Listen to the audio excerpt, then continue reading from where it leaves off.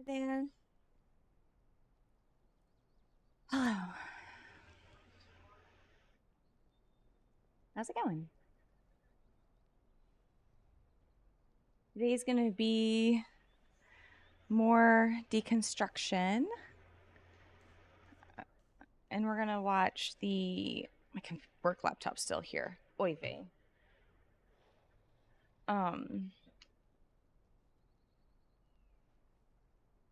And I got to clean up all my stuff. But I want to watch and listen to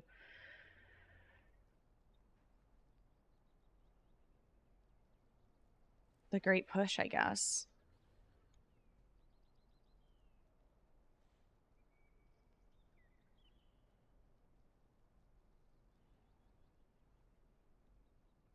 Oh, and my UI is not working. Oh no, my UI is not working again. Oh, it's okay. It's okay.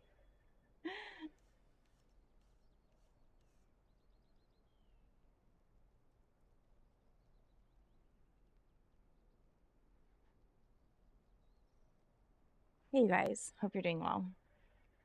Oh, my hair's cute. Thanks. I'm about ready. It's just a pony. Got a little braid. Help me stay motivated while I break all this down and clean it. That's what I'm going to do today. Get it in a position where I'm ready to move. We'll see. Y'all moved in? No, I'm moving out. I'm still in Seattle. I haven't moved yet. But my movers are scheduled and I have lots of boxes. My movers literally will box things for me. I don't know why I'm being so particular about how I want things to be boxed, but that's okay. Hey, no, nice to see you. Shake, hello. Hakuna, hello. Let's see who else. Pyrie, hello. Mage, hello. Nukem, hello. You posted a whiskey and hot dog photo in Discord. I'll check it out. Hey, Brando, nice to see you. All right. I went to a game last night. I stayed up way too late. Oh, a whiskey pairing? Oh, that's nice.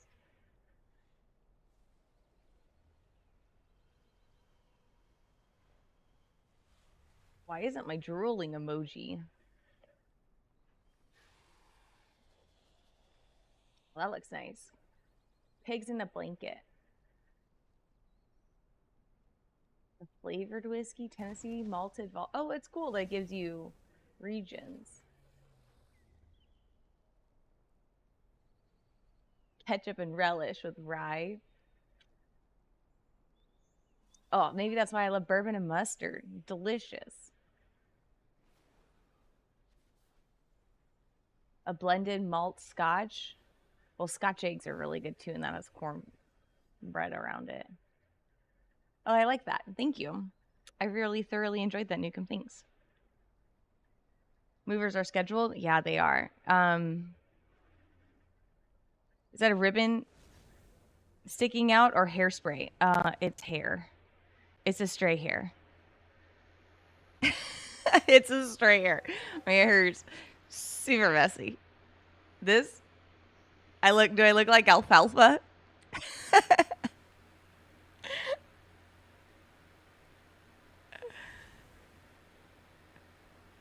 that an old reference? I don't even know.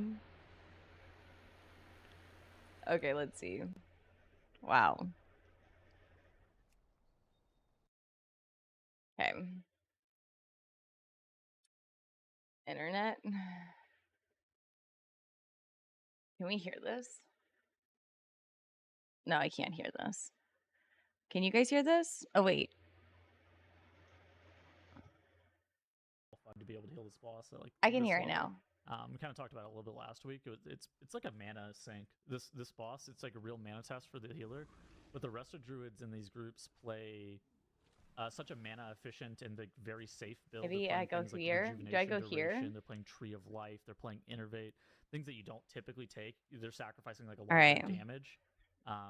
Just to play for a lot more HPS. I'm going to disassemble stuff. and that allows them to be able to heal this boss with pretty good consistency. On top of that, these are the best healers in the world.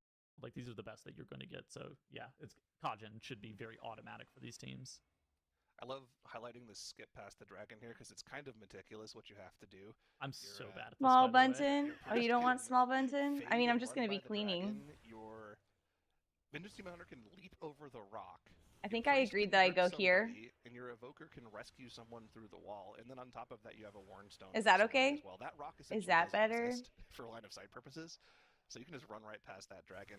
It's a skip the teams have gotten pretty used to. I think unfortunately the rescue wasn't working there, so they had to go for a time spiral to reset. Is that better? So we could grip a second person over. So that did cost them a little bit of time, but. My Bunton Plantiers vanished. They did. You have a little bit of time. They did. Now the main thing to look for on this pull, you need to burn down this proto dragon. I'm gonna be anything else dies. Dealing with all of this now. To get a bolstered deep freeze I probably will work my way this way. Chill's going out, and they should be able to kill it off before the next one goes out. He is playing time spiral in here. That's insane. That's not something you'd like typically play. That's not typical at all. No. I'm gonna try to be motivated. But I did notice still like Scarlet Adaptation, and that's the only way that you can grip twice is if someone time spirals. So I'm like, huh. They are playing time spiral. I mean, if it's like you can take it, it's just not something that you find good uses for in every single key. But it's easily takeable by the odd. Pepe still chilling? Yeah. Do you have to drop anything super special for it? I would assume not. Otherwise, there's no reason you would ever take it. I mean, it's nothing substantial. You're not dropping anything that's like. It's just like you have to like purposefully be taking. It's not something you'd ever play in like a default build. Yeah, okay, that makes sense. Well, on to Kajin at 20:30 here. 5.5 minutes for the boss split here. I think they'll be killing this boss off well before that with the Bloodlust coming up in the middle of it. So the split should be good for them. The question remains, though, I mean, there's a little bit more to this Kajin than just the topping everyone off, right? There's a little bit of tank position to consider as well. You want to make sure you're getting good spawns of these rocks so you aren't, like, cordoned off by the broken ones during the Hailstorm cast. Yeah. These teams have pretty much gotten that down to a team. The tanks are so good at positioning that it's not really something. Yeah, after today, it's not. No, there's not going to be any more plants. Additionally, like look at what Skylark's doing here. Gotta get rid of them. The boss away from the group, allowing the rest of the group to remain standing in this efflorescence with 100% uptime. On top of that, your Shadow Priest doesn't have to cancel any of their casts, and so that's like a really big heads-up play. That's something that like high-level tanks do pretty automatically. Okay. It's not something that you're likely to see in like a pug. Yeah, certainly. I'll put this down. Miscount here. Okay, this is last year's BlizzCon shirt. No, it's 2008. Difficult trash pull where you pull this commander plus lava bears into these flares, and then also with the trash effect. You can see that even saved the second Bloodlust to get this lust on this pull. There's so much damage going out, even on Tyrannical. This trash isn't even fortified. You need to make sure not a single one of the melts go off from those lavas, and on top of that, you have this AoE coming out from the commander too. It's just super difficult to live through. So the commander itself is not like necessarily the worst mob in this pull. Like it does do a decent amount of AoE to you, but also the stomps that happen from that pack that they pull that's in front of them. If that happens at the exact same time that the commander circles can go out, you can die. And like Zyro pointed out, any melts cast, like that's gonna 100 to 0 somebody. So you have to be like really you have to be like really aware of what's going on for that entire pull. Obviously, these TGP teams are going to be super on the ball with making sure that they have all their stops prepared for all those lava flare melt casts and whatnot. Is Miscount able to two-chest this dungeon, Zyro? I know that Mandatory did. I watched them. Miscount's having a perfect run. They're deathless. They're going really fast. They're certainly doing what they need to do in order to potentially two-chest it. Are the boss splits there, though? I don't think we have 24. the 19... Is the two-chest? Two-chest. 26-24 is what they would need. If we go back and look at the mandatory two-chest splits on the 19, maybe we can get a good idea. I think you're going to need on 19... I think you need to kill off this boss with probably 6 minutes and 30 seconds left on the key timer in order to get the two-chest. So we'll see if that's possible. That means they need to kill off Forge Master Goric by 1950. So I don't know, maybe. In Mandatory's run, they had Goric killed off at 2042, and Echo's run that also two-chested had it killed off at 1840. Oh wow. So I think it's a slightly different route. I think it's a routing It's got to be difference routing between the two teams. differences, yeah. There's a lot of trash differences you can make for. Yeah. Yeah, Echo plays a lot more count at the end of the dungeon, so I think that I mean, it looks like miscount might be a little bit slow on this boss split, regardless, right? It depends. I mean, again, it depends on how much trash they actually need. There's a lot of count in the end of this dungeon, right? The only thing that people will like typically always pull is at least the first bird pack. You can definitely skip past that though. I don't know. We'll see. How long does this boss even take on a 19 Tyrannical? I'm gonna guess it's about 3 to 3.5 minutes. I was thinking like These are all my plates. Yeah, I was thinking like 3:30. They are gonna have their lust up. They do get it right at the end, right? Okay, right at the end of the 2 chest timer, they get it. They're posturing like they're going to be able to do it, so I think that this to me this. I didn't show you guys very well. This is possible, how many plates and pots and stuff it takes for me to keep everything from everything to go right for them to be able to kind of claw dripping their way back. and dying. It's just another rung on the ladder that they have to climb to get back into the competition. Yeah. Right? They really put themselves behind a lot on day one with the mistakes they made. In hindsight, which weren't even that big of mistakes, it was just they spent, an hour extra in a dungeon that everyone else got done pretty quickly, and then, like we covered a little bit earlier, they just had a lot of really unfortunate mishaps happen back to back to back at the end of the day for them. Dude, if they get Mandatory's that'd be massive. Mandatory is really fast, yeah. They're going to be, I don't even know, a minute and a half under on this timer or something like that, 2 minutes under. This is really impressive for Mandatory here. They're continuing to accelerate past the field in this dungeon. Now, they still probably have the hardest pull of the dungeon left in front of them. It's going to be this dragon pull. Again, like I was outlining earlier, bolstering makes it really tricky. I wonder if they have enough time to kind of solo pull this. I don't think they do. But this is going to be a tough pull for Skylark to be able to live. He does have his cheat death available. You don't see that prophetic stone scale debuff on him, so that is available to keep him alive if something does happen. The gather here, very dangerous as well. Vintage Demon Hunter is notably susceptible to dying on the gather, and as they get the pack grouped, then they no longer are susceptible to dying. Look at everybody grouped up behind LOS whenever that first AoE from the dragon going off. That way you're just not taking any damage. Yeah, and the entire time making sure we're focusing this dragon down. You do not want to get a bolstered breath off on the tank or even a bolstered deep chill on anyone. That dragon is going to be what wipes them if they do die to this pull. 2-minute cooldowns just now coming off cooldown, and also just instantly popping the Vamp and Praise so that any damage that the tank takes for the next 15 seconds is just instantly topped by the amount of damage the Shadow Priest is doing here.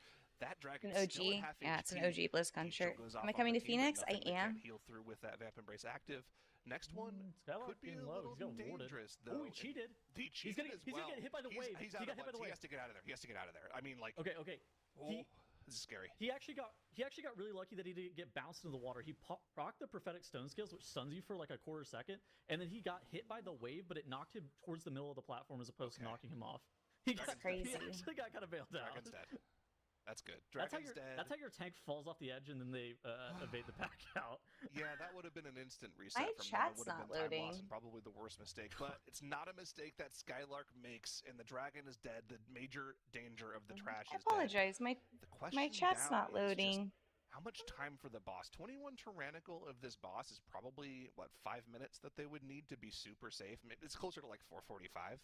So if they can get Infuser Soraya here down by about the 30-minute mark, I think they're good to go. Another important run going on now in the top right while we've been focusing on Mandatory. Echo is on their best run in water basin. I fill it up with water. The boss split and timers I put the plant the best. Each of these boss split timers, Bromok and Sentinel here, are about like on top, so it's not in the water, but it's above the water, and it creates like a humidity chamber. As well as Mandatory did. They will have very little time left on that timer to actually time this key, but I mean, they need to get this done if they want to compete with Mandatory for the number 1 slot, man. I think Echo notably has to play a little bit less count in this area. They do that now skip where they send people back on the mold machine. But it's not like something that's like an insane amount of less count. Obviously, they're going to be able to make up a bit of time there. I think that, like you said, I think your analysis is spot on. I do think they're pacing to be able to time this key, but they're not going to be a minute under like Mandatory. I think they might be something like 30 seconds under. But they have to be able to be clean here, and I think that they have to beat this next phase on Emberon. So Emberon actually won't cast another intermission whenever it's below 5%. Echo can either kill Emberon before it would cast the intermission, or get Emberon to 5% before the next intermission comes, and that would be fine. But they have to be able to beat it. If they actually get this next intermission, I'm pretty sure they're just gonna be too slow. Now Mirrors is popping his CDs here. They do have that Icy Veins up as well, so I think that Echo's gonna be able to beat it. They do have that second Unstable Embers coming out. And Yeah, they're good. You have about 15 seconds after this explodes to beat the boss phase, and Echo is going to be able to do it. So that's really good for them to be able to time this key. Now, I wonder if they changed the route. Okay, so look at this now. They're going back to the mole machine. And so now is going on a solo mission in front of the group, while the rest of the group is hitting the mole machine, going back to the front of the dungeon. Now is going to skip this pack, and then he's going to meld off. He's also going to use a potion of frozen fatality, which it'll look like he's feign deathing. It's basically some insurance whenever he presses his meld to make sure that mob doesn't walk up to him. That golem does have true sight. And so now with that pack skipped, now is going to then walk past the breakpoint to summon the mole machine gamma portal to allow the group to be able to reintroduce him. That breakpoint is like right here, this doorway. So now the mole machine is going to appear at that point, and the 4 remaining players for Echo I don't know are how going to I'm be able to gonna join in here store in just a these. moment. Love that skip. So I'm gonna It's put some them good into a tech to just mason get jar. past some of the more difficult trash in the dungeon. You We'll really see. don't want to deal with those weavers while you're also dealing with these protectors, these golems that do so much damage to the group if you're not line of sighted. So good skip, get it done. They're going for the massive pull as well. They've got all 3 of these golems stacked up Crazy here, and they're going to be that they're lighting using every that, like, single mole Thunder's Cap, which is mole a pretty machine, big damage loss, mole right? machine skips. But it's a bigger Yeah. damage loss to be dead. So even then, a death here is not that big of a deal, right? Because at the end of the day, as long as you're not losing your cooldowns, you can just take the mole machine back, right? Problems, though, for missed count.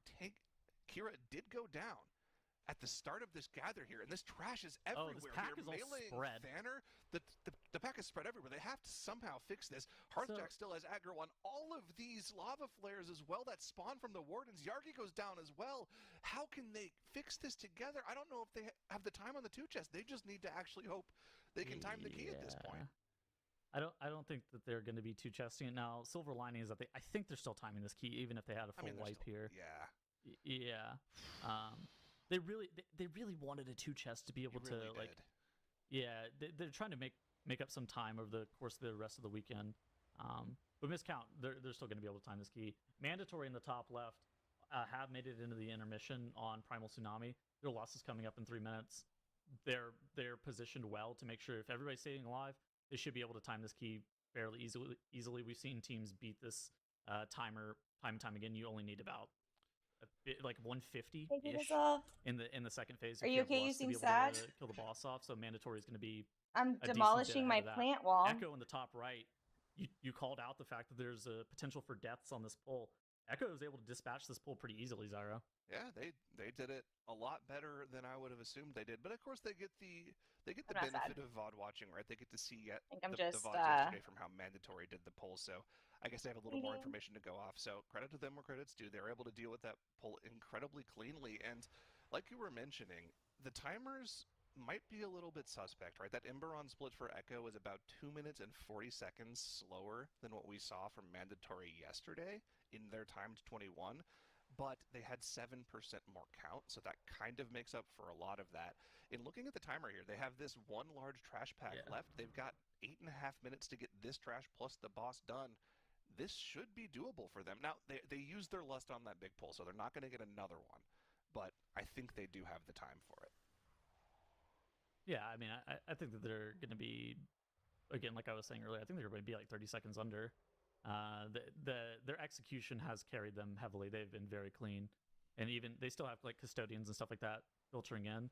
They're just making sure to be really quick on the trigger. A lot of times, especially in like pub groups and whatnot, you'll watch teams be a little bit slow on getting their pull set up. But Echo knows that those remaining guardians and custodians or whatever are not really going to do anything, so they can just like let them filter in pretty late, and they know that like getting the agents pulled, that's going to be a pretty big deal. Madge has chosen their next key to attack after dealing with that 20 Halls of Infusion. It's not the 21 Halls that they go for, it's the 21 Brackenhide. This dungeon can cost a lot of time. It's difficult to get through. Sanguine is a major run killer, but, they're actually making an adaptation to the route that we saw a few of our teams go with yesterday for Sanguine. They're dealing with as little trash in that first area of the dungeon as possible. Just don't want to deal with trash running all over the place and dropping Sanguine pools all over the place. Only going for 12% count in the first section here. That's a lot lower than normal, I think. Mandatory here in the top left. Going to be able to kill off Primal Tsunami. Yeah. Hopeful is caughting here. They're still in their lust for a few more seconds. They're going to be pretty far under on this timer, about 55 seconds. So this 21 is definitely going to stand for the rest of the weekend. And now Mandatory for the rest of the day basically just has the field for chase keys that they can go do. I think that the likely candidate for them to do next is like a 21 Brack. 21 Brackenhide is, we know it's doable, right? It was the time trials key. They've done a 21 of that. It's just a matter of how fast they do it. Knowing how clean they've played, they could definitely one-shot it, or, they played the 16 yesterday and wiped 4 times. So we'll see which Mandatory we're going to get in that 21 Brackenhide. Maybe they've been waiting to go back to it all day because they are aware of how unclean they've been playing in that key all day. Or, maybe they just decide to go to another key and see if 22 is possible. Plenty of time left in the day to make that decision, though. Now nearing the 1.5 hours left mark for the remainder of the day. Missed count. Did get their one chest. They killed off the boss, just have to finish off with a little bit of trash. And Echo now pulling Chrono Lord Deos with 6 minutes left. Barring disaster, they're going to be able to get this key down. Yeah, I was kind of worried about their route maybe a little bit, because whenever I was watching Mandatory's route, I thought that was maybe going to be the route that you were going to need to be able to play something that level of aggressive to be able to time this dungeon. But Echo, they have a much different route, and I think that they make it work for them. Their Lost Dwarves split, they lose a little bit of time there, like you pointed out as well. They lose a little bit of time on the Bromox split, but they really are able to make it up in that middle area. And I think with the unique routing that they're able to implement, particularly with that mole machine stuff, I think that's really cool. Yeah, it certainly is. That's a good route. That tech was actually debuted by one of our highest live key pushing teams. It was Rare's team, I believe, Rare and Loda. Yeah. Who shut off that tech for the first time, and I think they were rank 1 world for a little while. I don't know if they still are rank 1 world, but they were for a while this season. So good to see tech from them showed off on our broadcast here. Love stealing tech from other regions and making it look good too. It's not stealing, it's borrowing. Borrowing, sorry, not stealing. It's not stealing. I think it's stealing.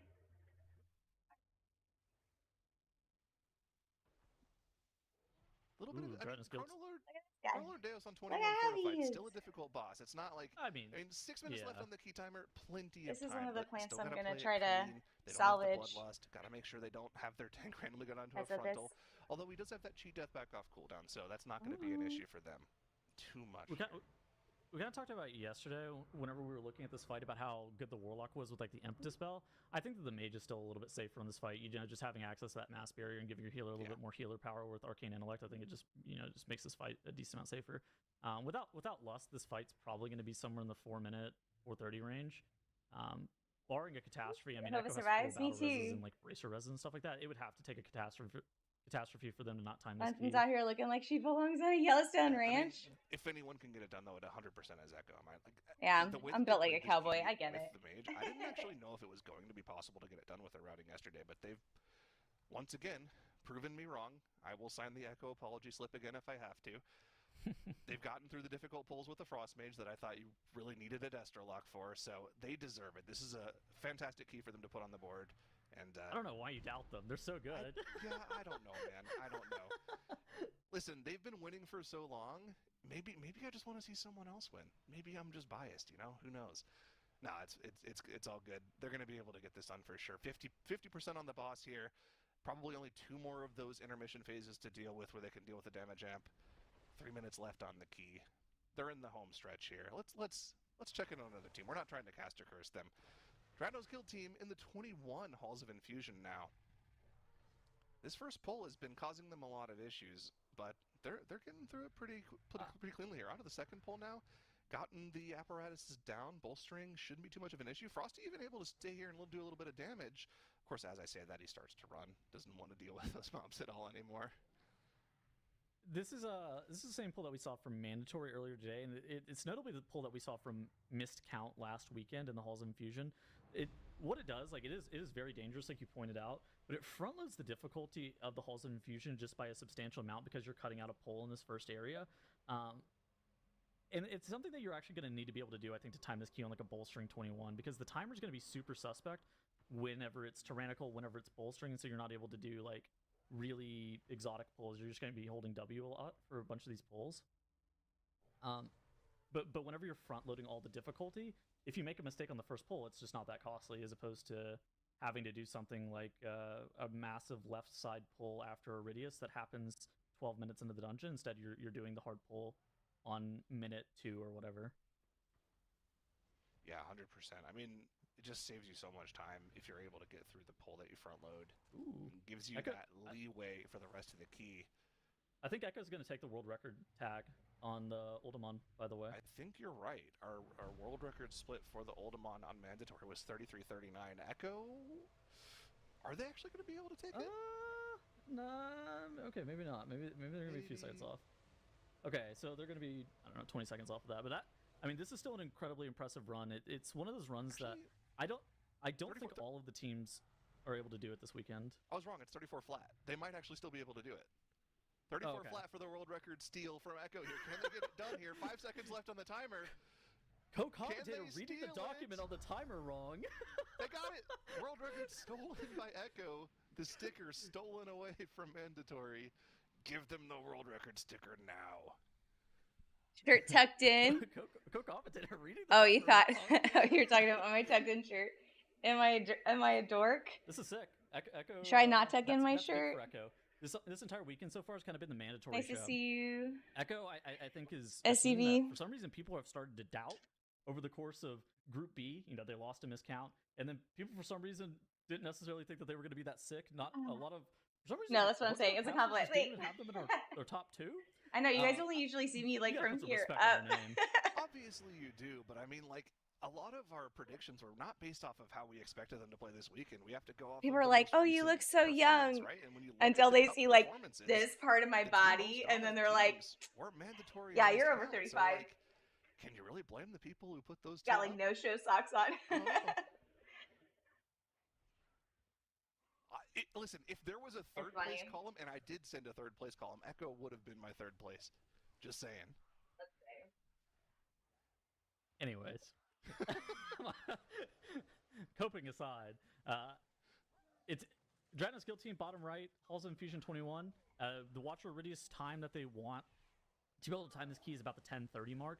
Anything that's under that really positions you to be able to time this key fairly reasonably, assuming that you have a really clean into your dungeon. For Madge. Yeah, as I say, Madge top left. Madge runs a very different route in the Brackenhide Hollow than any other team. They do a lot of, like you pointed out earlier, they're really low on the count compared to even some of the other teams off the first boss split. They play a lot of that after tree mount, so you can't really compare their splits. I didn't even know Bunton had legs. True. But I think that with a clean run. I'm sorry, I did tell you guys that I was a mermaid for the first 3 years of stream. First few years of streaming. I apologize. They're just gonna need to make sure that they continue to play their game plan, not have too many mistakes. I need to find scared here. You know, this Will to Doke pull is one that has killed many players, and so they just need to really make sure that they're being diligent about keeping themselves alive, staying safe, and playing for optimal DPS to kill the totems. And they've got the majority of the trash here dead, right? They just have the oak left to deal with. So I think the major danger of this pull is gone for them.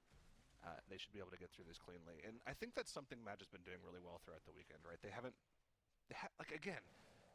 really had any major issues. Yeah, they've had spot deaths here and there, but they haven't had any massive wipes that cost them a key, right? They've just had spot issues that are able to be dealt with. Another one right here. Rugman goes down again, but like they'll be able to finish off this pull without their healer, and then after the pull is done, just get a hard res off on her. Like it's not that big of a deal. The big deal though is not having the battle res for the next 8 minutes. For some of these other pulls, you kind of want that battle res. So we'll have to see if that's going to be an issue for them. I mean, 8 minutes, you have to play perfectly, and could be scary. They do a really weird pull after Treemouth with like a hunter, and without a battle res, it's not like great. They don't need it, but it's not great. I will say that this is also kind of annoying whenever they have Roybin dead, because they have to actually kill off these lashers. If you didn't have to kill off these lashers, you could actually just like run to the side and avoid skipping the pack. But since you have to manually cast this resurrection, it's going to cost them a little bit more time than the cast of the resurrection itself. Hey, At the Jack. end of the day, Thanks for there's the enough prime. leeway for Timer and Brackenhide Got my that I tool think that belt. Madge, if they have a clean run through the remainder of this, they should be okay. But again, that really comes down to I need one of just these. the consistency of their play through the rest of this dungeon. Yep.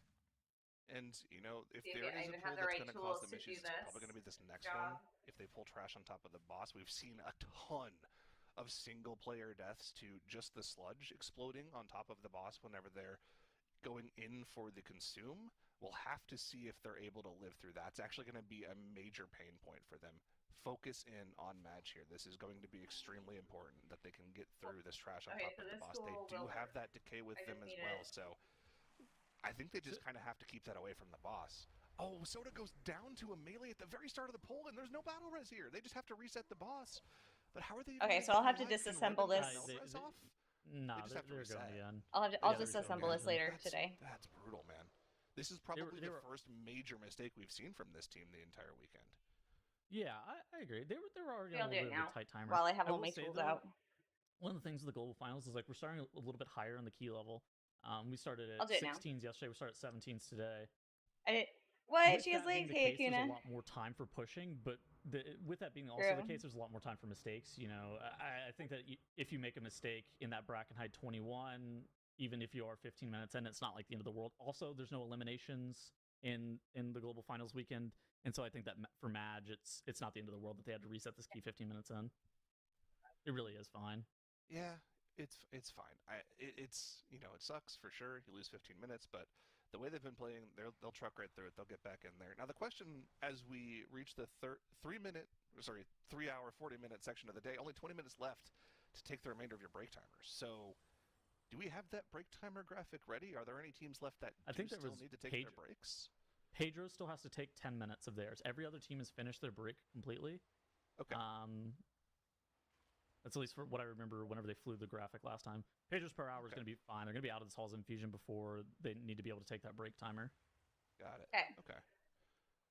Well, yeah, they have plenty of time, so they'll be okay.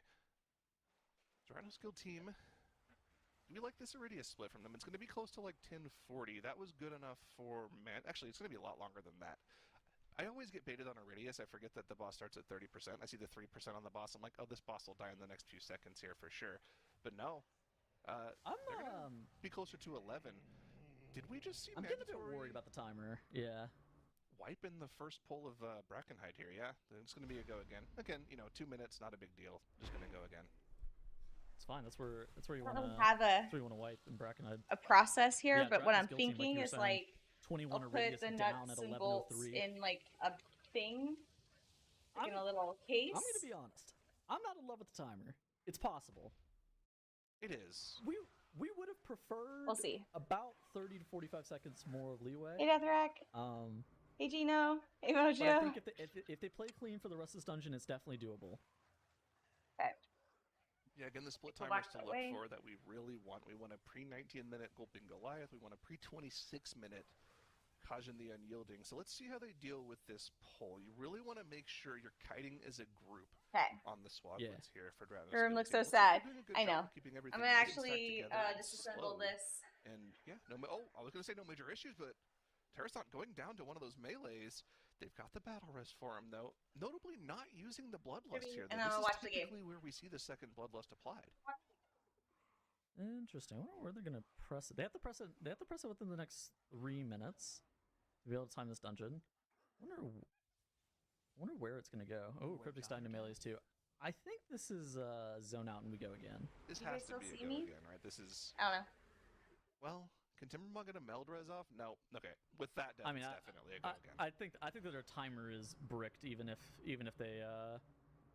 Timber is able to res people, I think that you're just losing too much time. In one of the tightest timers, right? Like Tyrannical Hall's Infusion was already tight from last weekend, and then it has like pretty difficult affixes applied to it this weekend. Okay. Miscount back from their remainder of their break, right back into that Neltharis, going into the 20. They still have 2 more keys left to do here. Can they get the 20 and 21 left today? Actually, I mean, do you even go for the 21 at the end of the day today, or do you just go into the Halls of They Infusion have now, nuts. get that pushed up a couple key levels, maybe transition back to the 21 Nelth if it's better for time at the end of the So day. it's like, I mean, I I gotta don't think they have time to do all of two-part that. it. They probably have time to do this 20 and then do like 2 Uh-oh, Halls of this is Infusions before gonna the be end a of the pain. day. I don't know. You're really starting to run out of time for today. So whenever I was talking about Madge earlier, I was like, they don't have to be the most efficient team to be able to perform super well. I think that Miscount doesn't necessarily have that grace that Madge has, right? I think Certainly that not. Miscount. I think that Well, I think Miscount I'll just really have to do does need to be these. efficient with their time, Like reconnect particularly them. their overtime period too. I actually don't know know. what I would do here. Or like this. I think that it's optimal to get the 21 on the board today. That way you don't have to go back to Nelthorus at all, and then you do Halls of Infusion plus tomorrow's dungeon. Like you'll do some Halls of Infusions today, and then you'll be able to do tomorrow's dungeon with the remainder of the Halls of Infusions that you need to be able to do to get that done up to a 21. Problem is too, they have tomorrow's dungeon. They also are going to need to do a 21 Oldemon, and then they have basically like all of Halls of Infusion in front of them. So it's gonna be Ziploc baggie. Oh, I should have done that. That would have been smart too. I see the path. I think I have Ziploc bags. For a team that coming into this weekend, some people thought they could win the entire weekend, but there is Ziploc a bags. path I think for them to win. This was I closer think though, it's I guess. extremely unlikely for them to win. There is definitely a path for them to get back Success! into the for like a top First 3 piece. position. Okay. It certainly helps that there's only one new dungeon tomorrow. That means that they will have a lot of time to catch up while other teams are pushing for those stretch keys. The problem becomes for Miscount is if those stretch keys aren't necessarily as difficult as we thought they might be and teams start timing those, then they're cooked. But I think those stretch keys are going to be extremely difficult, and if they're able to play Agree. Cup Day A, Day 1, Take them to part of the play furniture. level Oh, for the that's a rest good of today idea. and tomorrow, then they could certainly come back. But that's a big ask, and there might be a certain level of tilt or maybe dismay at the way they played at the start of the weekend. That's a tough position to put yourself in. Remains to be seen, though. I mean, adversity definitely can create some of the strongest players. So we'll see if they're one of those teams, if they can actually come back and play well enough to put themselves in the competition. I'm gonna take a picture of what even it's today and supposed to tomorrow. look like. See, So that to I can me- almost to put me it right back now, together when I move. as we see Peter's Power take down this halls, it reminds me, Miscount reminds me of like myself in like high school or college, right? Where it's like I would do well on the assignments. I would get A's. So I and can things, almost put but it back I wouldn't be able together. to work on them seriously until like 2 hours before it was due, right? So that's what I'm seeing so bad here. about You know, that. they're kind of slacking a little bit, but we know they've got the skills. So when it gets to tomorrow, right? Because there's no eliminations this weekend. They're gonna be on fire. Just wait. When the pressure mounts, that's when they really come alive. I believe. What do you think, Makes? Do you concur? Well, I'm a big procrastinator, so if they're anything like that, they're gonna be kicking into gear tomorrow. Like there is no tomorrow, and there isn't. So we'll see how that's gonna be. Hold on, I gotta working mute out these for guys. I gotta tell you guys Tomorrow, something. actually. There is. So here's something super powerful. If you're a procrastinator, there's this really smart quote that's saying, like, if you're a procrastinator, it's just your way of leveraging control.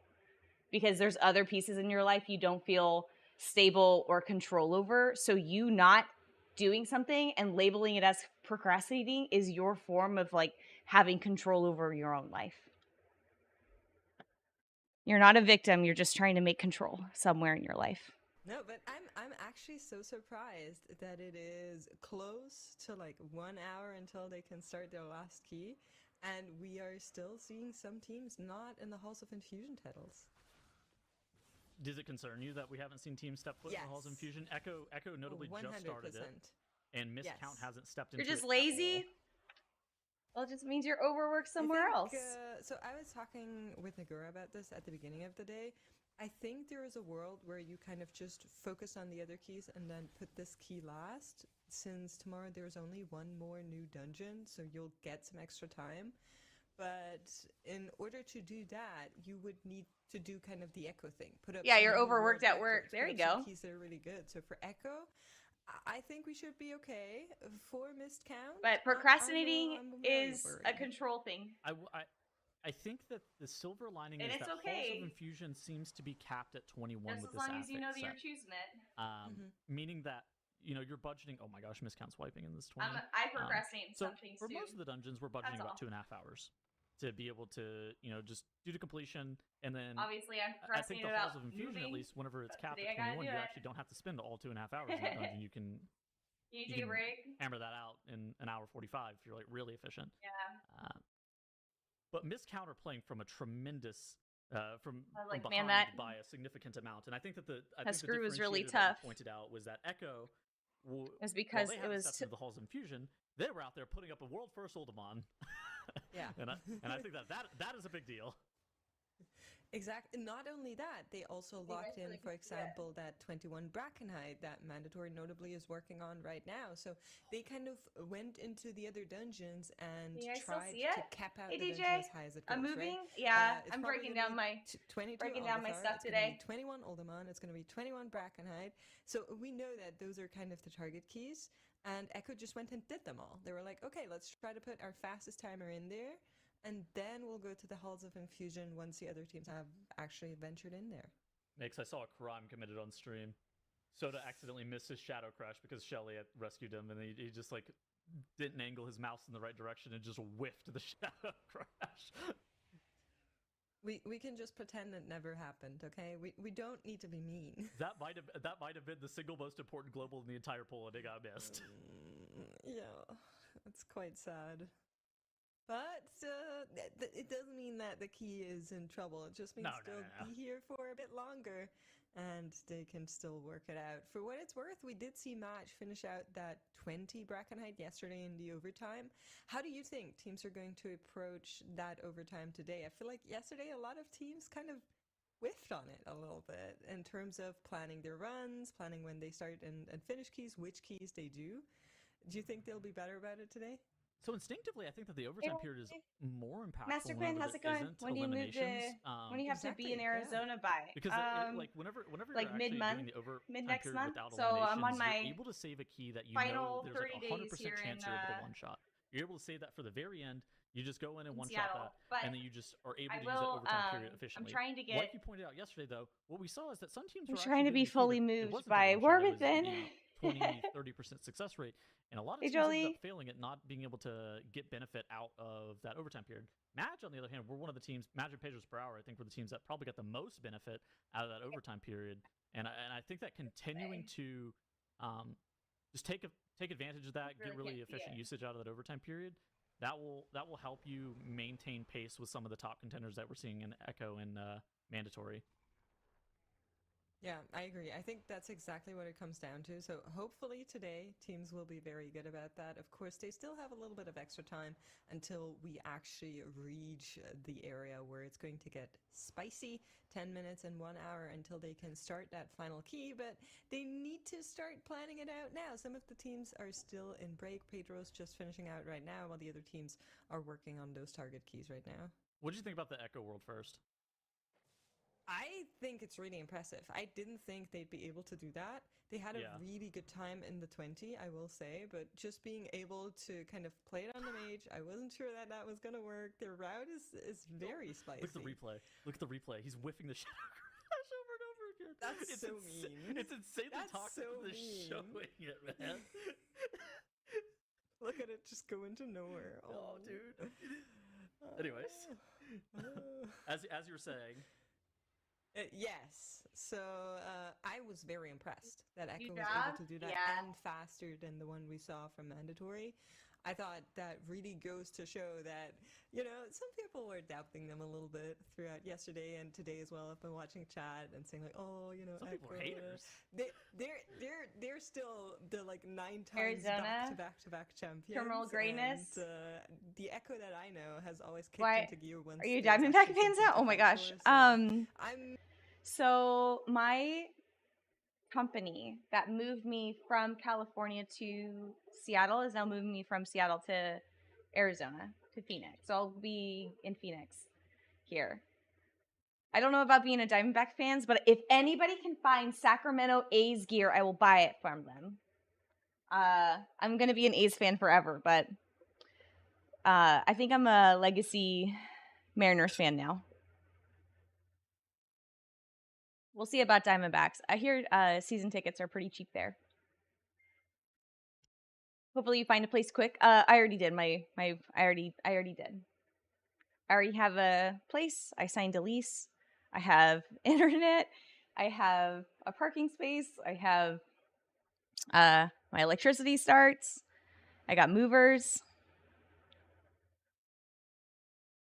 I'm getting a car shipped because apparently I need one there now. So that's good.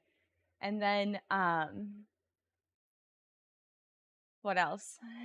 I don't. What else can I tell you? It's all done. It all has like a move-in date, and like I said, hopefully it's all said and done with before the uh race for world first, or not race for world first, but the War Within launches. Did the grayness from the Pacific Northwest get to you? No. I can't imagine my like energy when I'm not in like pure darkness for 9 months out of the year. But I did get the new job. Do I have friends or family in Arizona? I do. I don't have any family there, but I do have some friends, and I'm very excited to be near them. In fact, one of them is like my best friend ever. So it'll be fun. But of course I'll be sad because I'll be leaving my 15 years of my life here, and I am sad because it's kind of like an official like close of an era. I don't know. Hard to explain. But hopefully it makes sense to you guys. So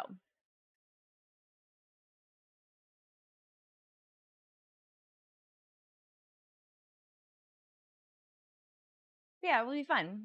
I won't be in Seattle, but I'll be able to come up here often, I hope.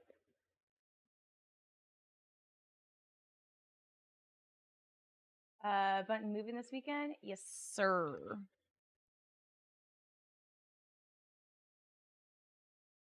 Oh, I can't see my YouTube. My chat is not coming through my OBS.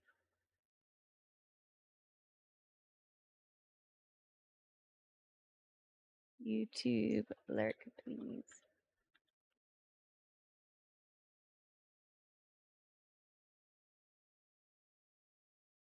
Didn't realize I lived in Arizona. Wait, do you live in Arizona? I don't think you do. You do not live in Arizona, Classy. There's no way you live in Arizona. LaFibs.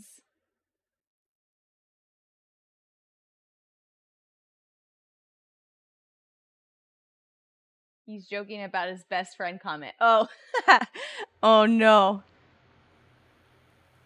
Lady friend. My best lady friend.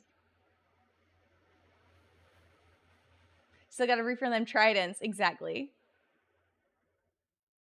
Better be a D-backs fan. You'd rather be a Diamondbacks fan than a sad Mariners fan? Further away from... Oh, no.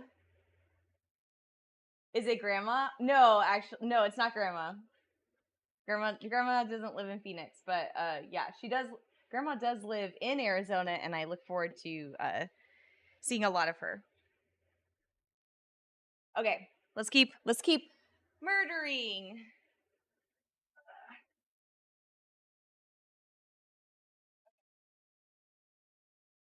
I've broken like 3 of these already. Broken down.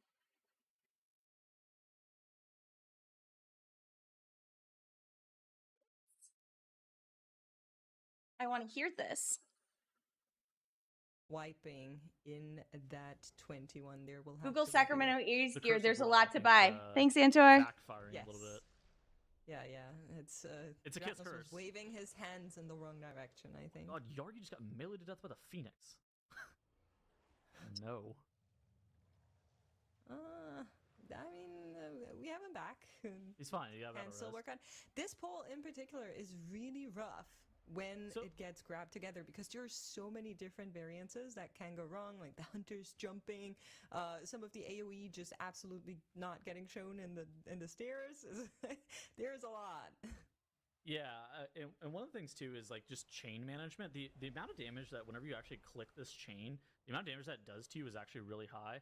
And so if you have a thing like a Bone Tender cast going off on you, or you have that Hunter Bleed on you, and you're the person that's supposed to be clicking the chain for your group, you're going to be dying. Like Hearthjack said, he presses Ice Cold before even grabbing that chain, and that's really efficient. And now Miscount's going to kite to the next chain pull that they skipped in advance and click that, because look, you see that they're trying to group back up to get ready for the next chain. There's Whenever a that chain dead is deployed, spider! Mobs are stunned for 5 seconds, but they take bonus damage, and so it's actually really efficient to use a bunch of these chains on these mobs, especially once you have like the Shadow Priest dots rolling. And Kira actually going down to melees from the trainees.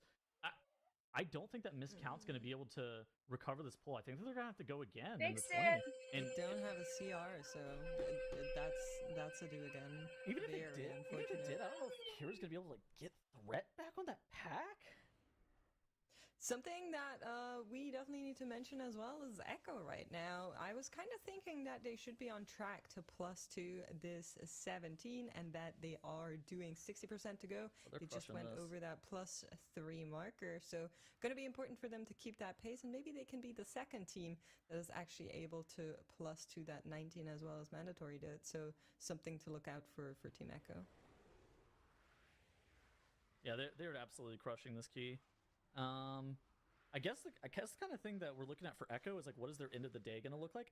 I think that they're going to be okay. So there's a chance that if they do the 19 Halls of Infusion fast enough, and then they maybe one-shot the 21, they can actually do 3 dungeons today.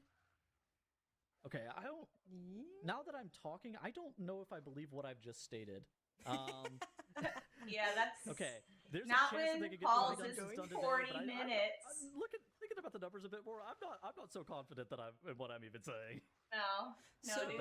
right now they have 1 hour and 2 minutes to do 2 dungeons. That means on average a dungeon can have like 35 minutes duration if you factor in like porting out, porting in, making that key possibly if they don't have that ready, as well as changing characters when they need to. So 35 minutes gives you a lot of these dungeons actually. I think if you're starting Yeah, but not right now, then halls. that's absolutely doable. However, if you need more than, let's say, 8 minutes in your current key, then we're already approaching a very dangerous area, I think. The problem I'm seeing is, like I said, they go 19, and they time that. They would need to time that at like 30 minutes, and then they would need to time the 20 at 30 minutes. And I'm just not a believer that they can do that to then be able to do the 21 as well. So I think that they're going to be stuck doing. I think that they might have like the same thing that happened to Miscount yesterday, where they're finishing that 20 Halls of Infusion, assuming that they've been able to one-shot that dungeon. They're going to be finishing that 20 Halls of Infusion like right as the end of day timer finishes up, which is not a bad spot to be in. They're still in a great spot. Yeah, I think so too. Definitely very good that they're able to get that +2 as they're now finishing out. We'll see if maybe they can do it. If they're really fast in the 19, I think there might be a chance. Yeah, that's kind of what I was saying. But then the more I thought about it, what are we going to need them to see them at? 27 minutes? Like, is that 27 minutes or something like that in there? Yeah, probably around that. Do you think that's that? The fastest 19 was a 29, or no, the fastest 19 was a 27-14 two chest. So it's possible. Mode going down, they're in that 21. Got shot. I think for Echo, Claiming lives. I think for Echo, their best situation is just two chest the 19, and then throw a couple of attempts at the very beginning of the 21, and then that's their end of the day.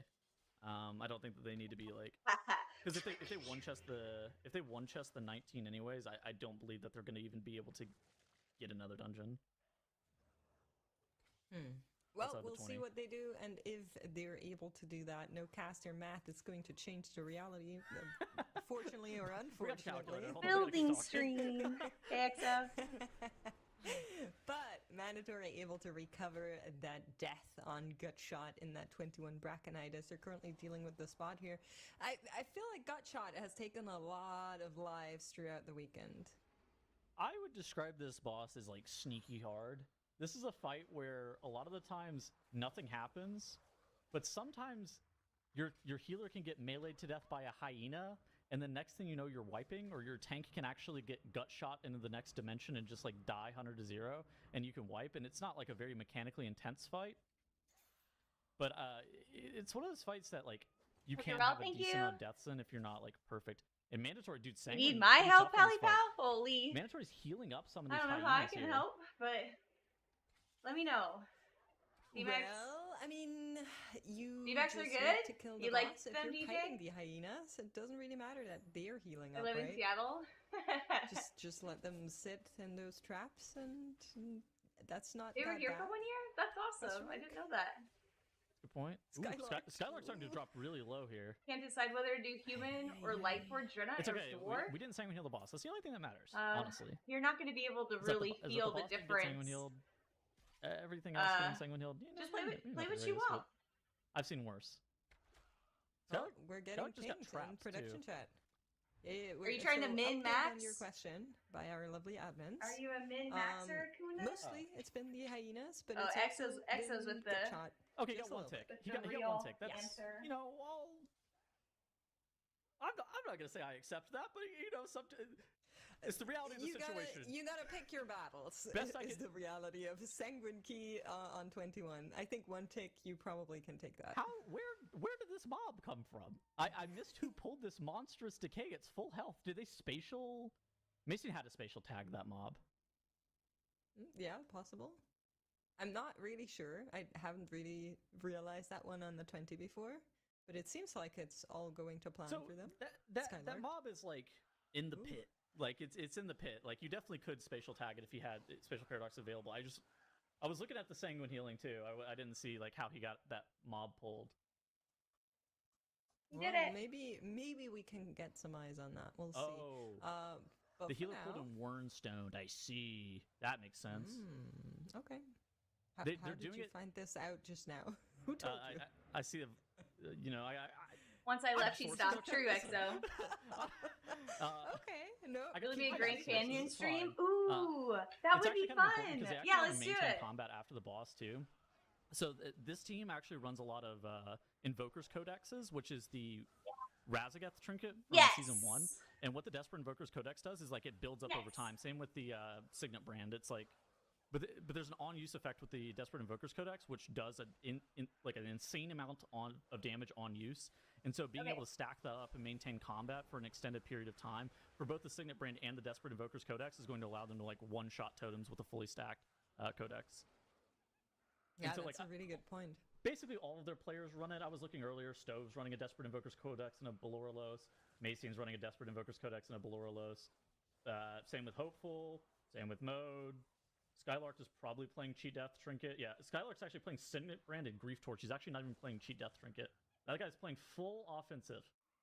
Are they Well, posturing to time this dungeon on a Skylark, after all. 22?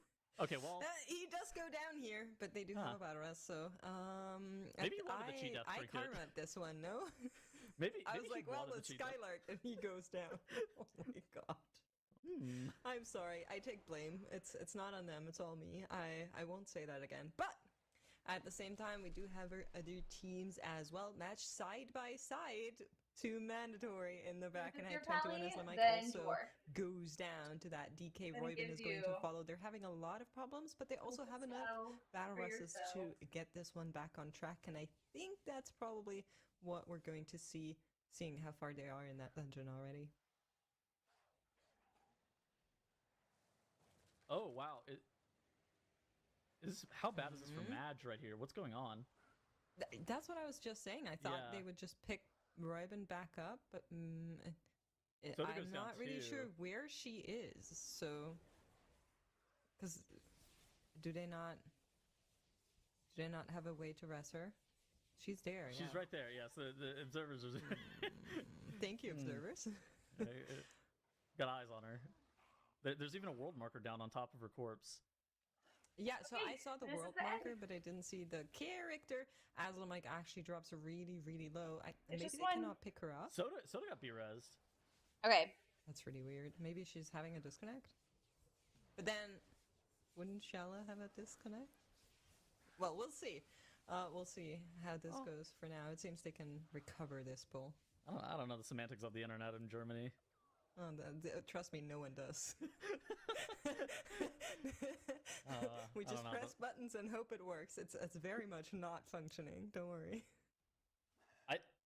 I wonder if Mandatory is trying to play this like they're trying to time this dungeon on a 22, by the way, because they're overwearing the amount of on-use trinkets that are required. And I think that they're playing this dungeon in a really aggressive manner in a way that's kind of making me question as to whether or not they're going to go for this dungeon on a 22.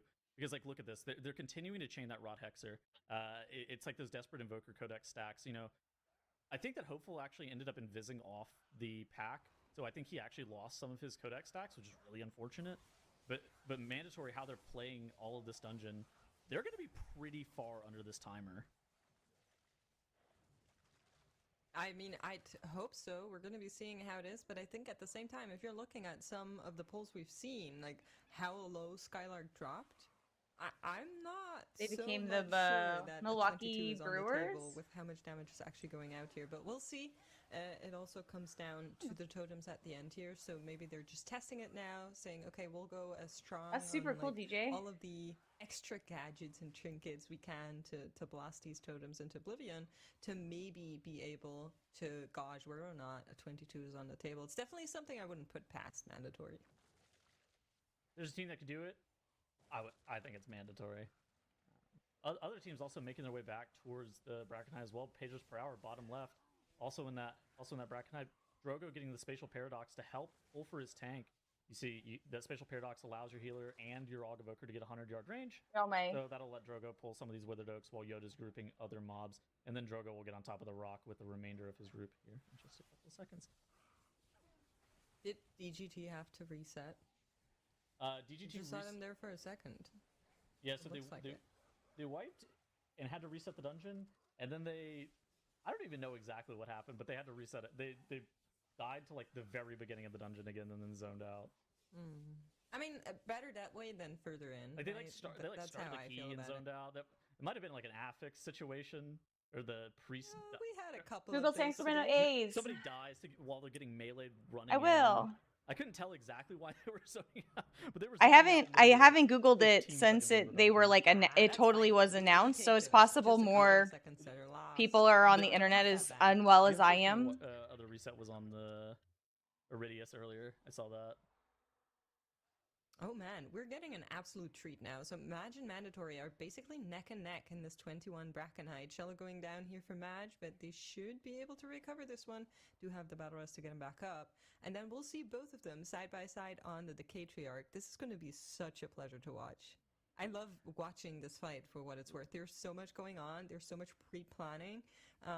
It's super fun. And the pre-planning that you're talking about, it's kind of what I was saying earlier. Look at Mandatory. I don't think has dropped combat since Gutshot. They've literally maintained combat since Gutshot, maintaining the Signet Brand stacks, maintaining the Desperate Invokers Codex stacks, and now every player on their team has 2 on-use effects that they can immediately eliminate totems if they want to. Typically, you have to use like 2 or 3 abilities to be able to kill off one of these totems. Things like Ray of Frost and Void Torrent are also pretty powerful versus them, so that can also be calculated. If you want to know if a team is staying in combat, you look at their chest of abilities to right be able here to just, like, completely dump into all of these totems. on their damage meters. You see the Yeah, 1 they minute absolutely do. here. There's a little bit of 20 difference in seconds how here, teams 40 approach seconds it, here. like you're explaining with Mandatory. This that's one's the not way they Echo's wanna not go with it, showing but for their example, combat timer, we've seen but this key from could be Echo, could and be where they hold back on their could be a bloodlust. bug, You're could be actually something seeing them else. the I don't know. second time their cooldowns come up, 'cause But they usually you just can just burst look the at their first couple combat. of totems naturally, and then use Hey, that Kevin. bloodlust Yeah. to carry them over to totem spawns that they otherwise would not be able to take 'Kay. down, I think. Here are my nuts and So bolts.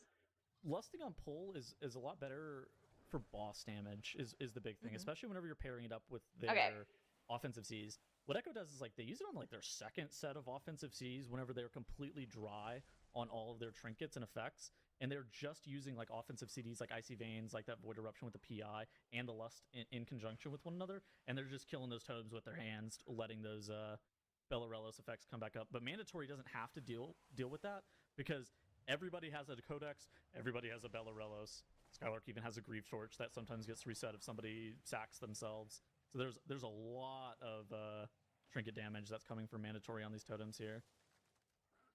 Yeah, we gotta make sure that Codex. it's all working out. Mace's very low. So the Codex actually Should be fine. The Codex does a lot of damage to you up front. That's what did all that damage to Mace right there. And so whenever you're using the Codex, you actually don't want to use the Codex right before the AoE goes off.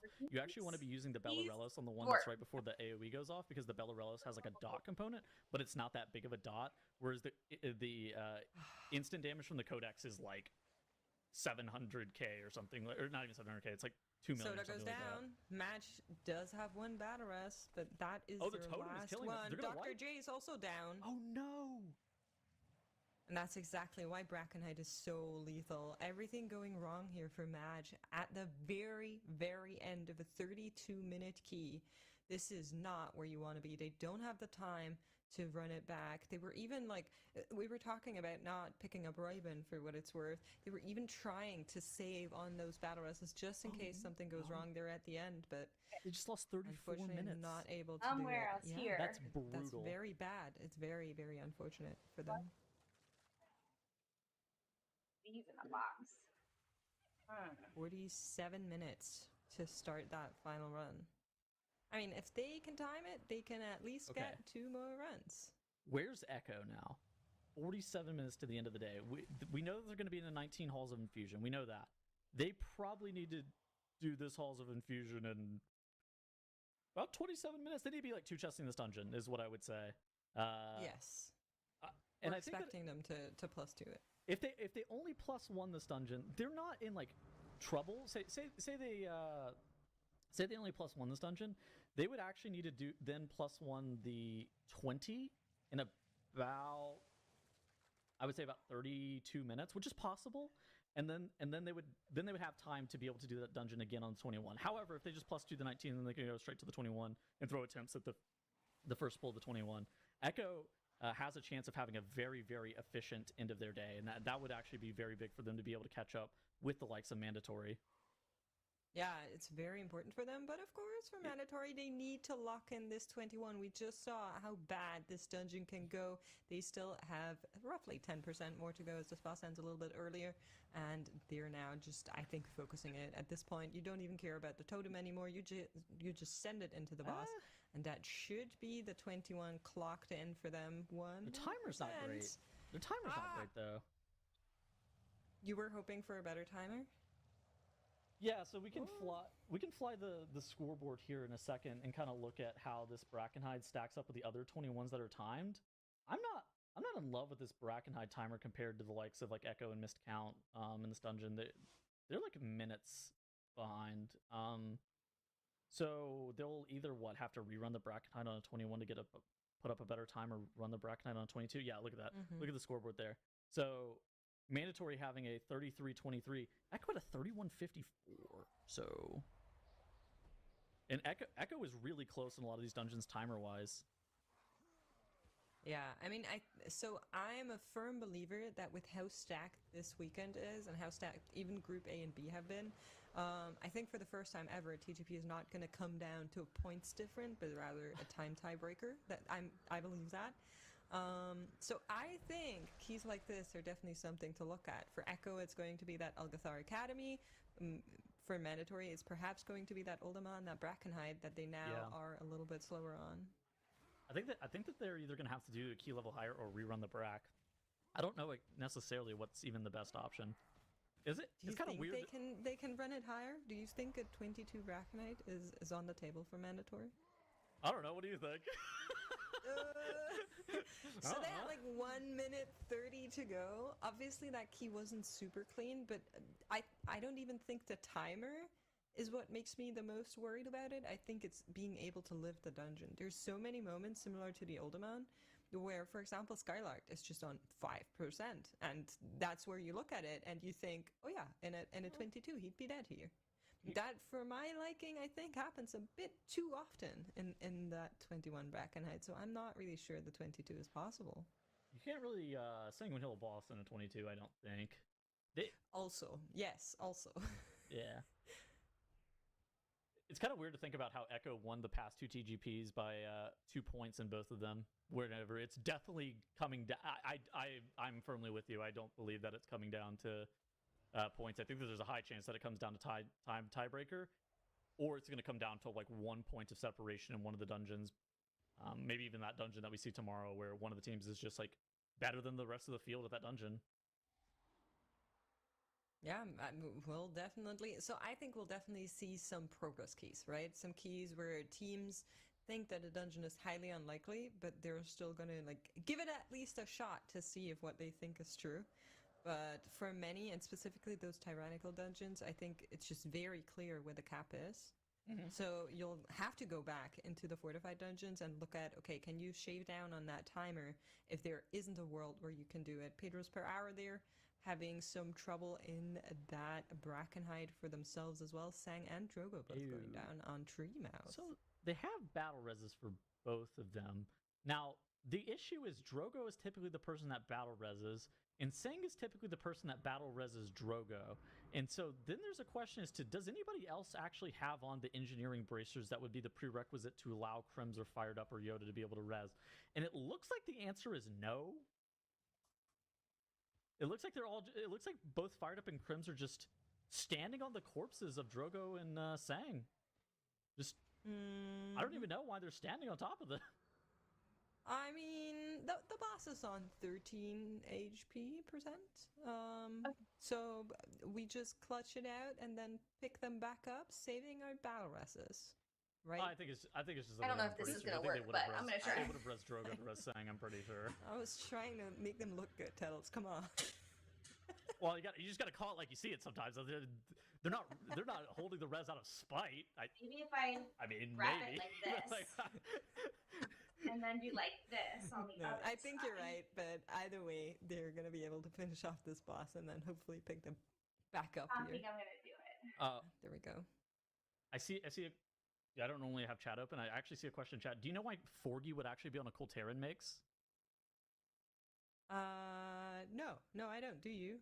I'm very bad with the racials. So Colteran has a thing called Brush It Off, and whenever you take damage, you actually have a chance to proc a heal on yourself.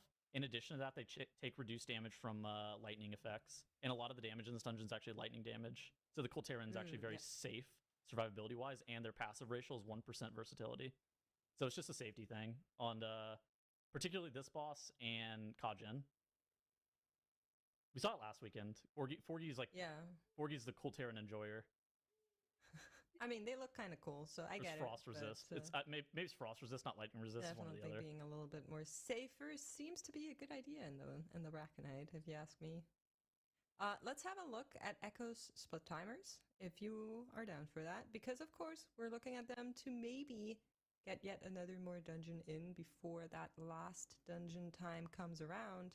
And I believe mandatory in their +2 was around that 15 marker on Goliath as well, so they should be on track. I think they are, yeah.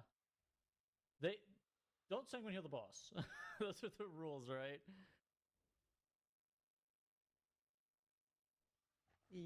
Yeah.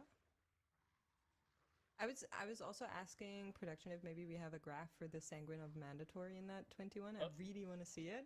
For the entire run. Just that to would be see kinda how much actually happened there, because it's very hard to kind of take in with switching between 6 teams to catch all of the sanguine healing when it happens, and even if it's just a little bit on every single pack, it can really matter. But mandatory are in that 22 Tattles. Oh wait, we're getting to see it. Wait, we were right. Okay, that's pretty hype. I gotta pull back up. Hold on, I have to. Twitch.tv/Warcraft. I have to pull up the page and look at the tool. I wonder if Skylight put on cheat death trinket. I don't. Is he able to?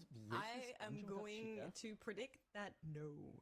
He is not. He is playing full double damage trinket again. They are playing to kill every single totem, and if Skylark dies before they make it to the last boss, they will be resetting the dungeon. Those are the rules, I think. This is going to be sick. I mean, basically, we didn't see a 22 at all during group play, and also notably, we didn't see a 22 at all during time trials, which is the point where you would actually likely see the highest level of Brackenhide be pushed, right? Mm-hmm. Just because they have more time, and obviously they can try some stuff there as well. I'm very curious on how this dungeon is going to go. We'll be seeing what they do and how they actually make their way through it. Right now, we're on that first boss, and I think the overall dungeon timer is looking pretty good with where they pulled it. I think if they're able to time this key, I think they're going to put an intense amount of pressure on the rest of the field to be able to time this key too. It seems like a lot of the other teams just really... I wonder like how other teams were doing in practice on this dungeon. Because talking to some of the other teams, it seemed like nobody really thought that 22 was like within reason doable. Just the ability to be able to kill off the totems. It seemed like nobody had great consistency. I am moving from Seattle to Phoenix here in the next short while. My job is moving me, so yeah, that's where we are.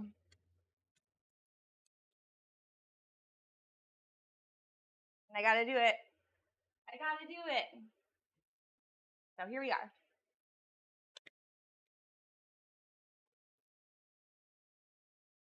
Nice. Good luck. Thank you.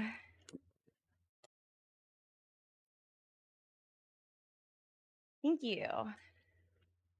Oh, I'm sitting on my bubble wrap. Oh no, it's fine. It's fine.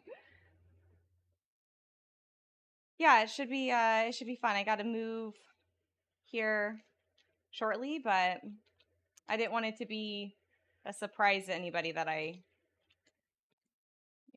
demolishing everything. But I want to stream and be done. I mean, I want to be fully moved before the War Within, so I'm trying to beat the clock there, you know? It's nice to see you, of course. Hope you're well. Hey, Kazin. It's a new raid room? Yeah. No, totally. You know me. It's all an act. You know me, I just want to rage. Okay. So my theory is, like, I'm going to make it like this. Tape it all up like this.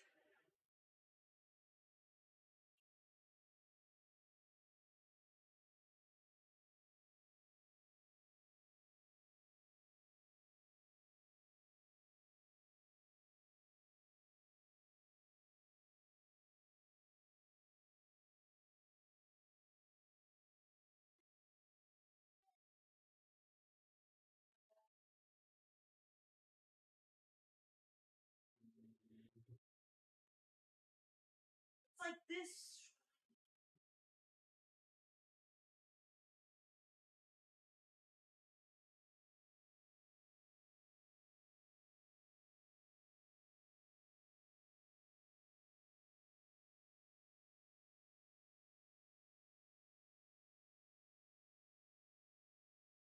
How much should I renegotiate for a relocation? Okay, so when you negotiate, you want to make sure that the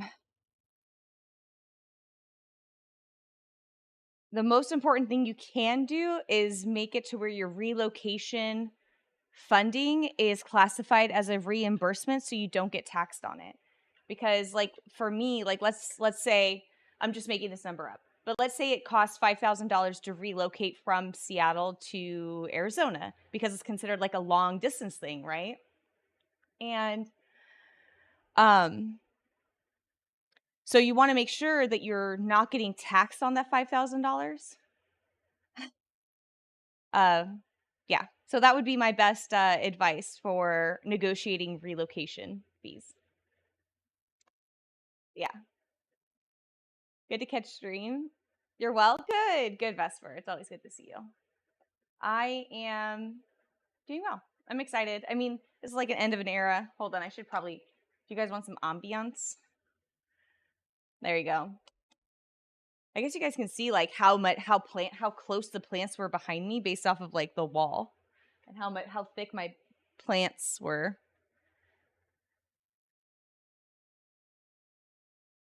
Yeah. So much better. Thanks, Nika. Yeah. That's it. Somebody gave me this plant, and it's super cute. Look at his tiny mouth. He's got pretty great. Okay. He does flips and stuff. He's like bottom heavy, so he doesn't get tipped over. It's pretty nice. Okay. I'm just gonna roll with it. No. Let me turn on the sound again. Exactly, that's what I'm saying. Notably, most count finally finishing out that 20 Nelthair's bottom left corner will allow them to maybe venture into that Halls of Infusion as well, and they could potentially get one more run in there on that 17 if they're fast enough, and then start another key, which would allow them to at least claw back some of that time. Okay, so Neltharis is actually a 33-minute dungeon. Hold on. You got to let me cook for a second. Neltharis is actually a 33-minute dungeon. If they time if they're able to one-shot Neltharis 21, hear me out. I don't think we're going there. But hear me out. Say they are able to one-shot the Neltharis 21, the 33-minute dungeon. They would then be able to get another dungeon on top of that, actually be allowing them to start their Halls of Infusion. Okay, you definitely want Halls to be your last key of the day because it's so... since that is notably shorter, and then try the 21 Nelth.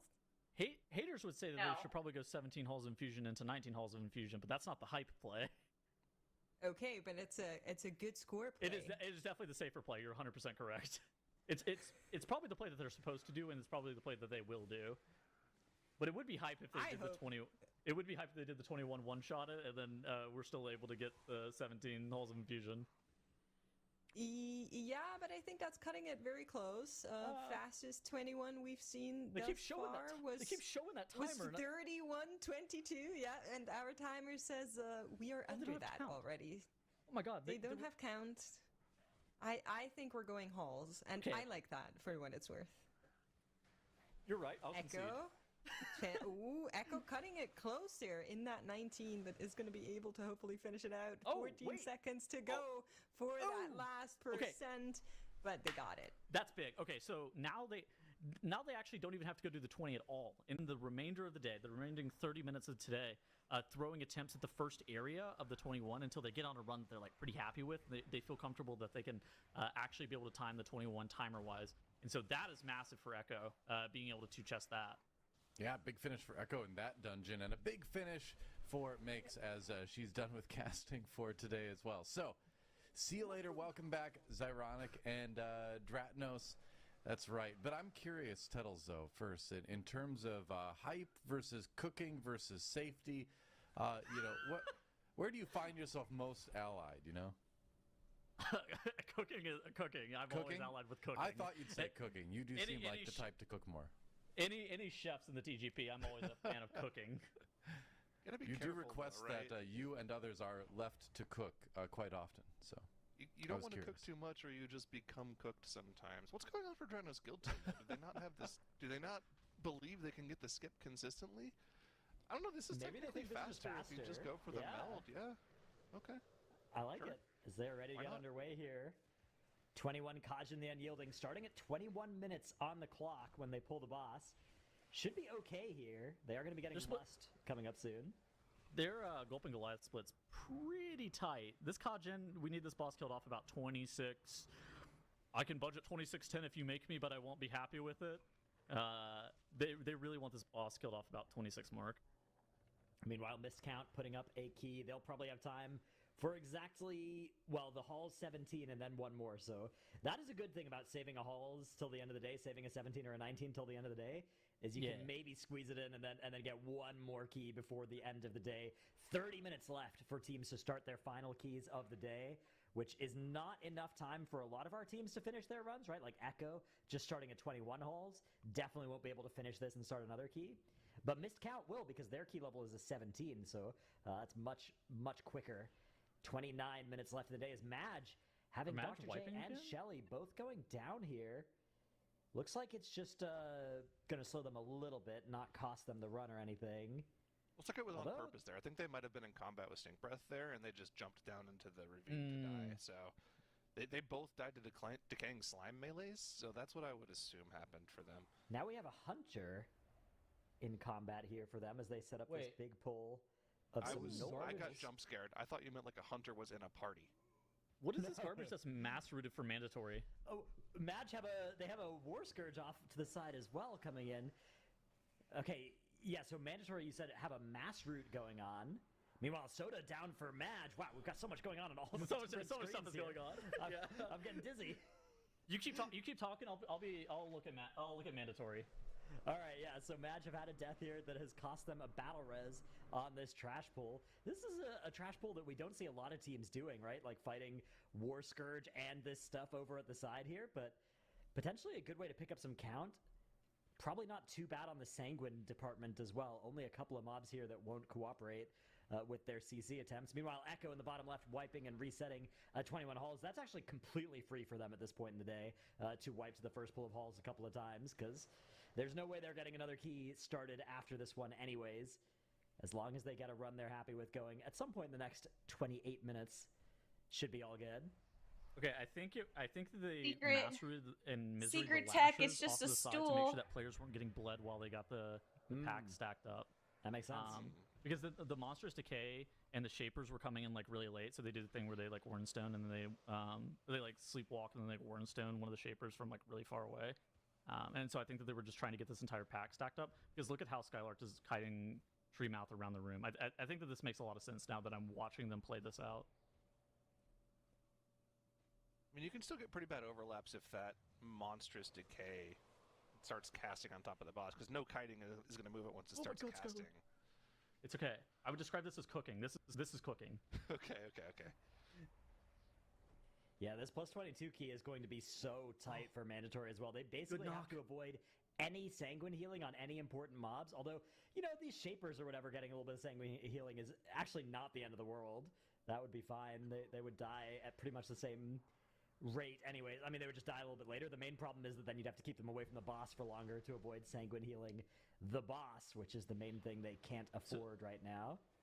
So, did you see what Mason did on the screen right there? He actually went into the belly of Treemouth during that eat phase, and he Warnstoned out immediately. If you actually like pre-press your Warnstone, you're able to come out, and you actually don't have to deal any damage to the shield.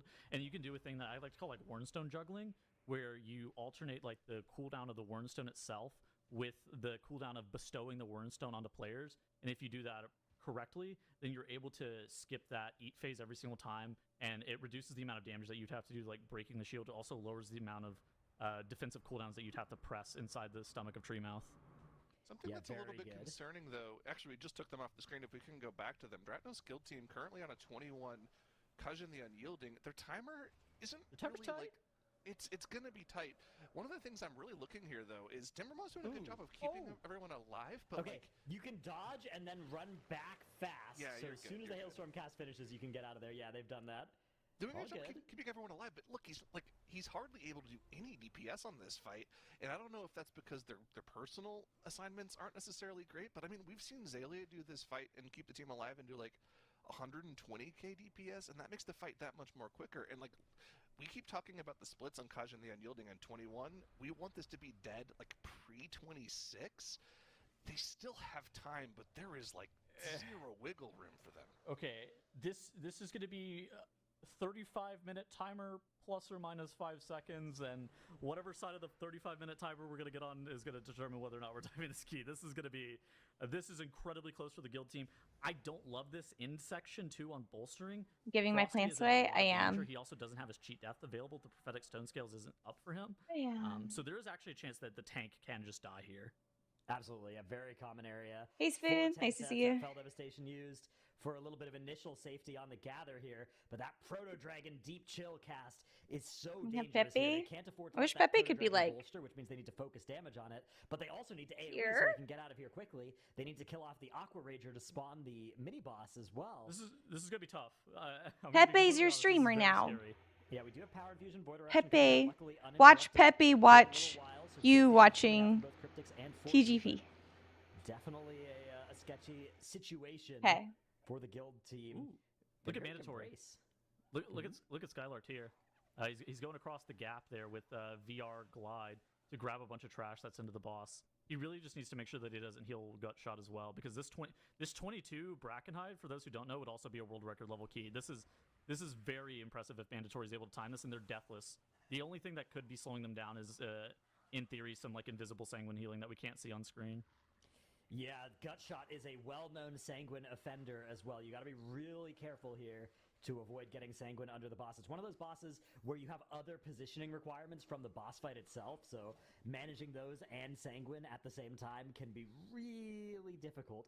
Does look like we've got a good first Sigil of Chains out. It's okay if we see Sanguine on the healing meters. It's not okay if Gutshot gets any of it. That is the most important thing here. We are going to have our first pieces of trash starting to die now, and we are going to see Sanguine jumping up those HPS Don't charts. hit the boss. I don't care As what long you as do, don't we hit hit the boss. Yeah, exactly. Leave it off the boss. Okay, a nice grip comes in under the Yeah, trap. we're good. We're now out of chain sigils, however, so that is an important resource that Mandatory will have to make do without. We do have a Blast Wave ready from Hopeful. Let's see if he moves in position for a good one. Dude, Frost Mage, by the way, is so obnoxious on this fight because the hyenas will desync themselves and desync their leaps, and it's really difficult to actually get them trapped to you kill them off randomly from the root ambient them, damage. right? And then they don't get to cast, and now exactly. they're separated instead of being stacked on each other. Yeah. Exactly. It is real obnoxious. Ooh, another great knock to try to that bear as it starts to get pretty low. Hey, it looks like they're keeping the mobs off the boss. Yeah, we do Shout still out have to a full health Skylark, Filth too. Caller. Don't worry Only about that guy. using one of the cheats on this pull, we've seen so many tank deaths to this pull, Oh, just because it's like a super dangerous pull. He doesn't play Trinket. He's playing He's not Signet playing Brand. Trinket at all? He's Oh, he playing has Signet to. Brand He's and playing double? Oh, man. yes, Okay, he's so he did use his one cheat. Okay, never mind. he is very Beautiful. impressive. Beautiful cauterizing flame there. Quick reaction from Mason keeps himself from dying as a second That's a lot of tick hyenas. that bleed would kill you. Yep.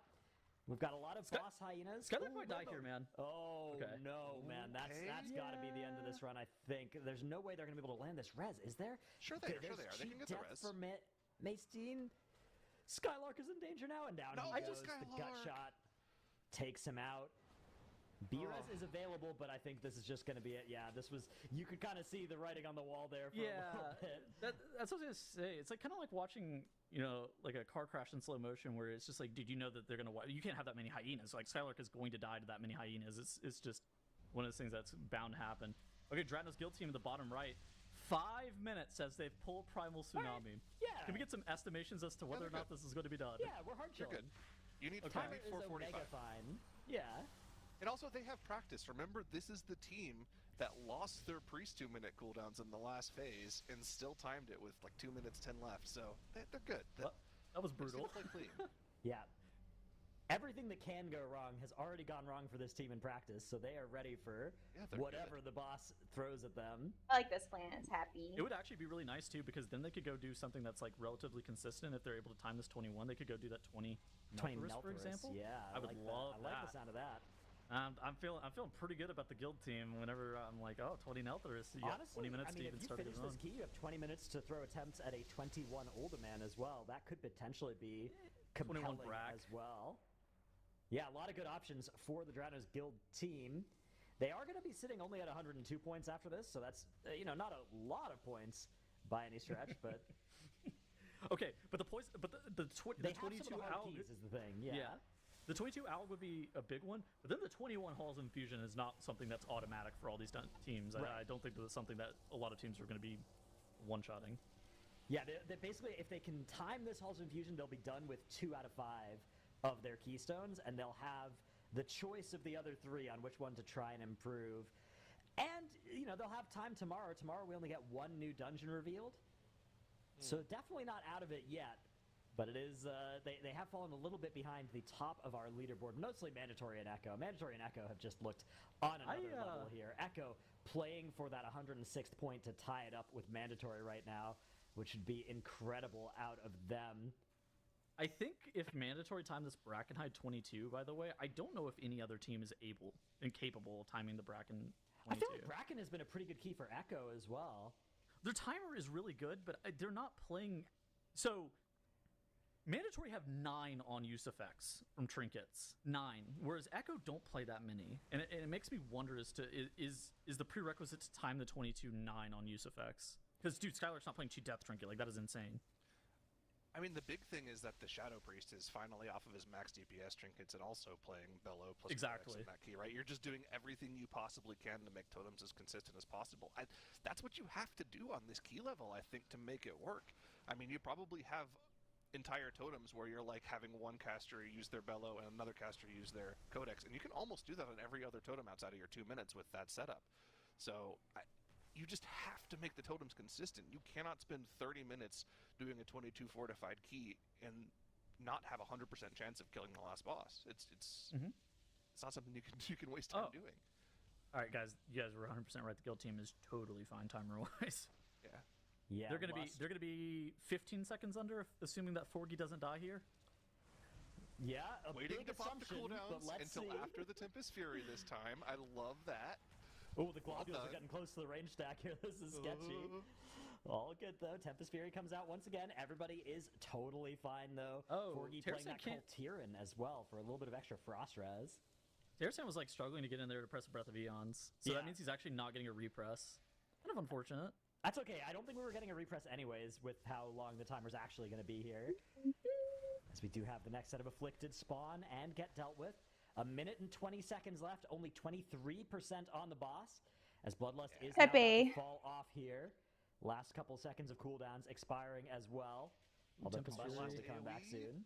They're good. Hey, Aspect. On the tank now. Just don't go down to the focused deluge and you should be fine. Yeah, Cheat Death is still available as well. Oh, Darkness defensively. Yeah, Darkness and Feldev. Darkness gets a lot I think of I got a vacuum now. Frosty's still God, the I don't know. Hellfire, Oh my god. If I was Timberman, I'm just letting him cheat. Yeah, just let him cheat. That gives him haste. It's good. Timber's a Not cap form. Timber did not come in a cap form. Exactly. I mean, That'd that's be a one great play. One little Fury for the road, but even if one person goes down, Okay, they're fine. so- That's a timed key from Dratno's guild team. Love it for them.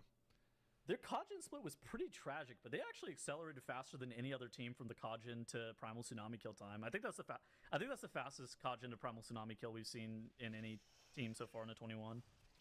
Yeah, now Dratno's guild team up into that 3rd place position, although Pedro's per hour are currently working on a Brackenhide 21 that would reclaim that spot. Only 47 seconds of tiebreakers now separating these two teams. And you can kind of see that it's a lot of that is that Neltheris as well, that Dratno's guild team only have on the 19, whereas Pedro's have it on the 21, so... This is so good for NA. Yeah. We do have mandatory wiping once again 2 minutes into this bracket. Not a big deal. They have a lot of time to start this key up. We have another 17 or so minutes left in our day for teams to get another key going. So at this point, everybody except for Mist Count are in their last key of the day. Mist Count can finish this and start another one, which could be huge. I think Madge was able to start another one. Yeah, I guess Madge will be able to do as well after this. Well, it would be kind of weird if Madge weren't able to start another key, I guess. Madge are looking on pace for this timer as well, right? They have 5 deaths on the board. 3.5 minutes, though, is enough for the last 70% of Decatriarch Rathai, right? Or well, is this the going to be close? let's just fade it. It's going to be close. I think it's close, but I do think that they're... Drogo down for they have Pedros. enough. Yoda's in danger. That's Yeah, a this is really bad. This is over. That's So, you. This was really bad because nobody could really go and res him. Everybody was standing on top of that pole. If you jump down off that pole, you're going to get an unfortunate greeting from a bunch of lashers bleeding you. So Pedros are going to have to reset that one. Here we can see those splits in the Bracken. Echo and Miscount looking just neck and neck throughout that dungeon, even with the slightly different pacing. Mandatory a little bit slower in there, but Mandatory are the team is looking to. Oh my god, Jago! They had totem go off! Oh, they're wiping. They're wiping. They're wiping. They're wiping. They're wiping. This is the second time this has happened. You cannot recover from this. There's just no way. Oh no! Can they actually recover? A choke cloud? Jay and Soda don't have the debuff anymore. It's the 2-minute press. They can maybe it's just another off. totem burst. Oh no! There's no way. No. Even if they could somehow recover from, they're just gonna wipe. Dude. What a bummer. It's the second time they've lost 34 minutes in this dungeon. Oh my gosh. That's what we're talking about with Brackenhide, though. Sucks. Is all of the difficulty. Well, the first 30 minutes of the dungeon are hard, and then the last 5 minutes are unbelievably hard. Is how Brackenhide works out, especially with Sanguine making the start of the dungeon also super duper scary. It's kind of like I was talking, like the consistency of being able to kill the totems. It is so hard to kill the totems, even if you have optimized gear. Like these, basically how the gear works on the Tournament Realm servers is the gear is normalized. No team has any gear advantage, anything like that. But as a result, you're able to kind of like hand pick any gear you want. So these teams are hand picking trinkets and stuff that they really want. And even with like perfectly optimized trinket selection, that boss is still so hard. Yeah, it's a very nasty one. As we do interestingly see Dratno's guild team joining Pedro's in a Brackenhide expedition here. So you have 15 minutes to start this dungeon, right? Like, to get on a run that you feel like is acceptable. I think this makes some sense because a lot of Brackens do get restarted in the first few minutes, so it's kind of nice to use some of your free reset time, getting a few first pulls of Bracken attempted. We are seeing 4 of our 6 teams in that Brackenhide, Echo and Missed Count being the 2 teams to instead call the Halls of Infusion their home. Echo crushed that Iridia split. That is very fast for a 21. Very good. Yeah, that is they're pacing to time this key comfortably. That's an important thing to focus on. Are they pulling the same amount of trash before Iridius as our other 21s that we've timed? Because that's an incredibly fast split. Most teams have adopted to the missed count first area route from last weekend. Very, very similar routes, I think, from all of the teams, where they're doing like a very large first pull, and then pulling a couple of defenders and stuff like that, and then they go into the frog cave. Gotcha. Which is different from what we saw from Miscount last weekend, but I'm only talking about the beginning. All right, so Madge are opting to stay in Brackenhide after that tragic loss of their 21 Keystone onto Katriarch Rathai, making it, as I inaccurately predicted, their last Keystone of the day. A prediction coming true by way of the Caster Curse. Mandatory restarting their 22 in this dungeon as well. A very low success rate Keystone, I expect, is the 22 Brackenhide, but Mandatory only have low success rate Keystones left. Their only options are 22s in any dungeon, or 23 Algathar Academy, the keystone in which they currently hold the world record. Echo's actually winning time tiebreaker right now, aren't they? Echo have the advantage in most dungeons over Mandatory. They're losing Algathar by about 30 seconds. They're winning Uldaman by 3. They're winning Bracken by 2 minutes, which is if Mandatory can do this 22, that'll help in a lot of ways because that's what I was gonna say. If Mandatory can time this 22, I don't think that matters at all, basically. So as long as Echo put up a pretty good Halls of Infusion time, I mean, even if they don't, I think they'll have the time tiebreak by a little bit, but if they can get a good Halls of Infusion time, they should have the time tiebreaker by a moderate amount over Mandatory. But the thing is, if Mandatory can do this 22 Bracken, that's going to be really impressive. That's going to mean we probably don't come down to time tiebreakers. And if they can't, they can just come back and improve their time in the 21 instead, and that is their biggest weakness of the time tiebreakers, and they can definitely improve that timer if they need to. Hey, George. I think there's just a serious question on the board is, it can any other team except for Mandatory time Bracken on a 22? See, I think can Mandatory time Bracken on a 22? I think they can. Moving time, all the plants are gone? Most of them. It's like, this is going to require hours of attempts to make this happen. I'll bring back a few more plants, but can afford those hours right now. But Echo, once they finish this 21 Halls of Infusion, if they do that, will be in the same position as well, where they can look at all of the 21 keys and decide which one they think is the most easy to 22. I wouldn't be surprised if their answer is also Brackenhide, so I wouldn't be surprised if we see Echo and Mandatory dueling in 22 Brackens tomorrow. I think we are witnessing the most competitive TGP I've ever seen, and it's crazy that we don't have eliminations either, because it makes it even more competitive. Yeah, I mean, if you think about it, Missed Count would have been eliminated yesterday, but if they can put up the 17 and then the 19, all of a sudden they're going to be at 102 points. They're going to be in that 3rd through 6th tie. That the other it's going to be a heavy fireplace thing? Yeah, I told my movers already.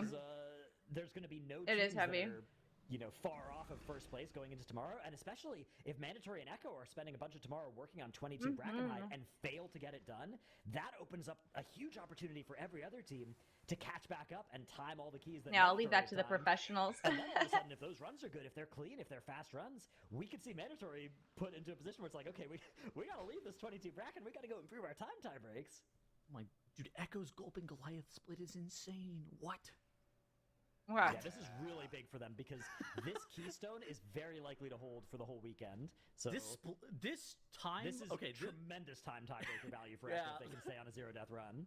This is gonna be like -1. This is gonna be like minus 130, 2 minutes maybe even.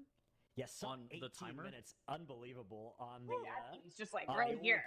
Ta-da! 1823 was the previous. You know, having lunch with my Echo, 30 best friend. Faster than Mandatory at this point in the dungeon. If they can hold to the end of the dungeon, I don't know why I put my vacuum like right here. Really good position. It looks like they have and to I decided to eat. Here. Like, what am I doing? Oh, Bat Patrol. This pull started. Yeah, it's okay. Get that patrol. Hurry up. Rapid. Oh my god. We're burning daylight. Yeah, maybe 5 seconds lost there by Echo, not a big deal. MD comes out immediately for that first AoE. Yeah, I learned that. Vampiric Embrace. I learned. To just stay in This is an adult thing. When I learned, I don't hate cleaning. I just hated the tools I had when I was cleaning. Like, I used to think I hated vacuuming, but then I found out that not all vacuums need water. My mom had one of those like crazy attachment like vacuums that had like the water that you did like dump and like yeah. I just don't like that. I don't like that type of vacuum. It was great for allergies. I get why my mom had that type of vacuum, but vacuums are good now. So now that I have this like rechargeable, like quick handheld thing, I vacuum all the time.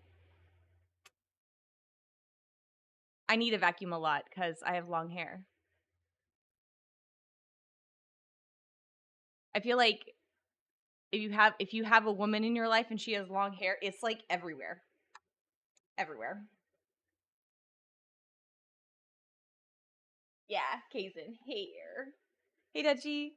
Yeah. So I learned if you don't like if you're an adult and you don't like doing certain chores, it just means you don't have the right tools for it.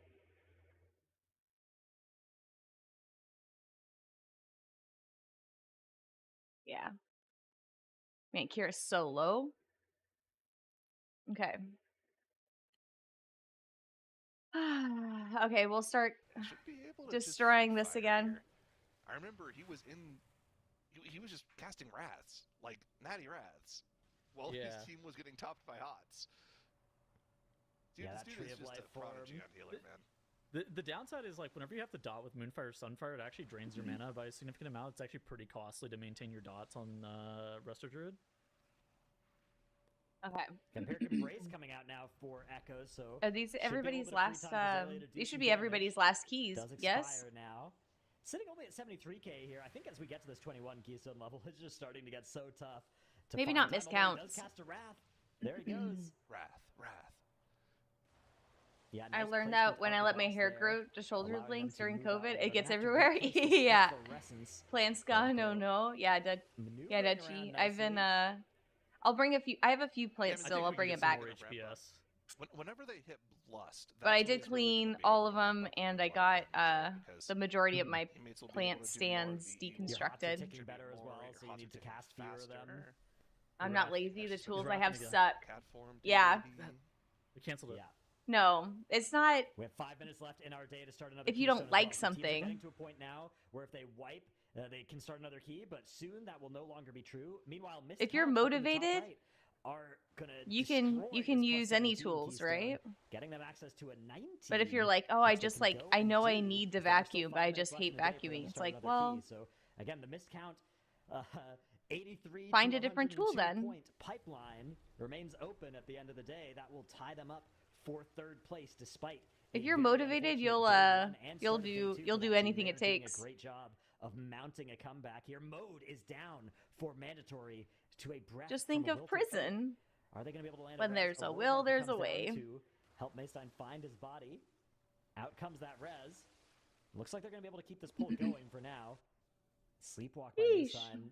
Help keep these incorporeal under control. Looks like they got it MC'd first though, so it'll actually help them. I'm looking spicy. And yeah, this dungeon looks so difficult. What do you mean? Even a little bit of sanguine healing on a pull like this might kill their timer. I mean, the tank. Oh, look, spicy. My food. Oh yeah. It wasn't. Depth, but he's not running the cheat depth. It wasn't spicy, which is something that we see like super common. So I think the amount of tension that's on Skylar just being able to stay alive in this dungeon is incredible. And then on top of that, yeah, like you guys were saying, just like any sanguine healing can, like your timer is so tight in ways that most of the other timers in Season 4 dungeons aren't. All right, and in the meantime, we have Echo's Kajin split looking to come in under that 25-minute marker here, if I'm not mistaken. That is going to be incredible. I remember we had Drano's guild team over 26 minutes, still timing the key.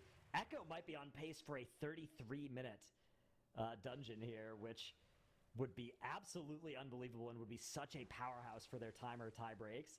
As now, a beautiful vengeful retreat into the hunt to lose as You wish little your damage as UK possible, house had air blocking that glacial conditioning? surge. Looks so beautiful Yeah. as well. Demon I Hunter, hear it's real whenever you get to do spicy a good, there. using your movement buttons for movement on I Demon mean, Hunter, why feels aren't really, buildings really good. coming with air conditioning? Like, I just don't understand.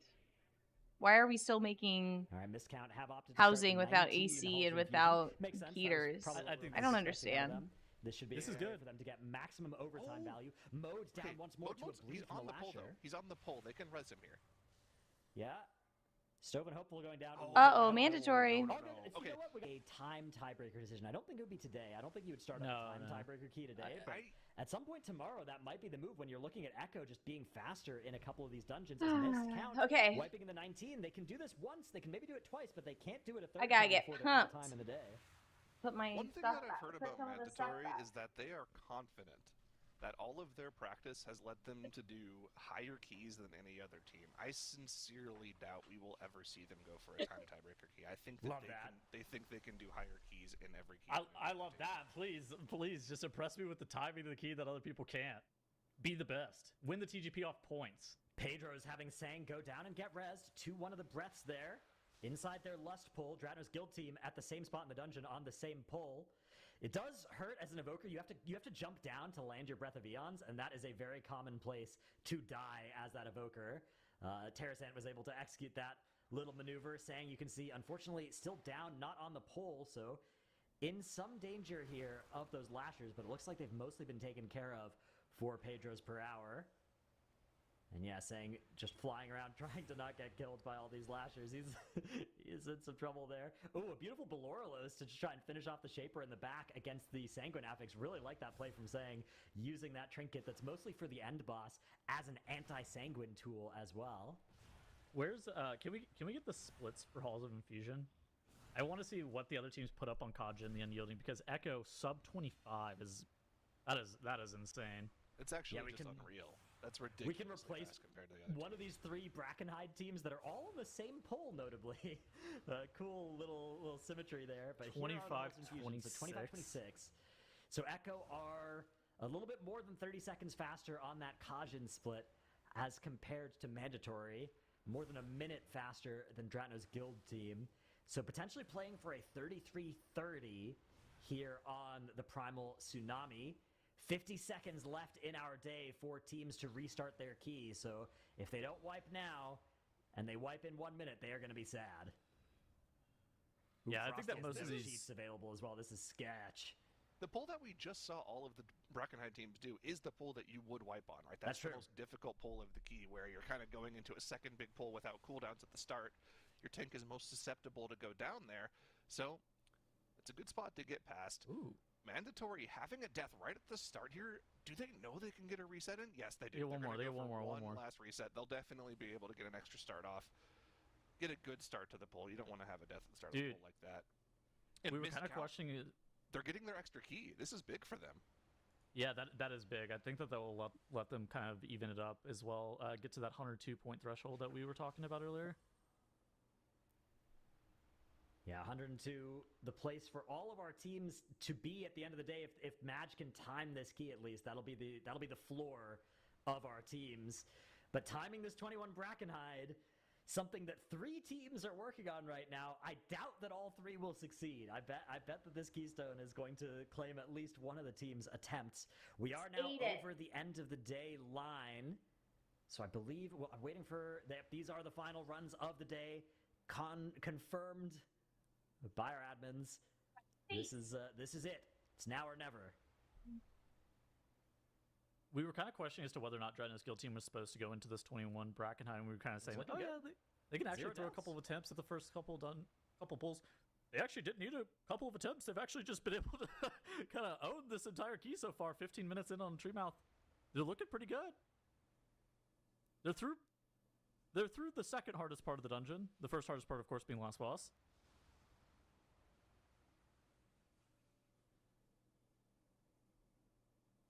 Echo up in the top left will be our first team to stop a keystone during overtime. A little bit of a not a great thing to be true. Sometimes it's unavoidable, right? But usually you'd like to get full value out of that overtime. But Echo, they've been just timing keys for the end of their day, so hard to be sad with their performance. This is potentially 106 points for them if they can avoid wiping on Primal Tsunami. 6.5 minutes, more than enough time left for them to not just beat Primal Tsunami, but potentially get the new best time in Halls of Infusion. Mandatory's timer in here, for reference, is 34:07. Echo potentially going to be able to be as fast as 33:30 here. Although, yeah, being much faster than that's going to be hard because then they won't be getting a full lust. And I think that is probably going to be gatekeeping them a little bit. Mandatory had the best day yesterday. I think that Echo have had the best day today. Yeah. Mandatory have looked really good today, but Echo, the keys that they've actually put on the board have had really, really good times. So not only have they been succeeding their keys, which obviously Mandatory have also done today, but they've done it with timer tiebreak to spare. Oh, Pedro's Drogo is down to the Vine Whip from Treemouth. That is no battle res available. They don't have for him battle as res, well dude. For Pedro's. So here's the thing: this boss doesn't do any raid damage, so it's just a question of whether Yoda can survive another 50% of this boss fight without a healer. And the answer should be yes. There's so many little slimes around. The Vengeance Demon Hunter 4 set generates so many extra soul fragments. Off Oh my god, of a each slime mob is the Sigil feared? Flames on. I think casts go off here. As long as they don't have any casts they go off, they can't. should be okay. Yeah, casts going off would be not good. Okay, that was Swirly's sensitive. also a little bit of a Sigil for danger. those. They should be good. These shouldn't die off inside of the Grasping Vines here. Sang's going to be Warnstoning out on that one. Dodge the swirls as good. well. Bro's gonna miss Looks like you. most Yeah. of Yoda's danger is gone here. Only has Or to deal with he'll find a one way. set of these slimes. Hope the new owners will be like, "What do you?" reducing the damage Or new everything tenants will does be like, as "What? well. Who is this guy?" I think they're gonna be good here. Just have to make sure. But Crows slimes are don't super die on smart. top If of the they boss see a when you person, Warnstone out. like, They've they shown see they're things getting are one different, more they'll- cast of the Grasping Vines as well. So even without the healer, I think they should be okay. This isn't the pull necessarily. This plant that is I'd be worried about recovering at this from point, getting though. It's if they're going to heat be able stroke. to do that gut shot pull without a battle res and without the lust too, because Well, that's not going one to be B-Res is coming for up, them. right? Yeah, in Is about it going to be 3 up in minutes? time? I Yeah, don't maybe think it's not. going to be up for the pull of gut shot. It'll be up Mid-pull. It'll be up in the middle of halfway it. through the fight. Yeah. Yeah. I agree. That is sketchy for Pedro's per hour, but impressive that they've been able to stabilize and avoid this boss getting much. Oh! They've enraged the boss. There was an early Warnstone out from That might Crims have there. been He on pressed it a purpose. little bit too early. Oh, was it Well, early? you would have just not run in then. This Vine Whip is going to hurt Yoda. It's not going to kill him, He's but gonna now live, he's okay. outside of meta form. The boss autos are starting to hurt him quite a bit, and he doesn't have access to a healer. And they actually killed all the slimes here, which means The that they rescue don't on him have. as well, just Yeah, to keep him great alive. rescue. We need to keep his cheat death alive as well. Oh no, there's his cheat procced. Unfortunate. So that is going to Okay. cost Yoda the cheat death trinket. Again, not the end of the world, but not great, as they do now have to land this res as well. Pedro's per hour are still alive, but they have lost some important resources to that incident. This plant there. got like so You know something messed funny? up Prop where you when could tank that my unironically. landlord left Yeah, my hold up stove the on. shield. Yeah, That's, hold up the Plant shield. like block. died That's the so idea. hard. Were they- But were they it's just on the possibly mend for more now. Trash count just now too. It looked like they were. You can That see looks it's like got a they little might be Yoda able to was pull doing. a little bit growth, behind, little yeah. tiny Okay. tiny This will be good. This will mean leaves. that they'll have that B-res for the Like gut right shot here pull and too. the lust as well. Tiny So leaf. I actually really like this Timberbot down for Drano's guild team as they're making their way towards gut Okay. shot. They don't actually They have all have their it. battle Gotta. reses. This Yeah, one's Terrasant is gonna be able to land sad, that res, so and they're just I'm so gonna. straight into gut shot. But because Timberlot this needs one to also stabilize has a quickly, tiny though, leaf, as I'm there's gonna a cut lot of this damage going one. off on this pull. Meanwhile, on the top left, we do have Echo. I'm gonna cut working it on far the so it ends has of, time to Primal heal Tsunami as itself. I cast a curse production to full screen another team there. 30% on Primal Tsunami as we're looking to beat 33-30 for Echo on this timer. So this is biggest 10% again again. for Drano's guild team. Oh no! Now they Have will another they be able to land the res. res? They get a Yes, res, they will. get a Where's res, his they get a body? res. Terrasant Where's res his body? instantly. It's already out. Okay. We're good. Beautiful maneuver as the world marker macro comes down to just mark where he died. And they're now still one battle res, Oh, actually. Timbermont Timbermont almost has getting again, man. beat up. Yeah. These shots are just chunking him. He's He's- trying to the do as Trash much is damage as alive for possible so long. too. Ooh, Terrasant getting low as well. Oh, Looks like this it's gonna Everyone be needs okay, to be though. topped. Every single one of these shoot casts is just chunking people for massive amounts of HP. They need to get topped off by Timbermaw here. Now Frosty in danger as he drops dangerously low, but looks like Timbermaw's going to be able to top him up here. Oh, the gut shot. Echo on the other hand, where alive, are he's you alive, he's going alive, to he's alive. stop the clock on the Primal Tsunami? It's going to be 33:03. Oh my God. Crazy timer for Echo. What? That's a time. more than a minute faster than mandatory. No way. And that Incredible drops them work into there. the first place position. They have taken over the lead of the tournament from Mandatory. But back to Dratno's Guild team. Looks like things have stabilized, but they're going to be in danger for the rest of this fight. On 21 Fortified, every single shot just chunking players. These squishy clothies for 80% of their health bar. Yeah, incredible work by Echo. That does solidify a first place slot overnight, unless Mandatory can time this 22 bracket in the top right. Meanwhile, Forgy for Dratno's Guild team getting chased down by those hyenas to the edge of the boss arena. But it looks like they've stabilized and got most of the trash dead. Just one filth caller under boss that they need to avoid sanguining the boss with, and then they need to catch up on these hyenas. But hyenas, pretty manageable once all the trash is dead here. It looks like a beautiful knock is going to come out and keep these ads from dropping any sanguine under the boss. Got Timber Maw. Not again. Yeah, Solar Maelstrom Dot, and now the Solar Maelstrom Dot into the file of Overwhelming Rage Dot on Timbermaw. But it looks like he's going to be able to survive without too much difficulty there. And Gutshot should be going down for the Guild team. Meanwhile, in the bottom right, Pedro is working on the same pull. Sanguine, you can see, has done 186 million healing on this pull. Now, I didn't see for sure, but that is a large number of Sanguine healing. That makes me suspect a tick or two may have landed on Gutshot. I'm not sure. I think some of that has to be on the boss. At 186 million, dude, that's just like so much. Are we pressing this Bloodlust, Pedros? I mean, what are we saving? Yes, it's pressed, Yoda's but dying. as Yoda dies. Now, Can they can recover? res Yoda, No. but they unfortunately it's can't get over. threat back, so it is over. And Yoda's not even going to take that res. That is just the end of this key for Pedros per hour, locking them at 102 points at the end of our day.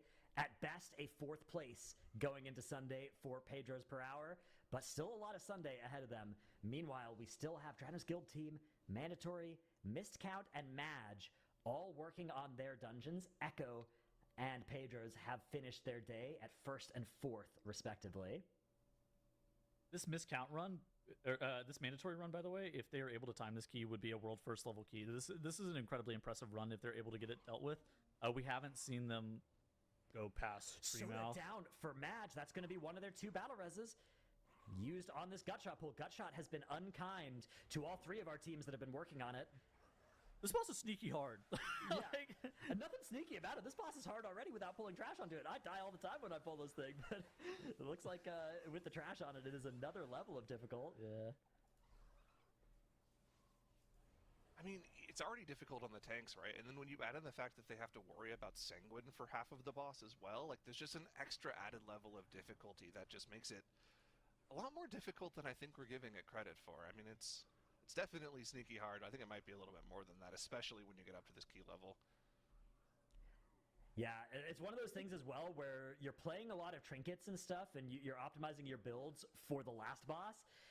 And all of the times that you do that, you're making Gutshot last longer, right? Which can be okay. Madge, avoiding some Sanguine healing on Gutshot there. A couple of Sanguine ticks on those hyenas, not the end of the world. Also Like, sitting very on the Lust. surgically pressing that Sigil of Chains. And yeah, they do have 2 lusts left in this dungeon, but they need to press this in the next 2 minutes in order to have that be true. At what point would they just decide to save it for last boss on pull, for instance, rather than That's getting 2? a huge time loss, because not only are you not getting the lust off, you're also making it so that your mage can't hit his extra lusts too. So, I mean, do they have the time to make this work even without that? Yes, but you're just making it harder than it needs to be. Shelly.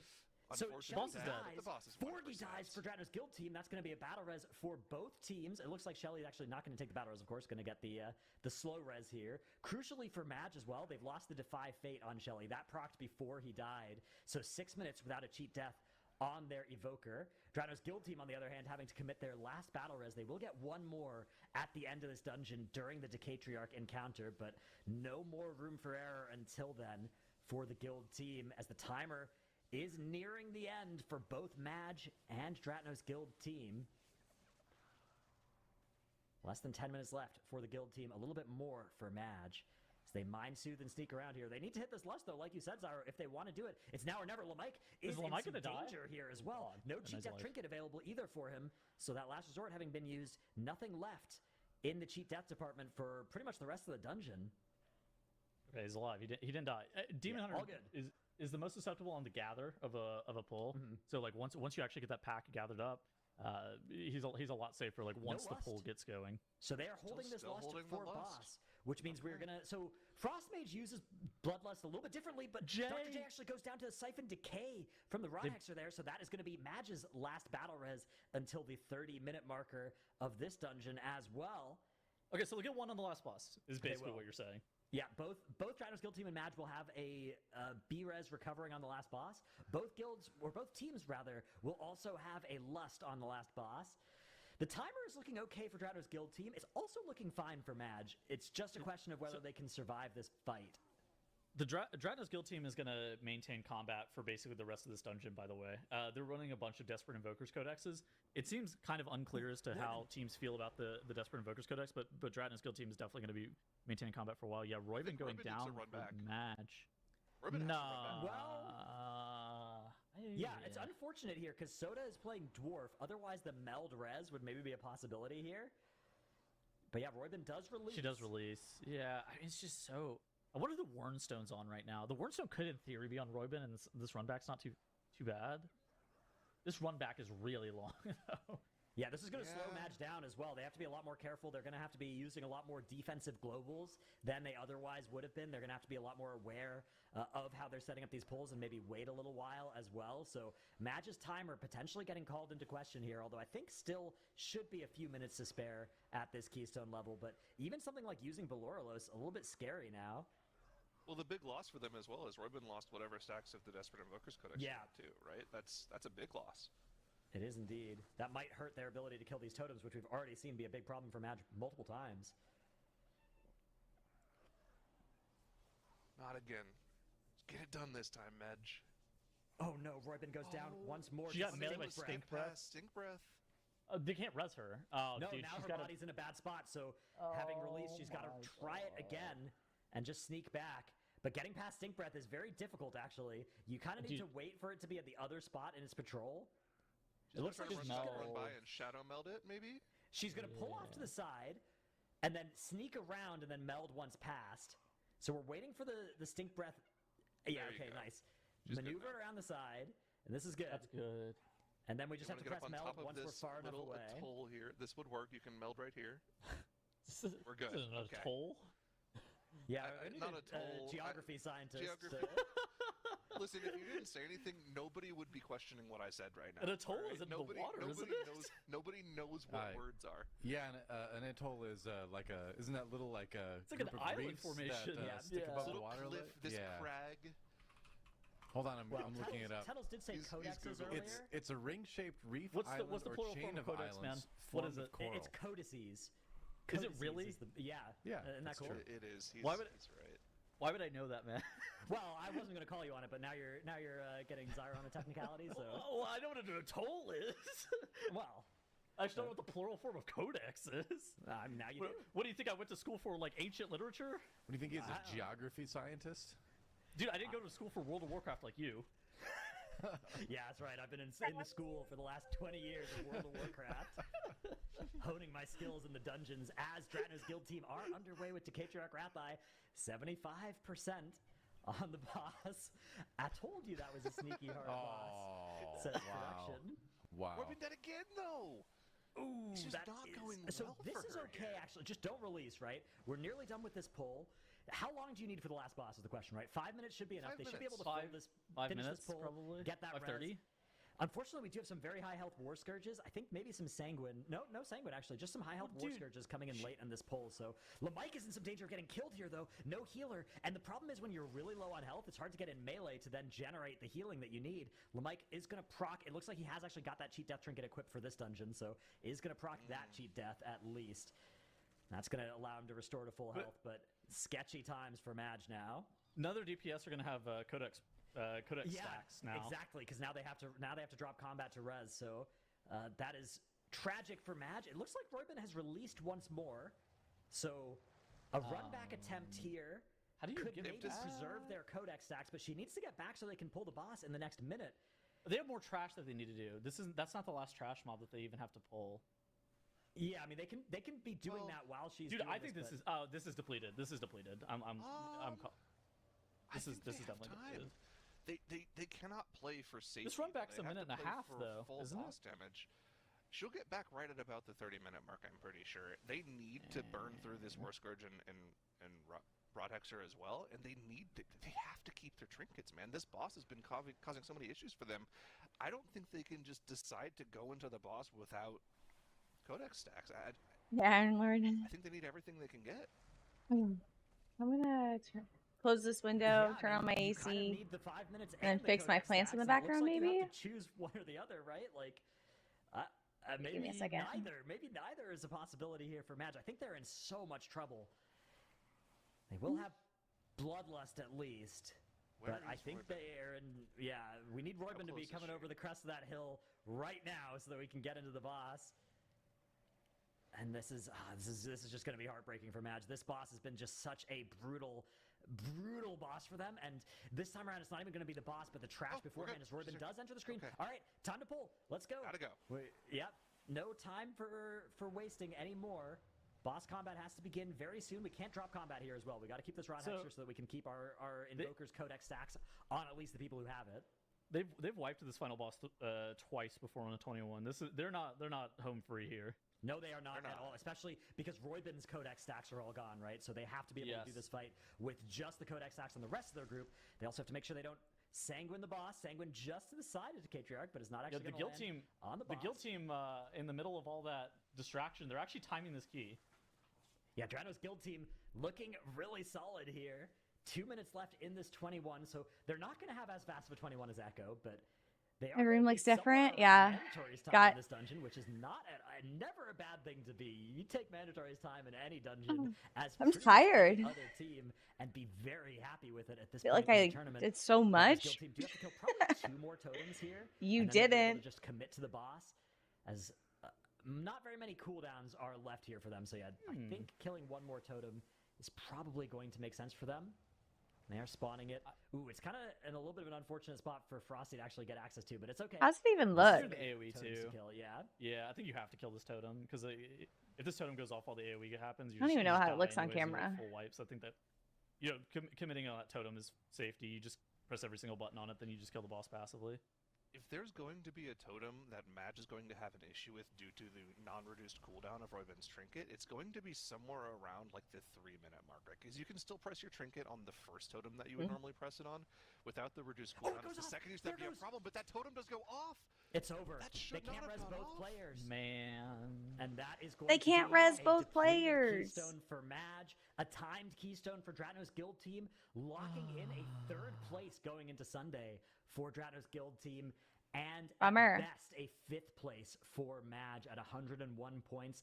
But our day is not over yet. Mandatory are playing to advance their lead to 107 points up in the top left. They are making good time in this Bracken 22 that we've just seen several teams wipe in the 21, and Mandatory are trying to style on the field with a 22 here. Miscount, on the other hand, are potentially trying to 2-chest this 19 halls, although I think the timer for that...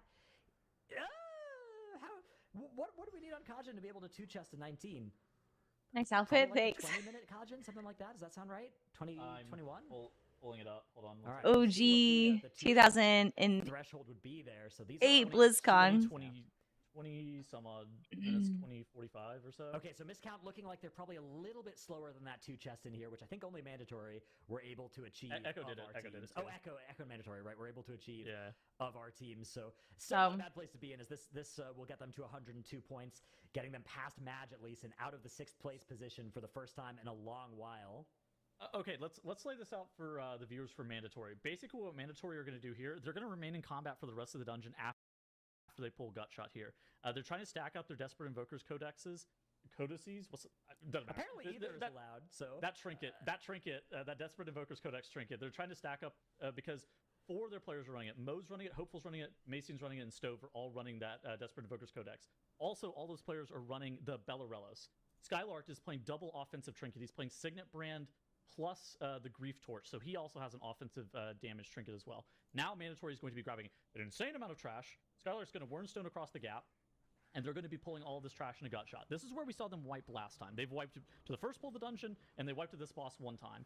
They had a couple of casts actually go off on the boss and healed up the hyenas, but a big issue is like sanguine management on this pull. So making sure that you have the mobs knocked off of the boss whenever the sanguine's going to come out is like a huge deal for this point. And if mandatory can get Feel bad for Madge. Boss, they went 3 times. they can probably see to the final boss. I know. I love Madge. Very, very dangerous. And in addition to that, what you're going to see is that whenever the boss is about 20% HP, Mode is going to run off to the side and tag one of the decaying slimes and then Warnstone back to the group. What that's going to allow them to do is then chain that decaying slime into the remainder of the trash in the group. Again, like I was saying, they're not dropping combat for the remaining 15 minutes of this dungeon. They are going to maintain combat here. Yeah, one of the big things about doing trash... The sigil of chains onto those traps actually damages the other trash, but you need one of the boss hyenas to be active in order to actually trigger the trap. So really well managed by them so far. You can see there's a lot of sanguine healing on the meters, but all of that has been landing on trash that doesn't really matter. And they've also managed to do a lot of free damage to that trash with all of those traps. So hyenas able to are just healing. focus on gutshot damn. The hyenas are healing. Those are okay. Those are the boss hyenas. Yeah, it doesn't This matter. is just funnel for them. As long as they don't actually get to the tank to melee him or accidentally swipe at one of the DPS players, they should be fine. But so far, it looks like they're doing a good job of healing it. Yeah, and the thing you're mentioning is Wildratnus with the traps. That just instantly kills off those first 4 hyenas that you deal with, and pretty quickly deals with the birds as well. Why am I tired? I feel like I didn't. I only good start to the pull for them. Skylark did get last. I shouldn't be tired. About 30 seconds into the pull, they've got the lust off cooldown, but what time is it? 3:30. Depress it, dude. I don't think they do. And the mass ret tech is insane. I don't have to worry about those at all. Yeah, they actually came out on the same side, so Mode was able to keep those mobs that were landslid previously and caught them in a mass route. Looks like they might have gotten dotted by something. It's unclear as to what the dot was. Could be adaptive swarm. Could literally be anything, honestly. Somebody could have tab targeted them and put some dots.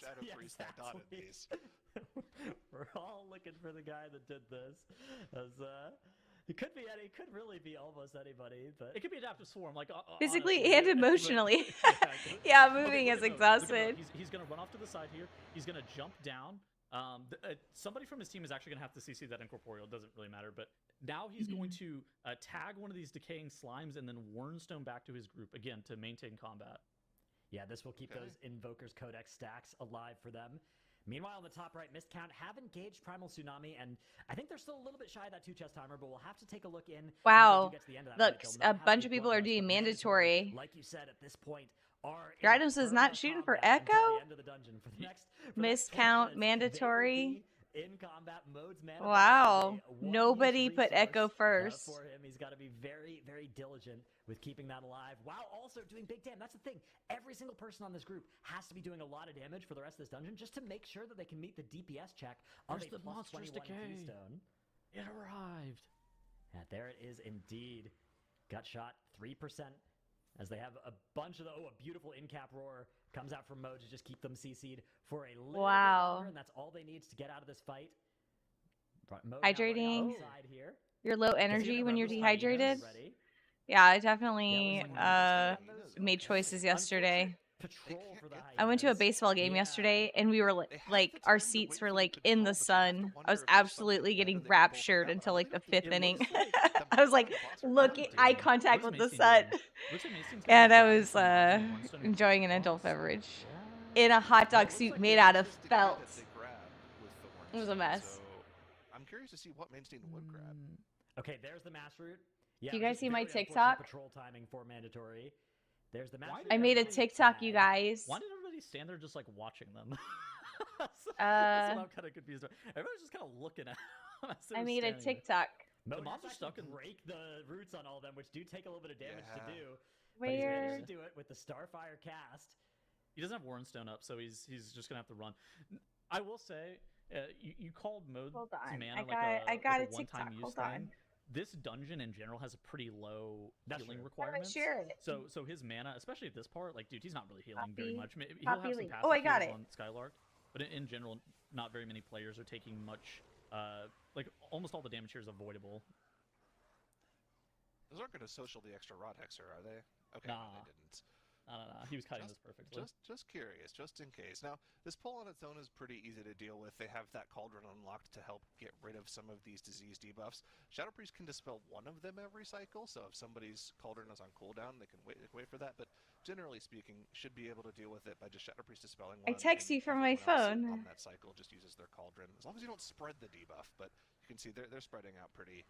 You can outrange it at 30 yards. The Siphon Decay cast only has a 30-yard range, so if you're in like a lot of trouble, we've seen teams do this in the past. They'll just like run away from the mobs.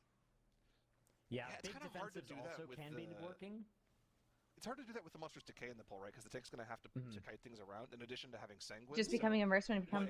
Once Ooh, that Rot when I the become a only thing Herald left of the alive, Sun they Paladin. can outrange True. them, but at the start of the poll, I don't think there's any good way to do that. Mandatory doing a good job so far, though. Skylark doing a great job keeping these mobs out of Sanguine. You can see it hasn't even. That's good. They got a 2 set count. on the healing meter for them there yet. And They got their 21. Yep, they barely missed the 2-chest timer. 10 seconds slow on the 2. Oh, they didn't get the 2 chests, so they only have a 20. Still have had a very good recovery today, moving into 4th place going into tomorrow. Much better than the last place they were in by a lot coming into today. So very strong performance from the Group B champions, but we are now watching the Group A champions Mandatory as they are potentially in position here. Aw. That's going to be hopeful as well. Everybody else now. But there's Stove their does have codex. Meld as he's playing dwarf does have to kite here. Has to be really careful. Skylark does have some taunts, but not as many. Close all that. He needs. He needs to wait as multiple long taunts. as possible to fade. Oh, Uh-oh, No, another dead. It's over. This has got to be the end of this run for Mandatory. It was timeable. We were right there. This is what happens whenever you don't run the cheat death trinket, right? Curse of Ra. Curse of Ra. That's the Dratnos effect, as they say. Dude. Well, that was actually like perfectly played from. They were on pace. They don't think they're gonna time it? To fade there because the second he hits fade anything that Skylark doesn't have aggro, instantly will kill. Really? They don't think they're gonna time it? They just ran out of time. Skylark wasn't able to get aggro Okay, on everything. so they haven't reset yet. There is a savior that's going to try and res them here. I don't think there's time. They lost their codex. No. This is over. On the last boss, though. They can still get an attempt on the last. Okay, no, you're right. No codex. I mean, dude, they lost their codex stacks and whatnot. They're just never ever able to kill that boss. I don't think. All right, looks like they are town portaling out of that one as well. So that is it. All of our teams done with their runs for the day. Very funny. Thanks, Gay Visual. I'm glad you enjoyed it. As a result of time tiebreakers against Echo now, so I enjoyed it. They are under some pressure from Echo, who just had such a phenomenal day today. Yeah, this is great though. I mean, things got mixed up a little bit in day number 2, right? Missed count. Had a strong showing overall, really bouncing back, putting themselves within striking distance of first place at least. I feel like they came in today and the main objective was we need to give ourselves a chance on Sunday. And I think they've done that. I think they've given themselves a chance on Sunday. It might still be a little bit of a long shot. It's obviously a long way to go before they can claim that first place, but at least they've got a shot at it. Echo Mandatory still neck and neck. But I don't know. I feel like we're still in this position where like pretty much maybe every single team on the list here has a chance tomorrow. Legend has it that miscount's still in that 19 halls of infusion. I guess so. They never left. The green dot would suggest they're there, but Mandatory still in the it's yeah, I think everybody's done for the day except us. We're almost done. We're wrapping things up here, but what a day it was. Yeah, hot dog puns, of course. You need a good name.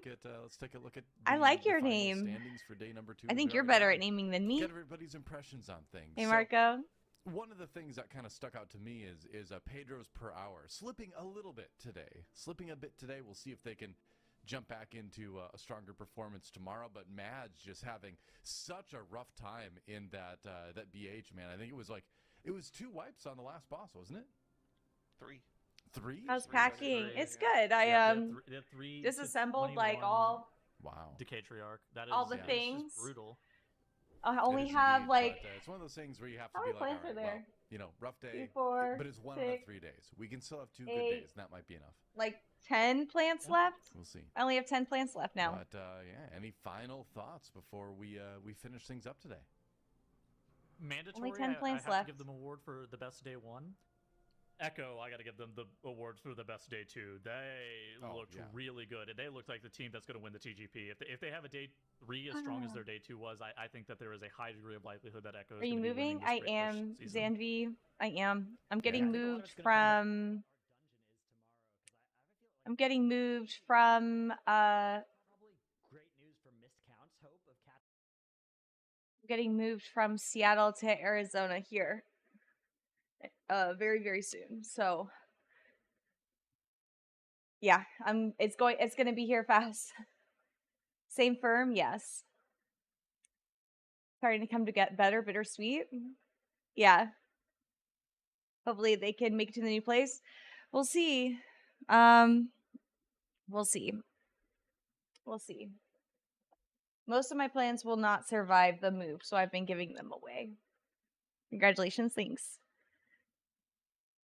Thank you. Thank you. I'm super excited for them. I think that I've been in Seattle for 15 years, so it's like bittersweet, of course. Like I think everybody wants it to be easy. But I ended up like packing a ton of stuff and disassembled a lot of my plant stands. Yeah, we'll see how it goes.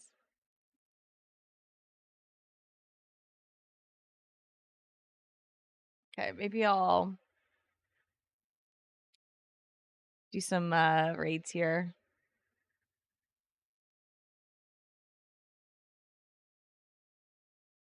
Get my heroics in.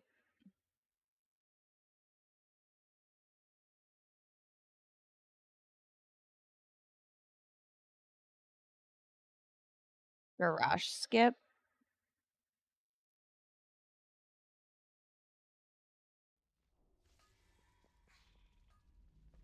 Guess I'm healing.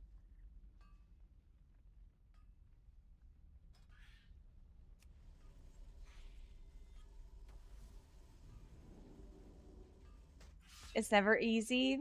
You were there for you were in Phoenix for 3 years?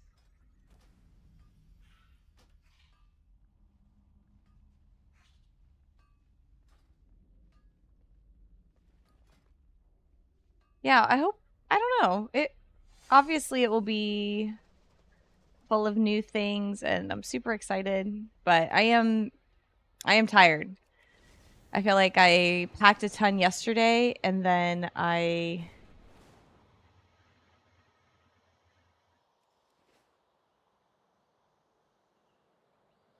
Wait, this guy's like fresh.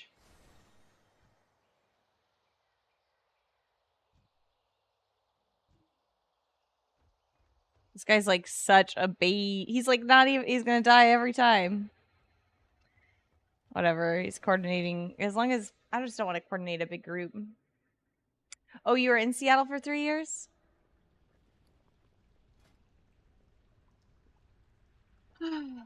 Yeah.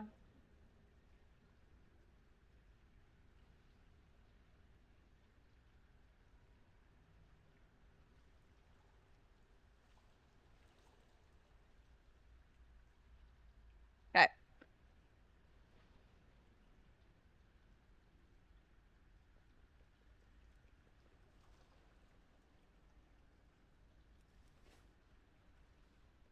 Just click the things. Click the things. Oh, I didn't do the math on how many more days I need to be doing this. I know there's 30 days.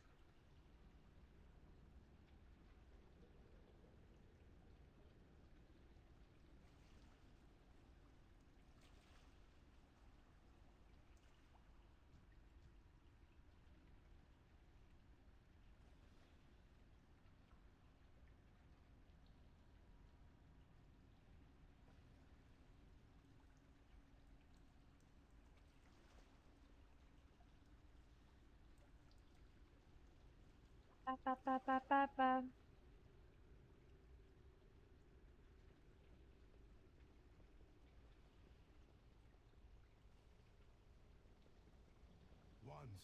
The Titans use these life-giving waters to create and shape all life in Pandaria. It is these waters that kept the veil in bloom. Okay, perfect. They're just gonna do a 10 then. Perfect. This will be fast. And now, the malignance of the old god has manifested itself. Divine Shield. Yeesh. All right. Destroy it before it seeps deep into the soil and corrupts all of Pandaria.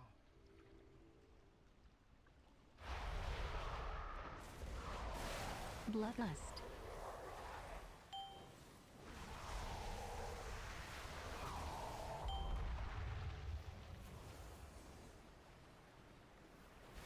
Pedro, Pedro, Pedro. Now I have that song stuck in my head.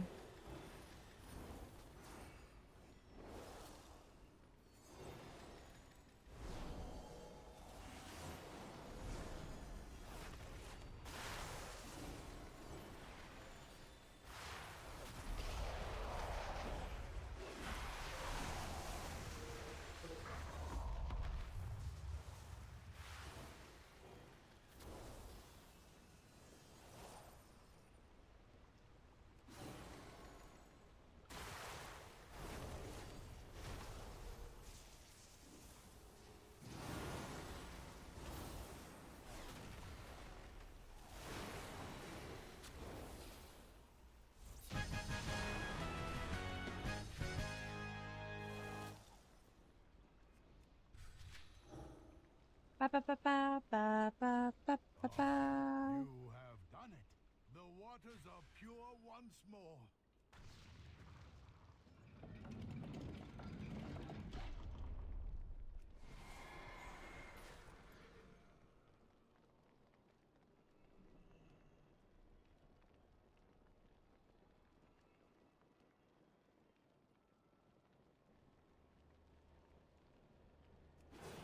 Oh, I gotta go to a game tonight. Sheesh. What time is it? What time? I had plans tonight.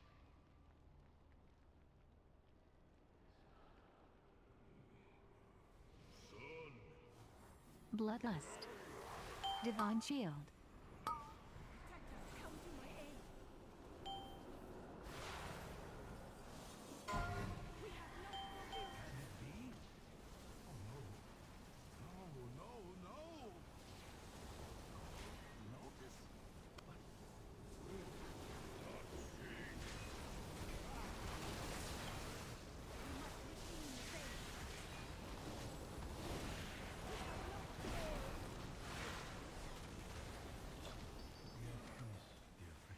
Nice.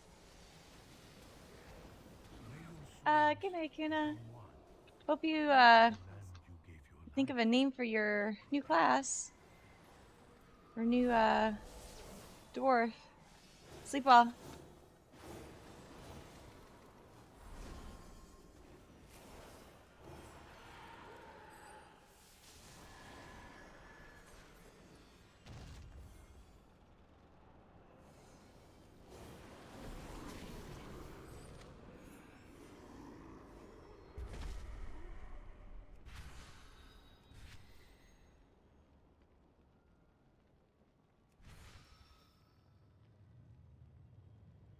Astounding.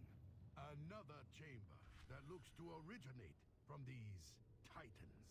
It must have been hidden away long before recorded history, and with good reason. In the chamber ahead, under our peaceful land, slept the heart of an old god. Halt! Oh my, what is this? Hello, I am Lord Walker Cho. No further corruption will enter the heart chamber. Further corruption? Oh no, we are here to stop the corruption and save Pandaria. You wish to purge the corruption? Yes, please let us pass. You wish to. Should you Purge pass as bold, corruption? this time you would fail. You, all of you, are corrupted with the insidious plague known as pride. You stand tall and proud atop your accomplishments, and this will be your downfall. Should you wish to defeat the corruption, you will first need to purify the corruption within yourselves. Speak to me again when you are prepared to face very well. I will create a field to keep your corruption quarantined. Prove yourselves worthy, and I will let you pass.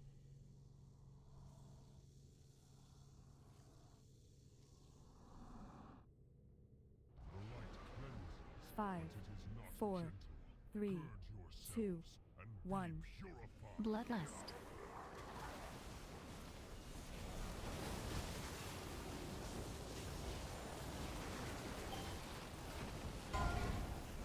Google is your friend. Yeah. Bye, Xander. Take care.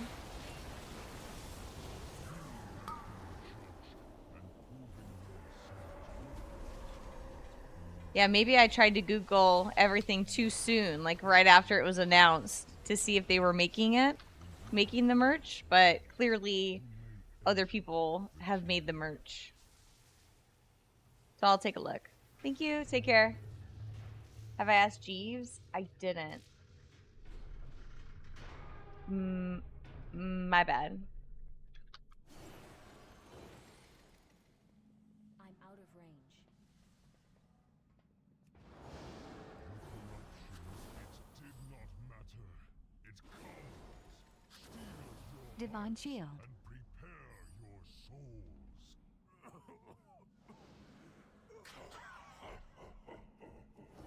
Ranzu, Joe, the outsiders. Bloodlust. I did this. I should never have let them in. You've let your pride.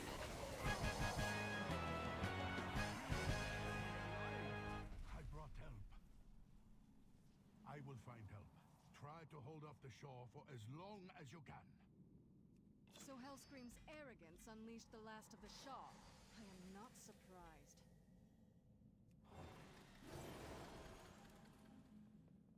Look here. He left his weapon behind. Did I get everything? Oh no, there's loot over here.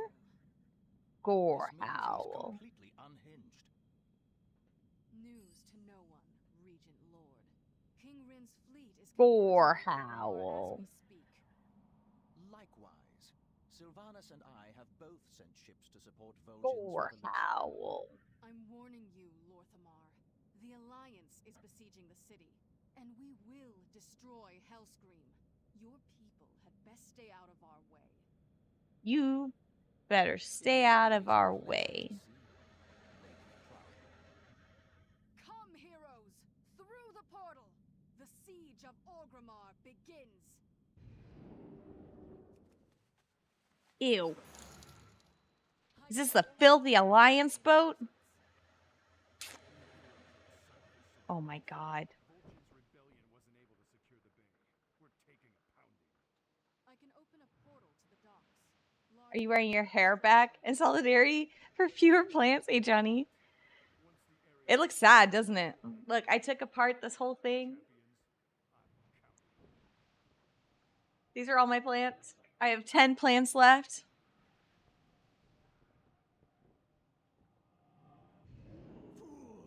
These ducks are under dragon mark. If they can't freely blossom, neither shall I. Exactly. Does it look like I have no hair? I guess that's real.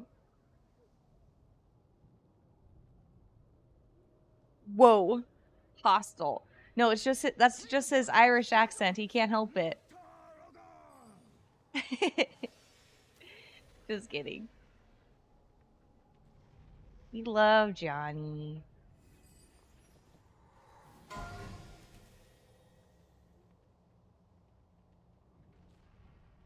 I can't believe I only have 10 plants left. It's been kind of crazy.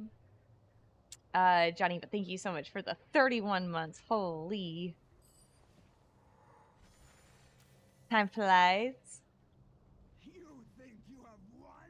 We are orcs, pure blood, commanded by the greatest. Yeah, I spent most of stream, admittedly, just like listening to TGP and like,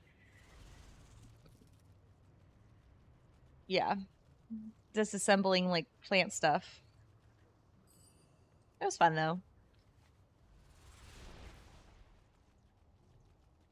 Far from spooky, not lucky. Is from spooky Ireland, not Lucky Charms Ireland. Oh, that's okay. I don't think I know the difference.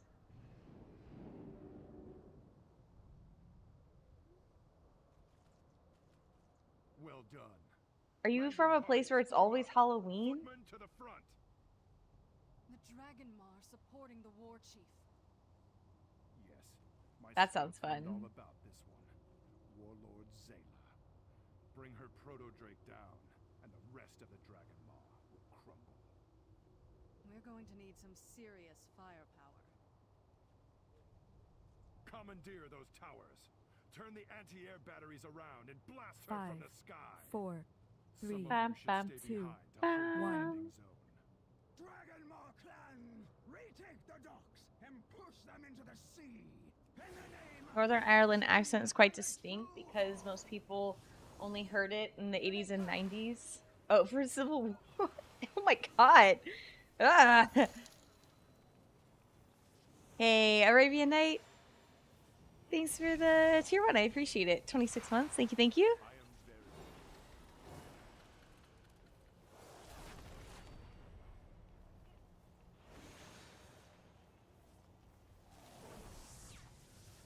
Well, I like your accent. It doesn't identify as like spooky or Lucky Charms because I didn't eat that cereal. My family was a grape nuts only. Oh, hey, Gino. Oh my god. Thank you so much for the 5 bomb. Thank you, sir. Hope you're well. Thank you so much for the hype train. Ooh, thank you. I'm triggered. Okay. Oh, Javana, you don't like grape nuts? Well, guess what? You can put your cereal in the microwave. What a treat for everybody.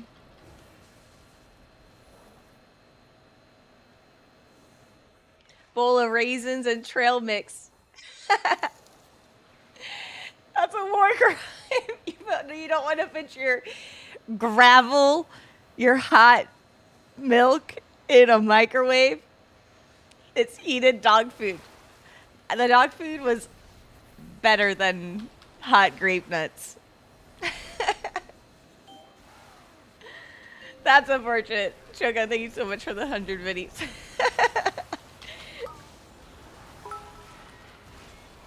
Oh my god. So bad. Just give me the pedigree. It's like, oh my gosh. It did have the same like congenital slime around the outside of the bowl or tin. You know? It's fine. Want a bowl of sludge at body temperature?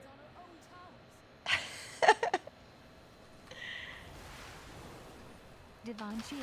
Sheesh. Oh my god. It's such like, it's so bad. Because you know, like old canned dog food used to have that like weird gelatin around the outside? That's what warmed grape nuts cereal tastes like. Slime and sludge, true. We're in the same raid? Nice. Wait, which one are you? Oh. Is this you? Woo. Fancy. That's so cool. Nice. Sabura. That's awesome. All right, let's take a look-sees at what we got here. Beefy brews. Ooh. Oh, murder. Oh, hey. Gina, thank you so much for the 1,000. Holy, thank you so much. You're incredible. Thank you so much. Fine. I'll take it. Thank you so much. Bunton's mom. Hey, what?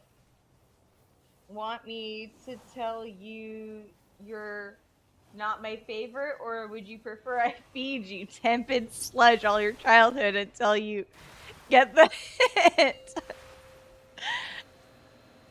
Oh my gosh. My mom definitely was not a cook. I mean, like, she did. I mean, she did stuff, but it's like then we just, like, you could tell it was, like, against everybody's wishes.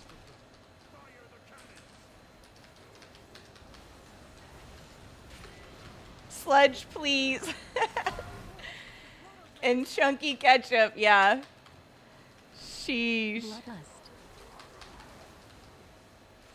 Absolutely heinous. And for dessert, we'll have 3 different cans of green beans and in a bowl.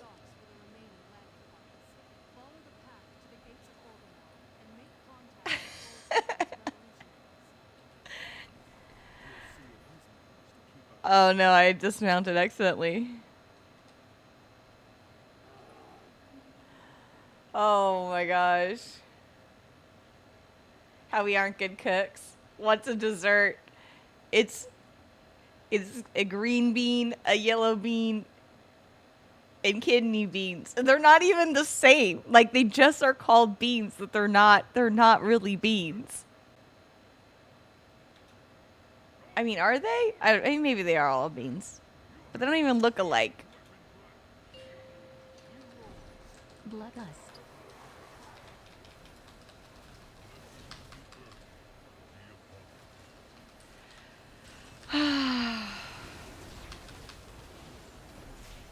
It's so bad. Thanks for the hype train, everybody. I do appreciate you.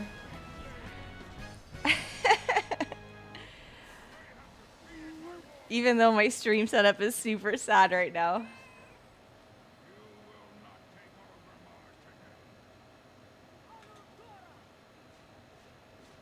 I probably will have...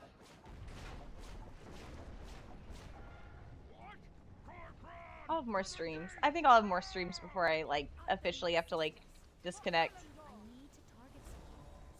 My mom would buy a box of cosmic brownies for my brother, and I would eat it the whole box in one sitting, and then get our butts whooped. Oh yeah, that sounds about right. That sounds about right. Oh, jeez. Too far away. I am so sorry. Get me together now. Please. That's the thing, like, when you are in, like, a food insecure spot, you, like, overindulge, for sure. Because you don't know when you're going to be getting that type of, like, luxury again. Right? Bloodlust. So you, like, overindulge because they're going to be gone if you don't eat as much as you can, like, right now.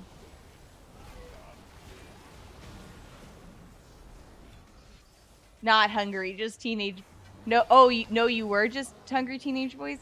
Oh, no, my family, it was like, if you sneeze, you lose. You know, there literally will be no food left for you.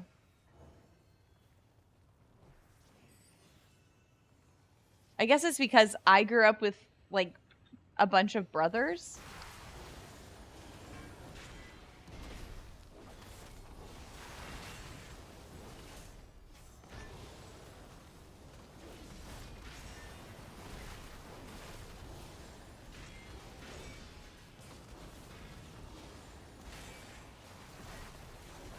Hey, Brotan. Nice to see you. Bad for your parents how much you ate they spent on groceries?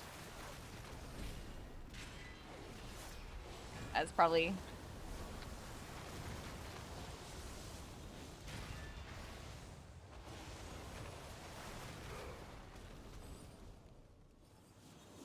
Yeah, I can't imagine having like 3 boys.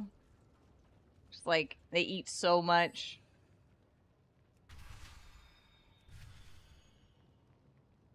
Do you even need to let Ganon go?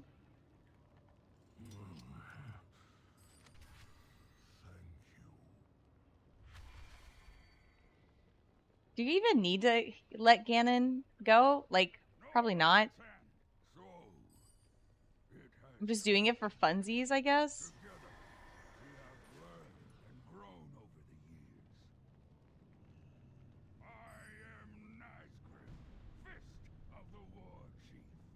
Bloodlust. You are an honorable orc,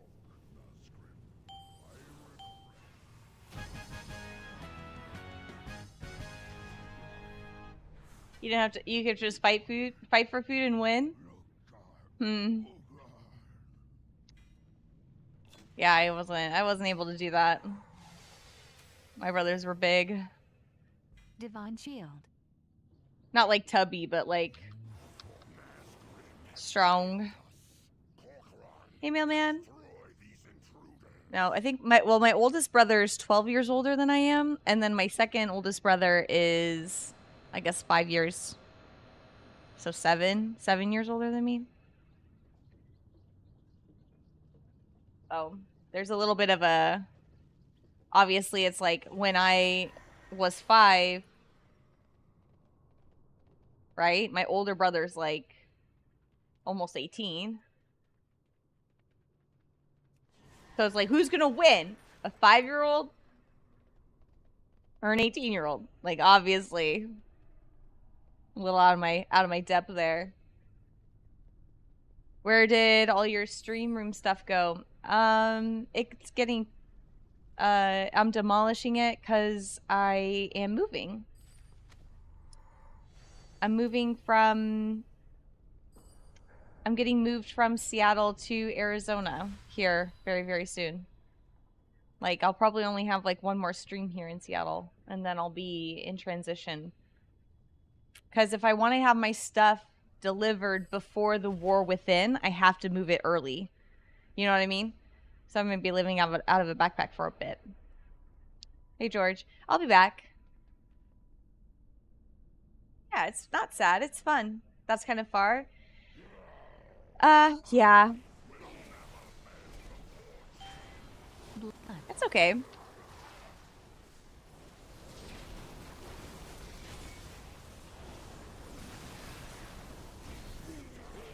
It's worth it, though. For work? Yeah. Yes, for work.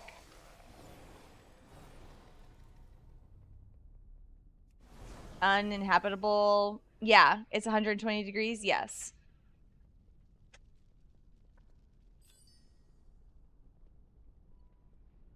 Yes, it is.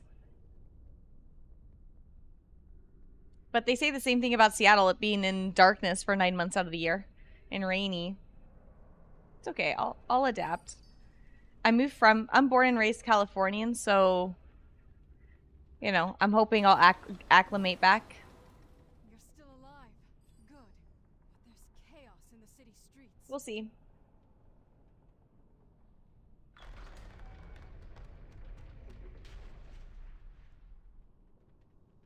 Hopefully you'll be back before pre-patch. Yeah. I'll be... They're not giving up. I need to get closer. Well, wait. What isn't pre-patch like this week? I'll have like a little... I'll have stuff this week. I think I have like a... Yeah, I'll be still streaming through the end of this month, and then like the first couple of weeks of August I'll be on the move. 23rd for a whole month. Yeah, I'll definitely be around for pre-patch. I'm just getting rid of, like, I'm just packing all my stuff, you know. And I got 10 more plants to get rid of. So yeah. Hey, thanks for the follow. I appreciate it.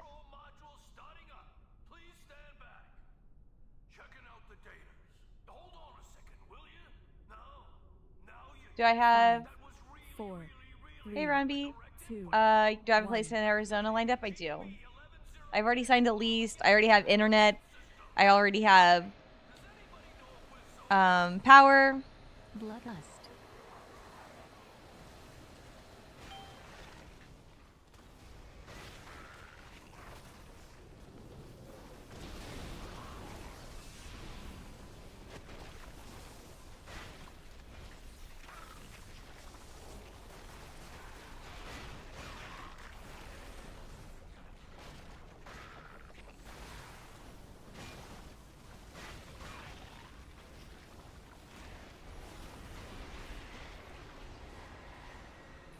Yeah, I've got it all. You gotta remember, I'm an adult. I pay bills. I pay a lot of bills.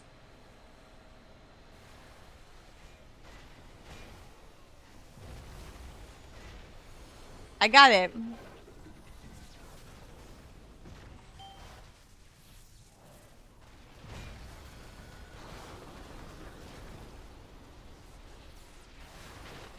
Divine Shield.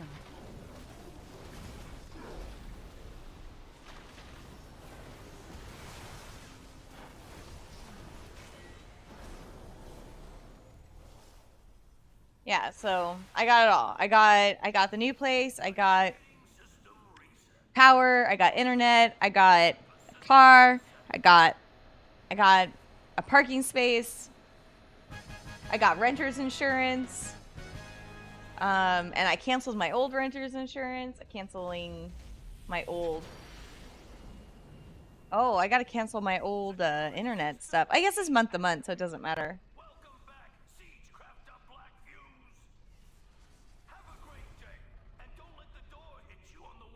Oh, I was thinking you might have like a short-term rental hotel or something. I mean, I could, I guess, but I mean, it's just, it doesn't take that much to time everything. And because my stuff's getting moved so early in anticipation for the War Within launch, the timing was super easy.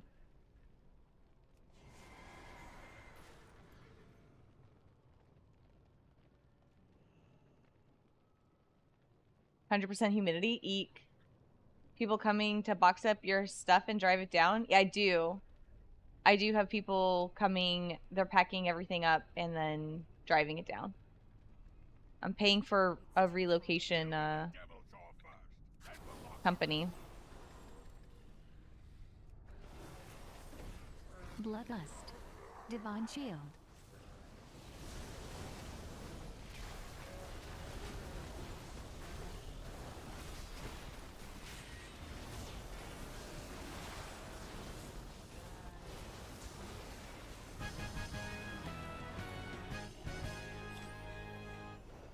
Yeah, so fun fact, if you ever wanted to know what it would cost, you gotta pay for the movers, right? But if you're like, you can either pay for them to just move boxes for you, or you can tack on having them pack for you, and it's like $10. I think it's like $10 a box is what I was quoted. So like, let's say you live in like a 1-bedroom and you have like 30 boxes. That's only like $300, which can be a lot. But if you know that you can work for like a couple, if you don't have to like move it or drive it yourself, then it's like you could just work for like that week or whatever. Make it work. Make it fit for your schedule. Your firm isn't paying the relocation costs. Zanvi, they are paying the relocation costs. But I chose for it to be a reimbursement situation so that I'm not taxed on it. And I expressed earlier that it's like, let's say that it's like, I'm making this up, but let's say that the total costs are like $5,000. then that way I'm not being charged on I'm not being taxed on that $5,000, right? You feel like you're throwing money away? I'm so sick of renting. Especially after what happened here with this, like, terrible manager. Like, that's why my plants look so awful. Like, that guy, like, literally came into my unit while I was gone for 10 days, and he left my stove on. I don't ever use my stove. Bloodlust.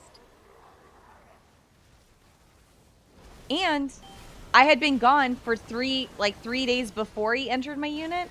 So even if I had left my stove on, he would have noticed it. But I didn't, clearly. I clearly didn't leave my stove on. Because it was 50 degrees outside and it was 80 degrees in my apartment. And the fan above my stove went into like full emergency mode, and the fan was on like full blast.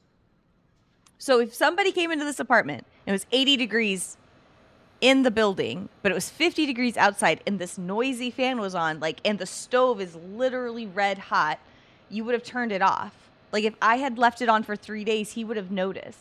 But no. When I came home, 7 days later, I was gone for 10 days. He came in 3 days in. Oh my gosh. I'm like still livid about that. The AC and the stove are fighting. I don't have air. I don't have like central air. It's like I have a window unit. But yeah, I get what you're saying. They even tax relocations. Yeah, they'll tax anything that they want. But that's why the relocation is being classified as a reimbursement. They don't tax reimbursements. Good thing there wasn't a fire. Dude, I would have been ruined, like financially ruined, if there had been a fire. That would have been 100% my fault. The thing is that this management company is still standing behind that, like, manager. I'm moving to Arizona. Yeah, I am moving. I got the promotion, and the company that moved me from California to Seattle is now moving me from Seattle to Arizona. So I'm excited. I am excited. It's bittersweet, but because I've been here for 15 years, but it's fine. It's good. School tuition reimbursement for work marked as non-taxable on your paycheck too. That's smart. I do that as well. My work reimburses me for my school, my tuition as well. I get a company car? No. Because ideally, I don't want to come into the office like all the time. Divine Shield. Bloodlust. Slow, slow, slow, slow, slow.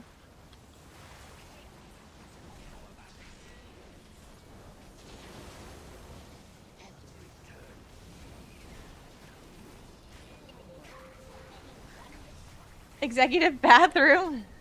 Oh yeah, bae. Well, the timing, so my lease, all of my negotiations were around getting my own office, but because I don't want to start a new lease, the timing doesn't make sense. Like, the new office is scheduled for like the, later in the year, like Q4, but my lease is up in August, so my options were either I renew my lease in Seattle and then I stay here for another year, or I move there in August and then the new office suite starts in like October. So it's like there's only like a little bit of time that I'll need to stay in the original office before I go to the new space where I will have my own office. But so when I go there now, I'll just be like in the bullpen, which I don't care. Like, if I have to go into the office, I'm going to be in the conference room anyways, and I'll just like pick up a random desk. I'm not super worried. I don't spend on being there. I don't plan on spending a lot of time there in the office, but that's okay. I don't mind being in a group with if I have to be. The true horde. We die, bloody and thrashing on the field of battle, like true orcs. Touch of death. That's the thing, like, I've been at my company for over a decade. I'm not like super. I already know that I have an intimidating presence.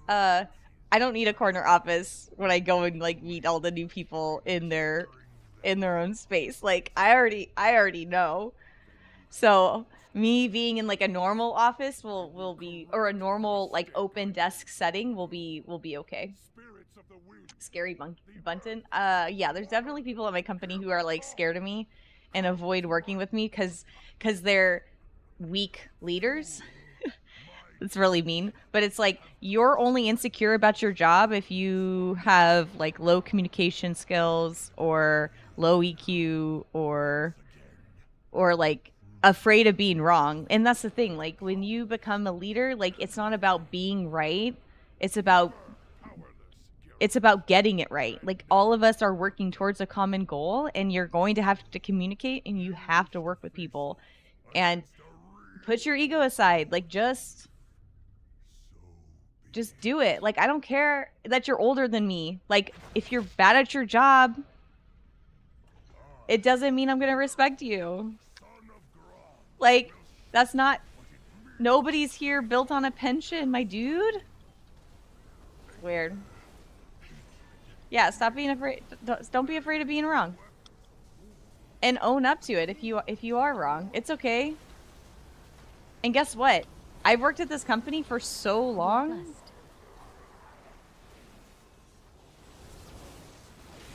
There's just gonna be some stuff that I'm gonna know.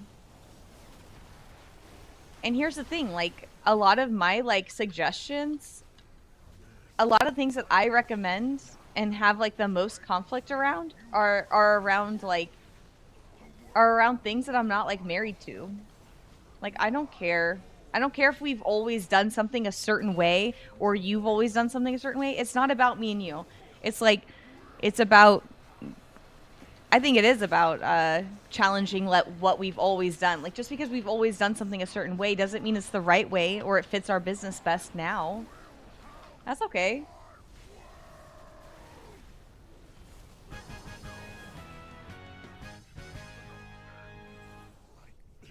I don't know. And just because we tried something in the past doesn't mean that that was a failure. It just is a timing thing. Like sometimes we weren't ready for it in the moment, but now we're ready for it. And we have the infrastructure to support something. And that's okay too. I don't know.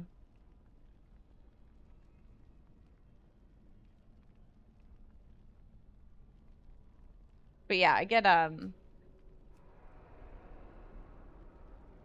obviously it's something I'm super passionate about. Because what are you gonna do? Like, you're gonna lose top talent. That's what's at risk. So just check your ego. Nothing makes me scale the wall faster than bosses who like hire intelligent people and then just like micromanage them into the dumbest tasks. When it's like, this is a dumb task because we've never solved it. Like someone needs to figure out how to do this better. And you hire a super smart person and then you're like, then you just like totally squish their like motivation. You suck.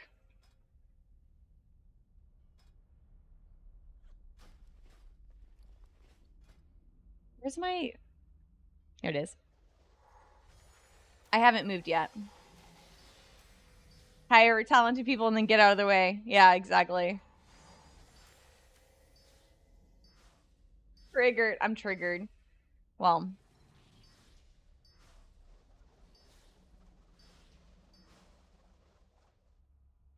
You'd be a good boss. Thank you. I think I've done all of the job. I've done a lot of different jobs. So I have like high empathy and understanding of like what it takes to do something.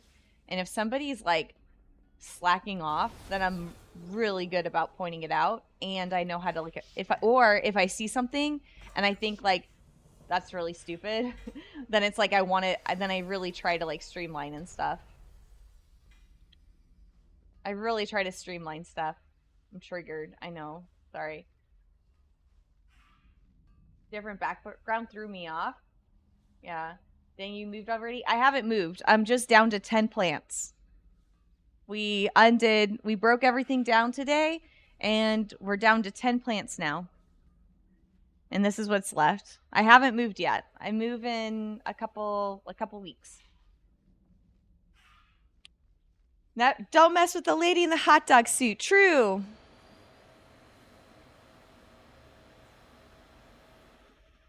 A lot of the problem is that kids can't fail. They didn't learn how to work together and mature all those work issues that can be sidestepped with just mature outlook and working together. Yeah, I feel like collaboration definitely is a lost art. Like there's definitely a position where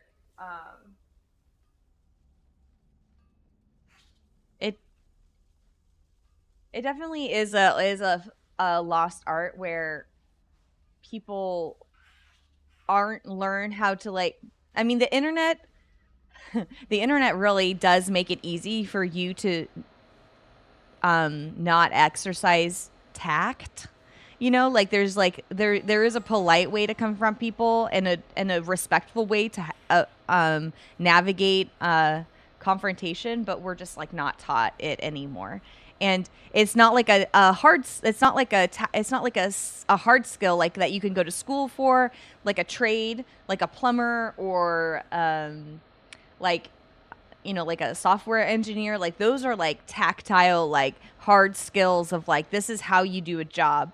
But there's no like education or infrastructure to help people anymore with face-to-face contact and learn the like soft skills of interaction. Like no matter what career you choose, there is going to be a social fabric that you will have to navigate. So whether it is your peer, or even if you want to be an influencer, you still have to have like some sort of like, you know, you either have to be like charisma. You have to either need to have like high charisma, or you need to have some sort of like natural contradiction, right? To where it's like to where somebody sees you and they make a snap judgment, and then you end up being different, and then that makes you like engaging, right? But yeah, there's no way to like confront anymore, or to talk or give feedback, and as people are embarrassed to learn in public, I think.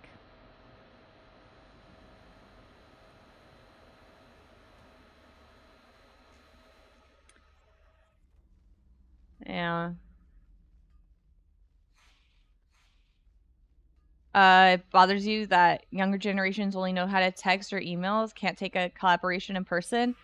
Yeah, I mean I feel this, and I actually disagree. On a high level, yes, younger generations definitely don't want to text or email, but they don't like the cold calling. I've noticed that when I work with Gen Zs or younger people, because I'm a millennial, I had to really get into a position where I gained their trust. Like I had to train them that I wasn't going to use the call as a time to like attack them, right? So that's if you are a manager and you have a really tough time breaking into Gen Z, you cannot call them. It's like negative reinforcement. It's like if you are calling a dog to punish them, the dog's not going to come to you when you call it. Like because it's like, oh, I get punished whenever I get called. Like that's what the dog brain will think. So in Gen Z is the same way. And a lot of people on the internet are the same way. Like they go places that are nice. They don't want to be like, they don't go someplace that like hurts them instinctively unless like, you know, that's normal. But yeah, everybody's different, I guess. But with my team who are Gen Zs, I have to be very respectful about like, hey, like they're fine with voice notes. Like voice notes, totally fine. You work with yourself, nice, Gino. Internet says everyone's special. Business is a working machine, like a cog. Yeah, I get that for an industry.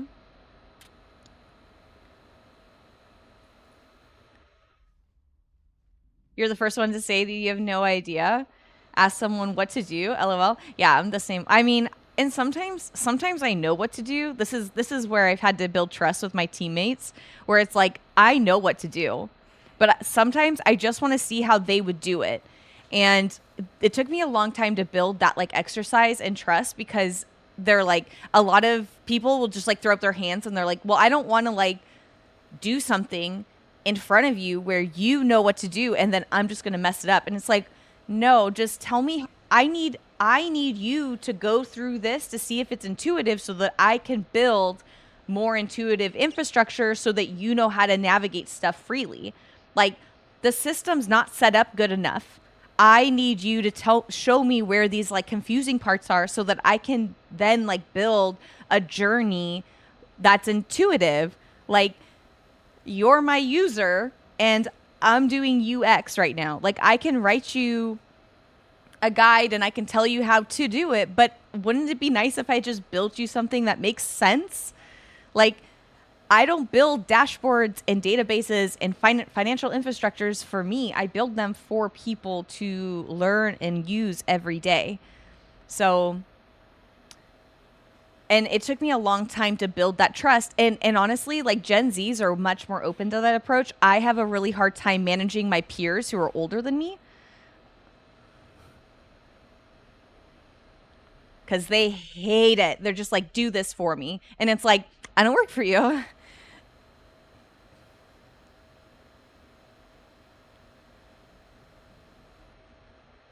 So, you're a millennial too?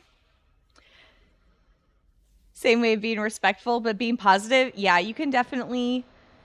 Yeah. I got to be careful not to do the too many pillows, like when I give someone feedback, because it's like then they'll walk, like people will walk away thinking that I gave them a big promotion and they won't change their behavior at all. And it's like, I just got to not put on too many pillows, because I'm like a compliment pillow person. You know what I mean? Where it's like, hi, I need to like give you some constructive feedback, and I'm just like putting all these pillows. It's so funny.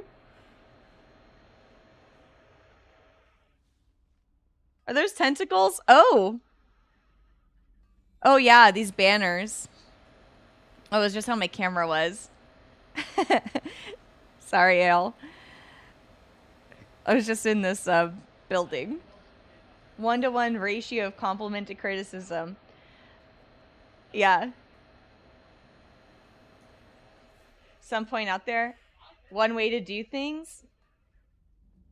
I have to point out there's more than one way to do things. I just wanted to see how they did it. Not that they're doing it wrong. Exactly. Like, I'm not a person, like, I always joke that there's like more than one way to cut a pie. Like, obviously there's a wrong way. If you're like the person that's taking out like the square out of the middle, like that's not a fair or appropriate approach. But if it's like, if you want to do like a slice, like that's fine. I'm definitely a straight down the middle, and I do like full squares. Like, I do like, that's how I started cut a pie. Oh my God, it's Lamike. Do you want to do beta keys? Yes. Oh wait, what time is it? Wait, how long? Yeah, let's do it.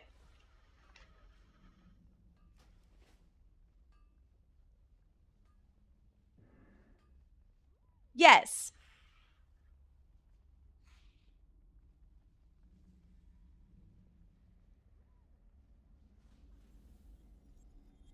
Exit game.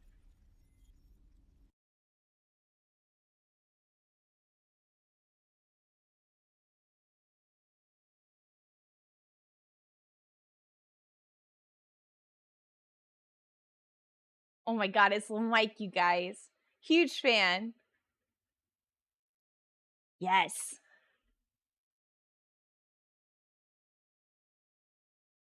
You're not tired or Madge? Give you 5 minutes? Okay.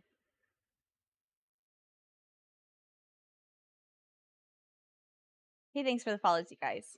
My OBS is so scuffed, I can't see all my chats.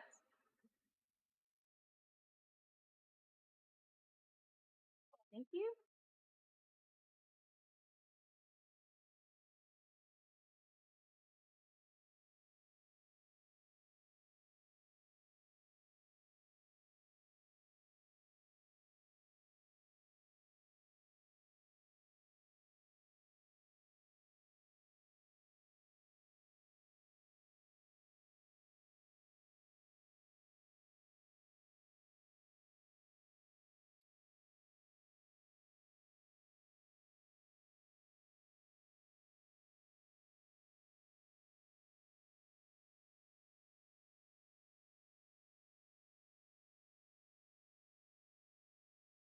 Isn't he literally Madge, though? He is.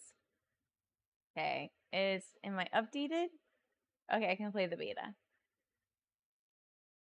I'm in my Discord. Ooh.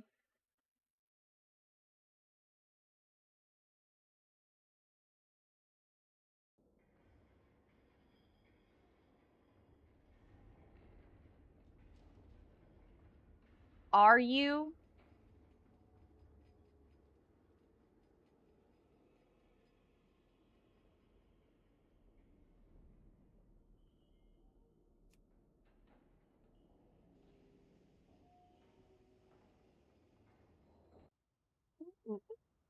Okay.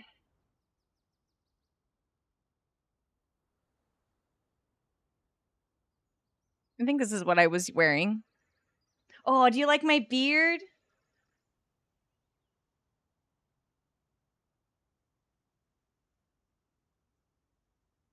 My plants look awful.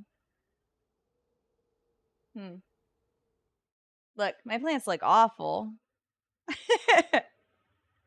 Oh no.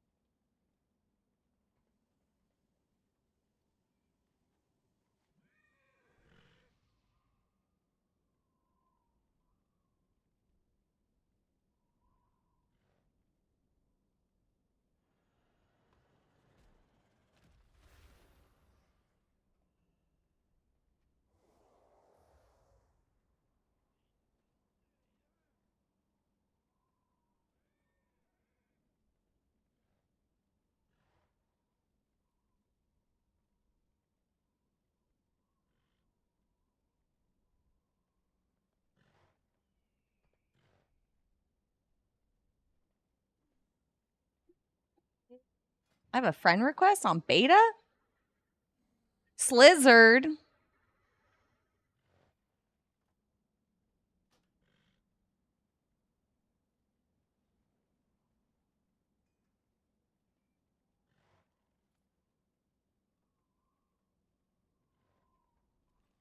Hello. Oh. Hello.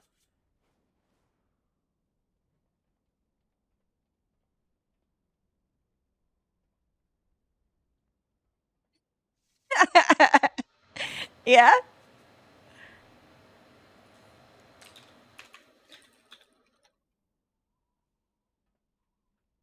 That's good. Joke attempt appreciated.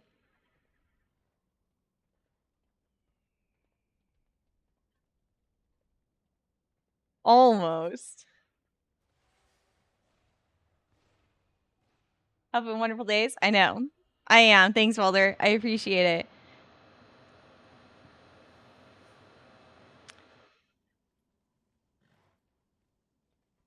No. I tried to do a few keys and they all got super scuffed. Like all of them were so bad.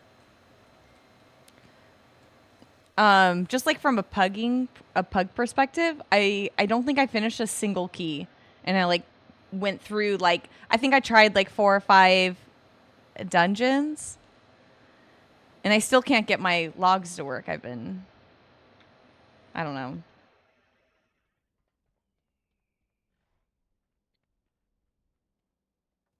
It's okay though.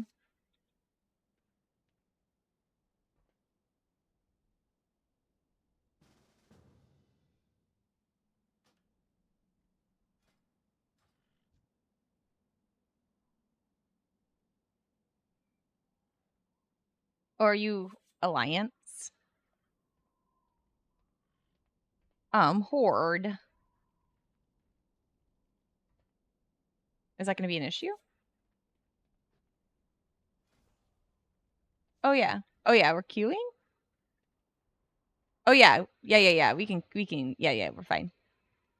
Sorry, I've been doing LFR for so long. My brain's real smooth.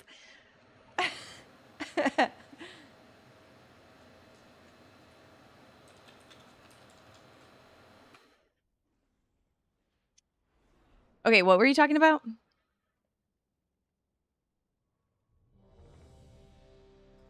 Are you going to do a 10? Because I hear the scaling's like super scuffed. Okay. Like I guess like the lower the key, like the more like the weaker we are.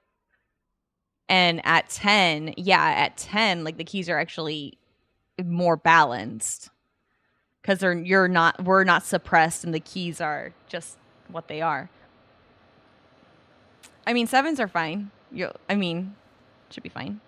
It's all fine.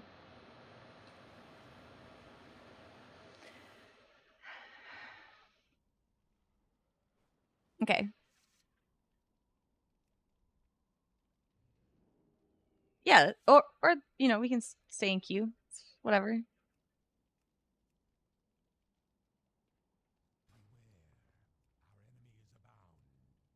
Surviving means being resourceful.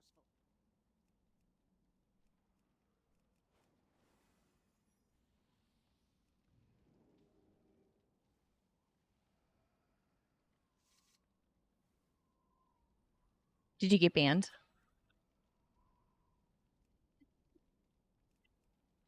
No, not again. Oh, man. You're like, oh no, my WoW subscription expired. Like oh, that'd be so horrible if that happened in the middle of your tournament. Oh my god.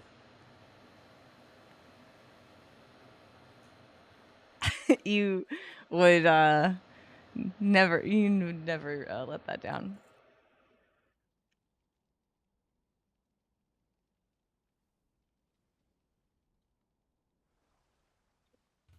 Yeah. Let's do it. You'll beg for death. It's like, yeah, it's crazy.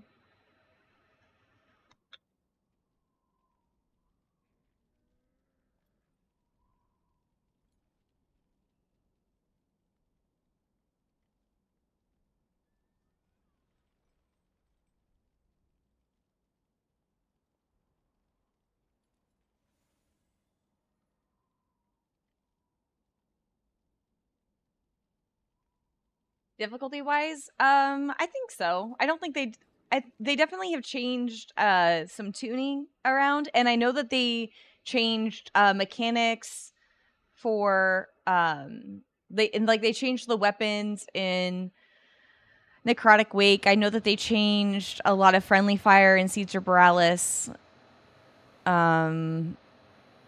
They changed the dragons in Grim Batol to where you only have like a set amount of charges now. Yeah, I don't know about scaling, but they definitely did tweak them. Definitely.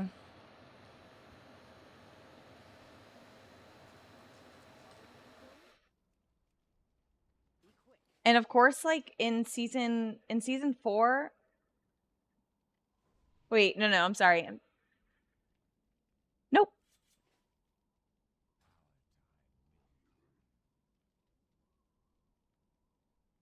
No, I'm good. Anything's fine.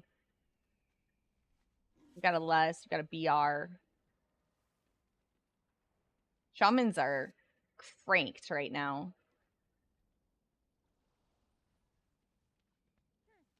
Yeah.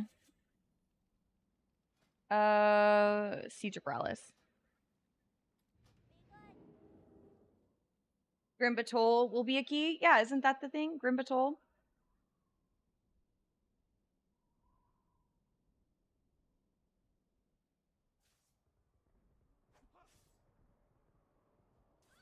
Maybe I'll just keep Pepe here. He's like... Maybe he becomes my, like, eye. Who knows? Hmm.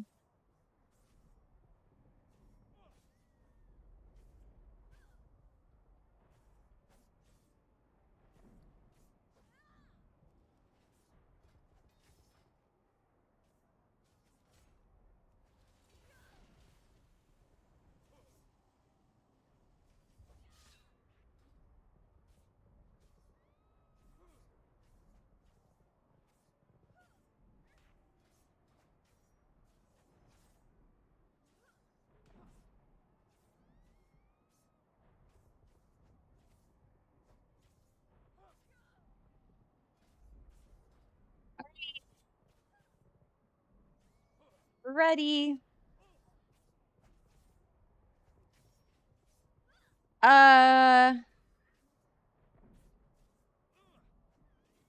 Yeah.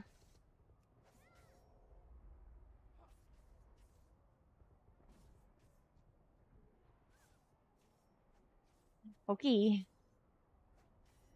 Good luck. I don't know. I don't think so. It's not looking good. That's not looking good either.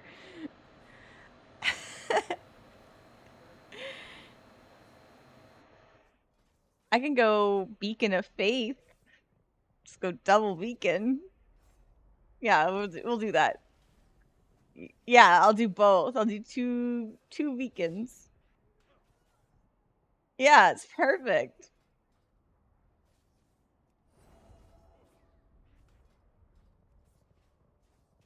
Perfect. What is that? Absorbing healing?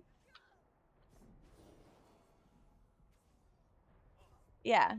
Do I need to zone out? I think I'm gonna get TP'd. Ooh!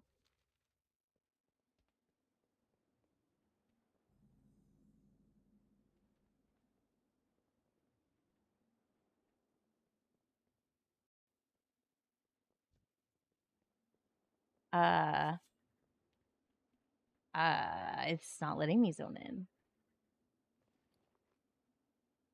Yeah, I'll just hearth and get out of here.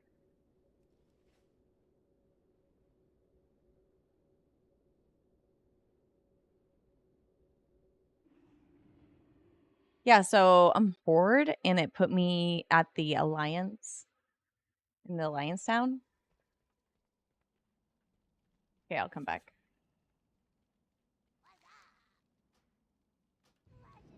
Okay.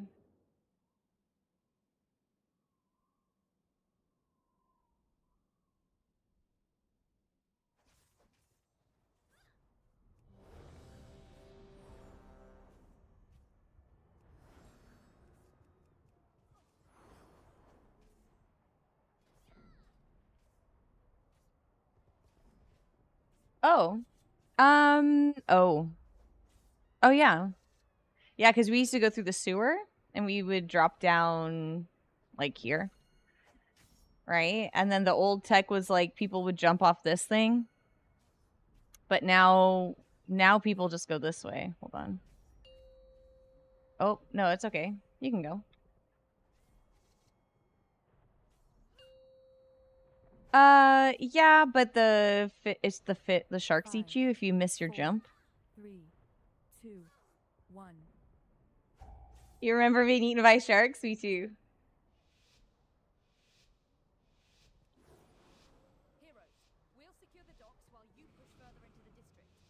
Ugh, trauma. Oh, yeah, we do this whole thing. Oh.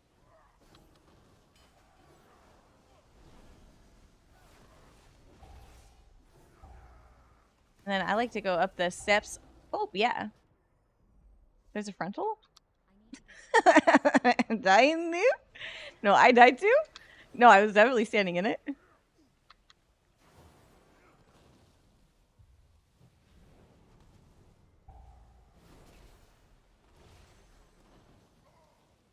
And I go up these stairs. Oh my god. Oh my god. Yeah, I think so. I think they hated me. Well, right where that fire stuff is, that's where we go. And then we go straight to the left, I guess. And I've seen this Reaver go in when he gets here. Raider.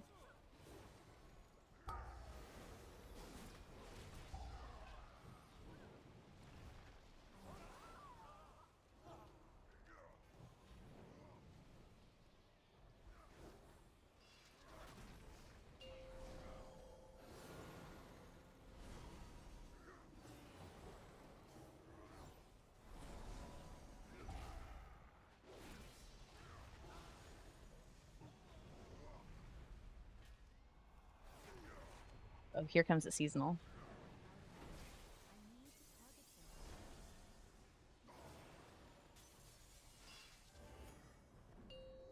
Oh, go forward.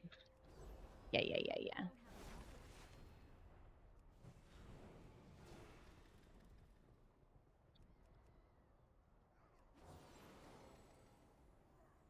You LOS is like Poland.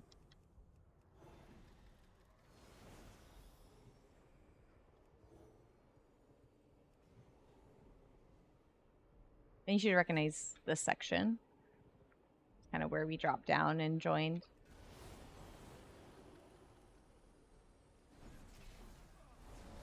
Oh, behind.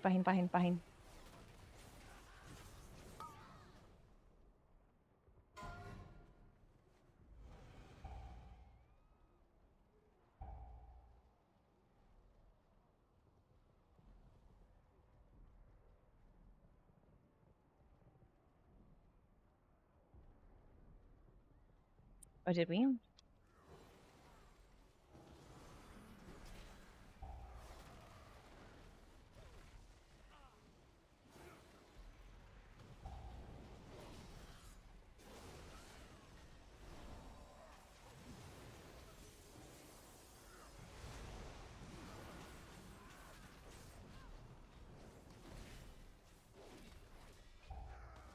Yeah.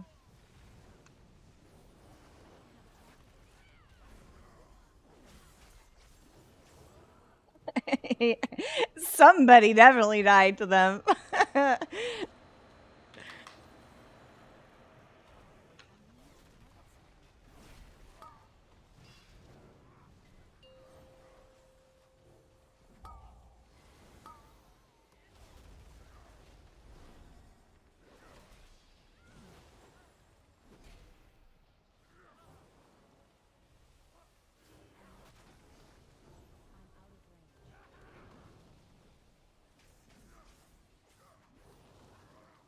We've been watching too much TGP. Yeah, watching.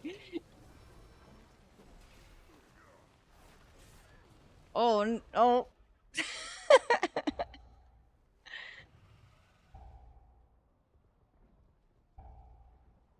It's just like everything like at once. Can we reset the dungeon? Why?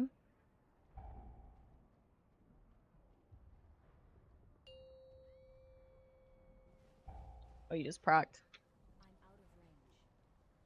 Oh my gosh, I'm too tall for this gate.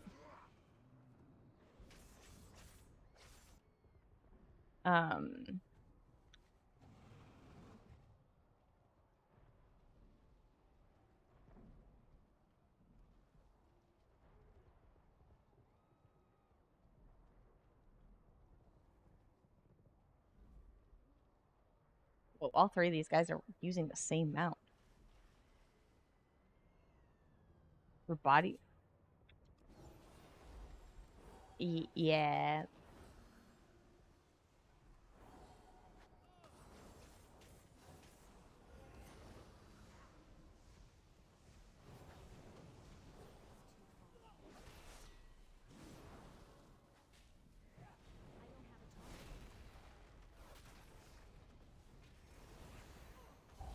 I think that's the stuff that puts stuff on the ground. Oh, yeah, there's the swirly.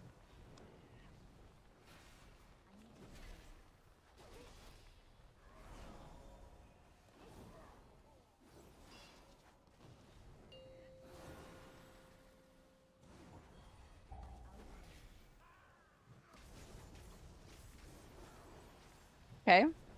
But, like, why?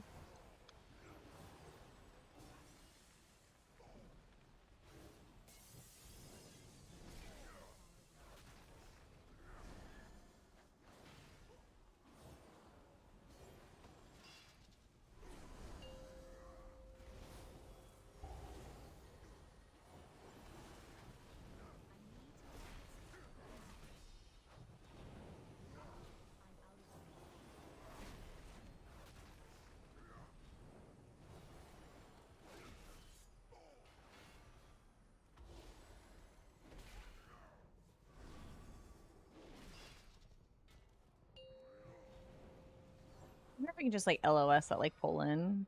So annoying.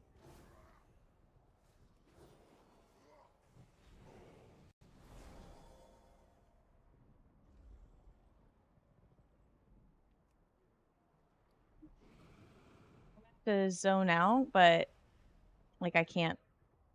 Or I'm gonna have to leave group and get ported out because I don't have my herd.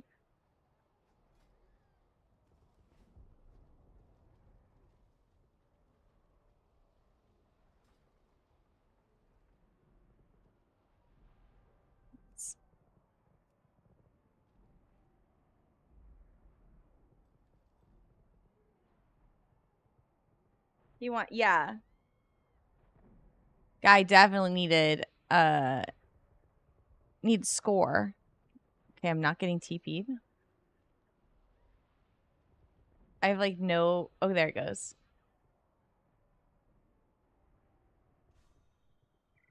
Oh, good. It put me back in the horde place. Yeah.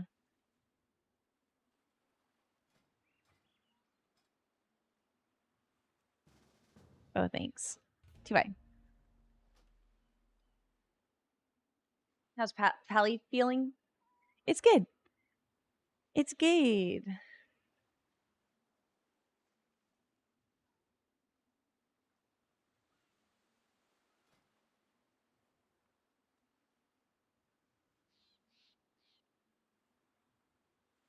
And then I gotta just be nice to myself because I'm like, oh man, this is why I don't have like any score.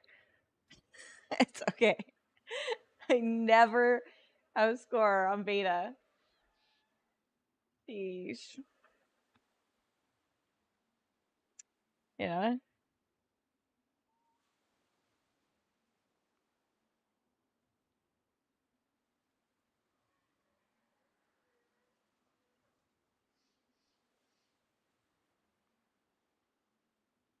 I think I only have time for one key. I got sports to watch tonight. Maybe a hot dog party for one. Stupid. I don't think I'm going to be doing it. No, I'm going to a soccer game. Baseball fans are very interested in hot dogs. And soccer are like they don't want anything to do with you. You know? Yeah, they just definitely don't want that. Scarves, I guess. They do a lot of like cheerleading. I don't know. A lot of organized shouting and clapping. It's sports ball time soon.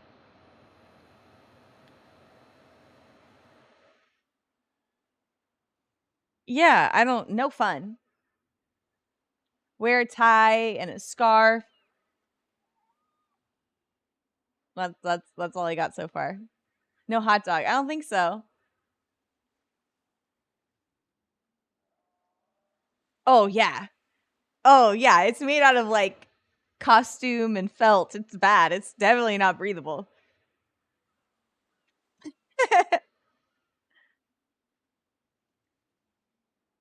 Sounders. No rain. I will go to a rain. Yeah, it's definitely, especially like now. Like normally, you and I both live at like the higher like longitudes right now, and it's like 9 months out of the year, it's totally fine. I could be wearing like the hottest, like warmest gear ever, and it's totally fine. But these like 3 months where we're like eye contacts with the sun, it can be rough. Are you? Is a dungeon reset? Can I join in or zone in? Thanks. Let's see if it ports me.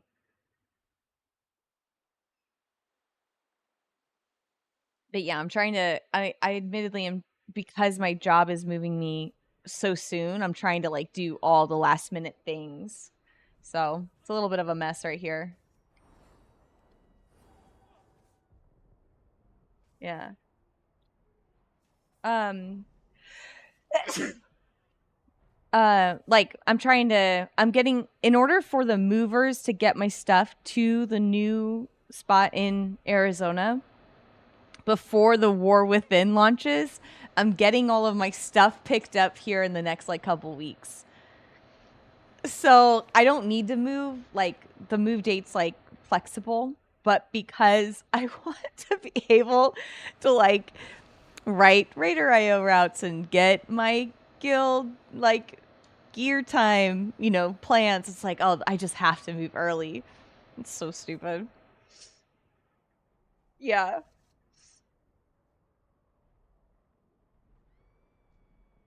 Yeah.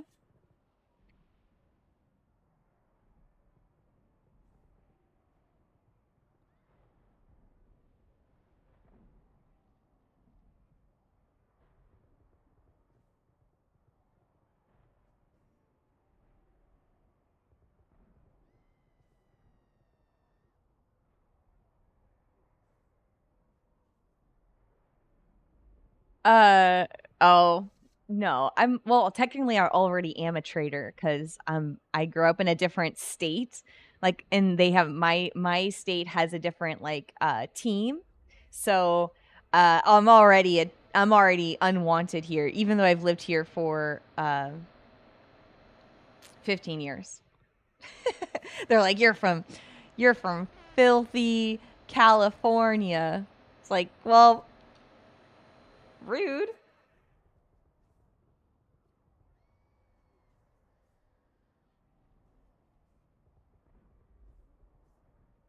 Yeah.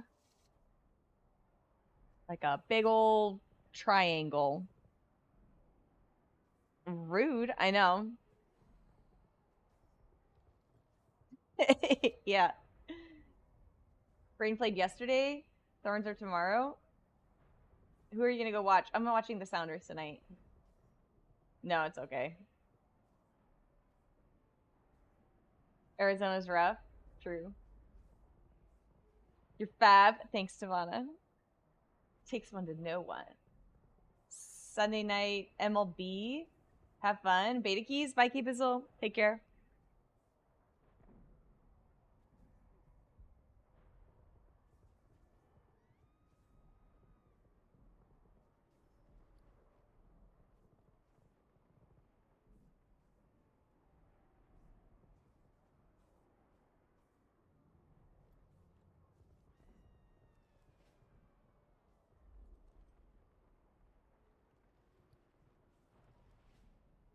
Yeah. Oh, I always have issues. It's one of my specialties. Make things unnecessarily more challenging. Just kidding.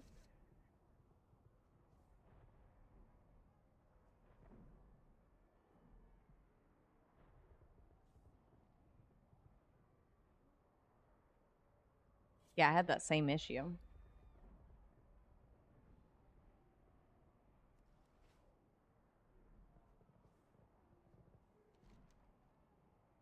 Like, where is he? Is he just like outside?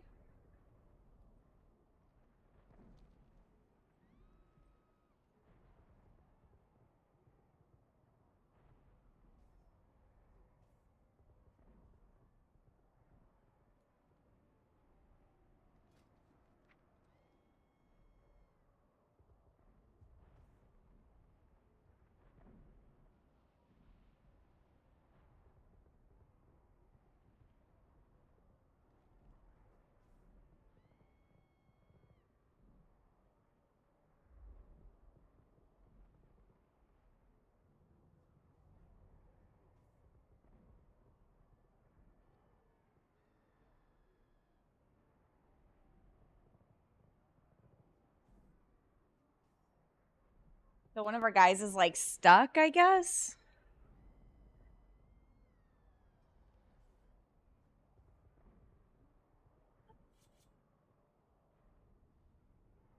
Promised one key. Chilling. The game starts in a couple hours, but I want to beat the traffic and stuff. This key doesn't take very long once we get going. Yeah, I mean, like, I almost, like, 3-chested it. I mean, the keys go really fast. You just throw your body at it. Oh, he's here. Perfect. Did that work? How'd you fix yourself? How messed up are you?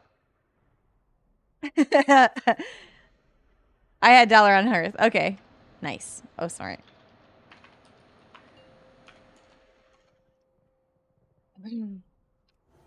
Five, 4, 3, 2, 1.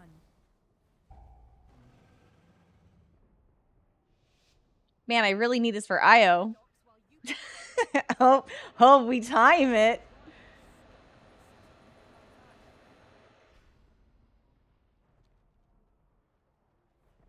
Yeah, and then we got to the last boss and we got absolutely destroyed.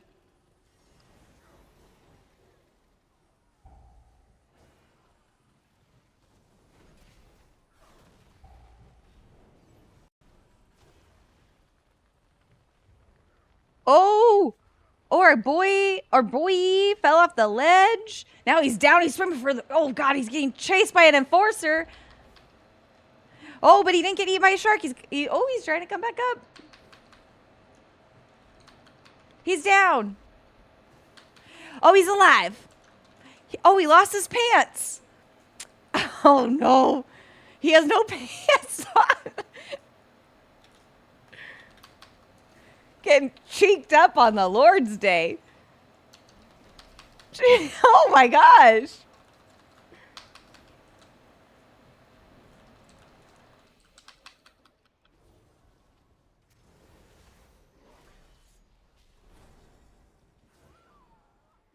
Oh my gosh. I'm in the situation where I'm gonna hang on, you know?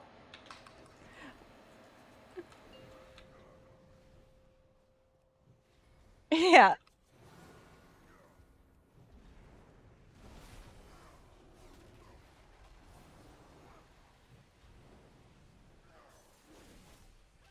What?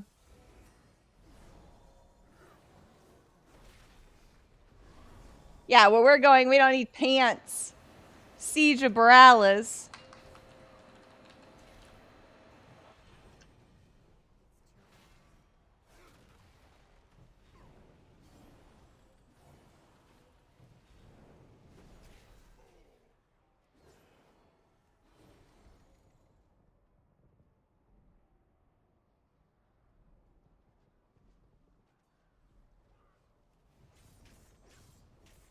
Do you want to grab the patrol first and, like, LOS it back?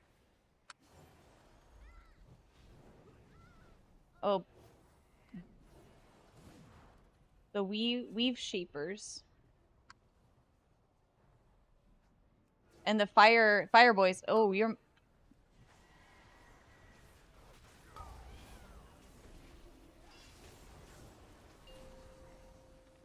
I'm gonna try to bait the fire guys. Like, maybe it's a range thing?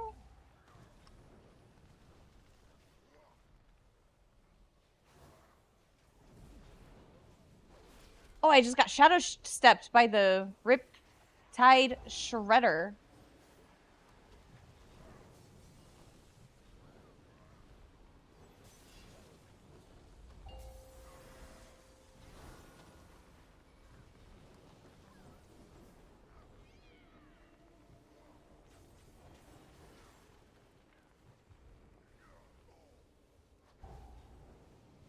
I think all the fire bombs are going on me, though, at range.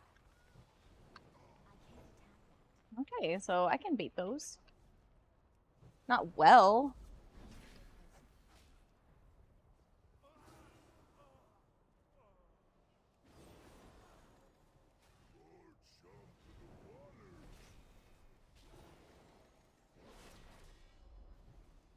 Oh, his pets might pull, his pets might pull, his pets might pull. Woo!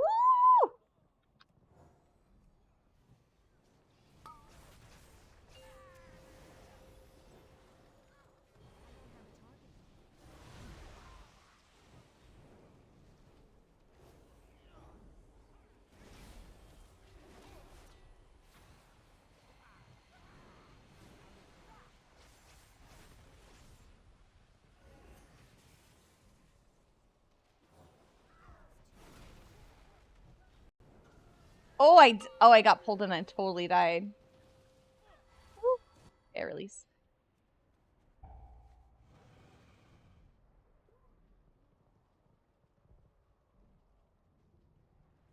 That guy's spicy. Didn't we used to, like, us brave people used to LOS? And there's like a doorway there or something.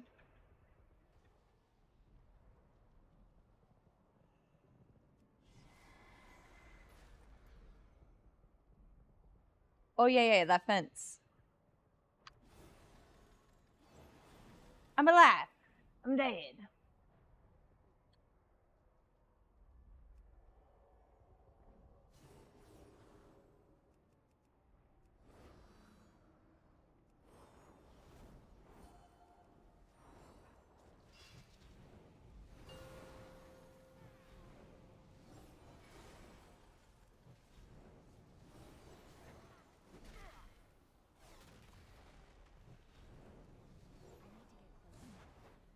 So this boss will target anybody. Oh, you pulled the boss. Well, reset. Yeah, reset. Woo!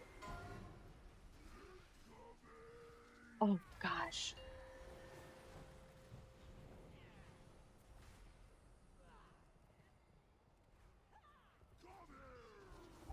Oh, he pulls you. Okay, he can pull you through the wall.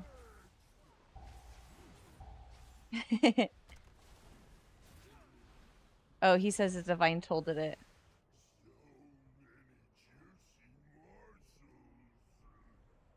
Juicy morsels.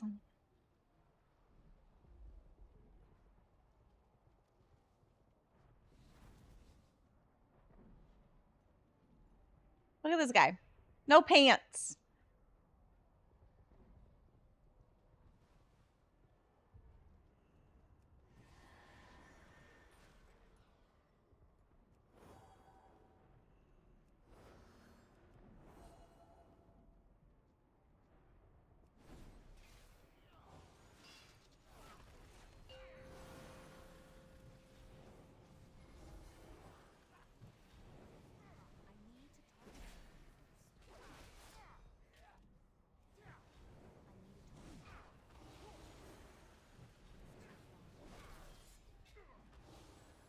Oh my gosh, I'm still playing as if I have like Glimmer.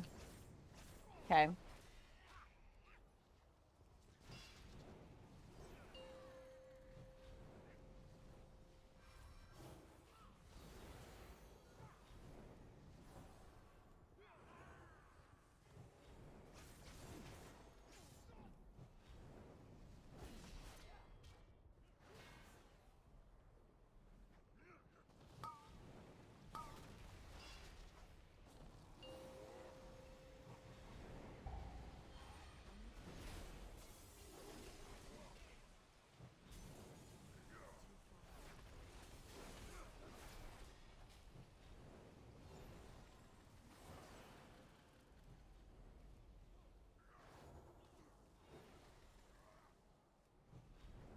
I don't have my plater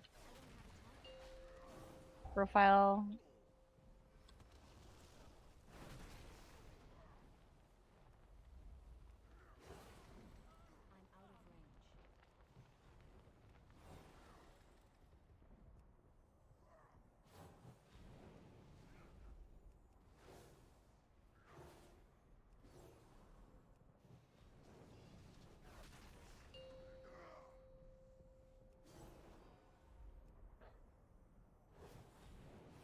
Yeah, the mobs, the cleaver has a frontal, and then the power shot guy doesn't move at all. The boss, everything's the same.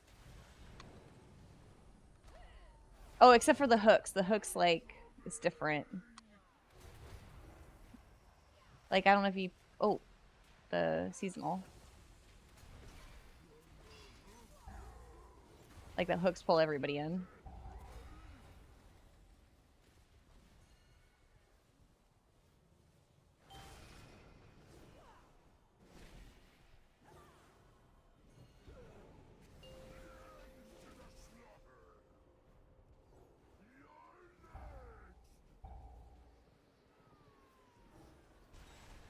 Yeah, I think he's fine.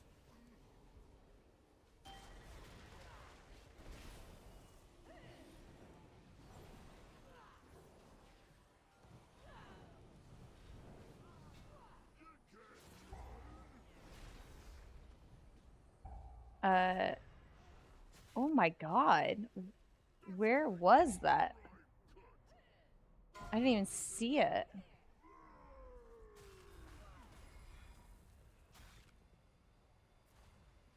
Oh, oh, there's one here. Okay, 3.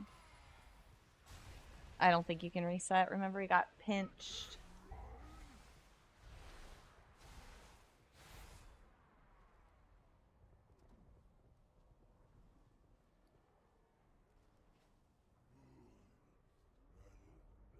Oh, wait, maybe I was wrong about the 10.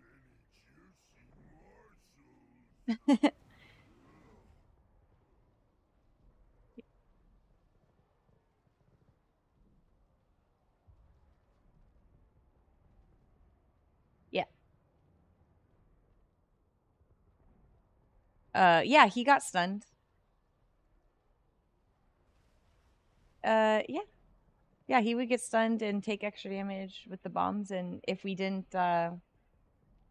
we just didn't soak it. We just didn't soak all the bombs. And if I wonder if a player can still run into it.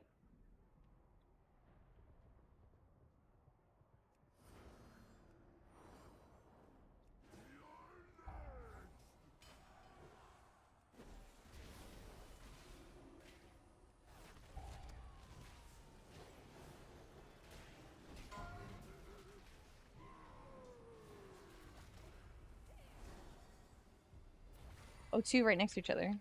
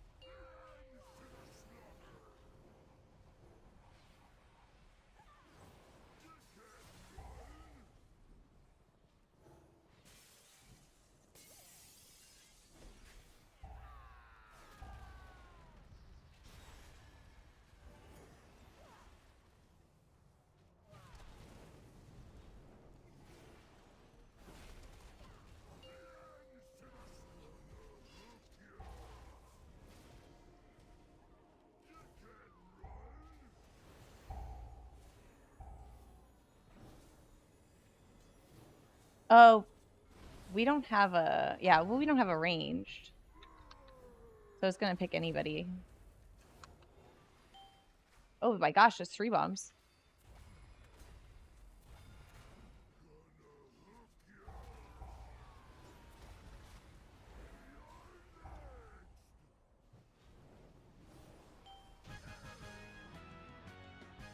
Nice.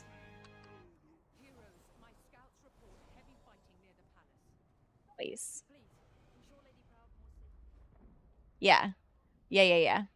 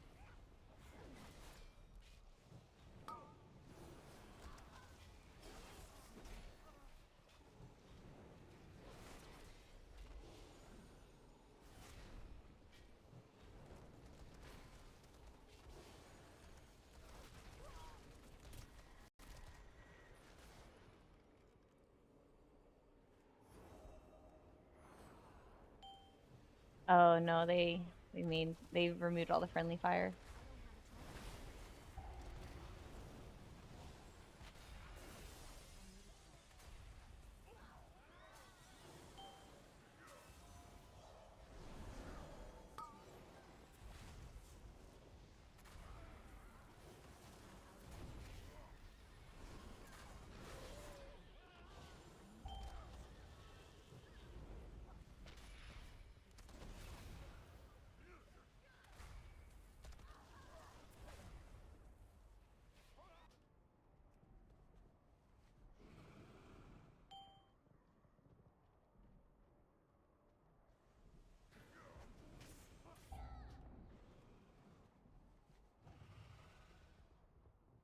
Well, you gotta go wide.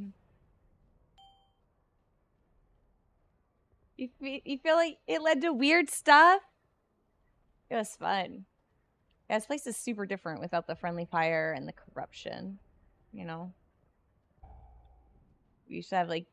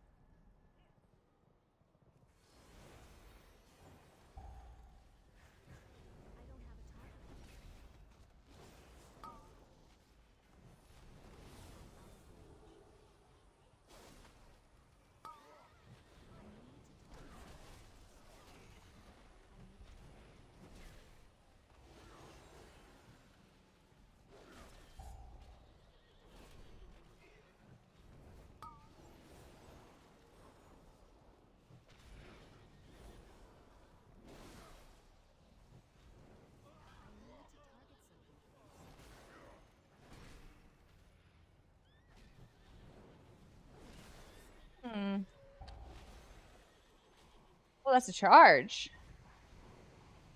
Hey! Thank you so much, Camilla. Hope you're doing well. Thank you so much for the 9 months. Holy moly, happy Saturday. Nice to see you. Thank you.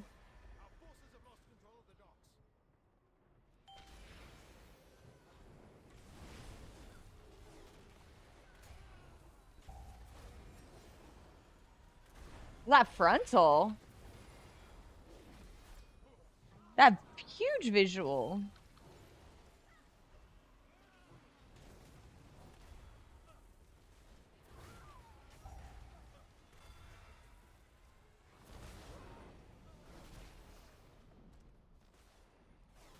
No survivors. Oh, run out.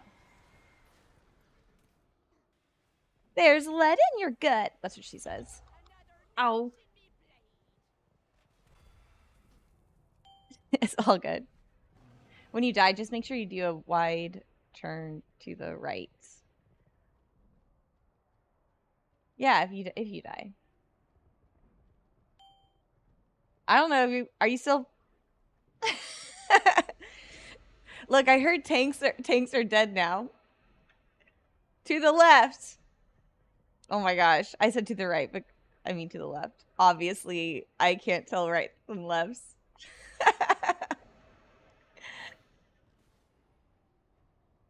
Everything about my statement was like well intended and poorly executed. Not I said when you die, so like rude, and then I tell you right instead of left. Oh my god. Oh man, what a mess.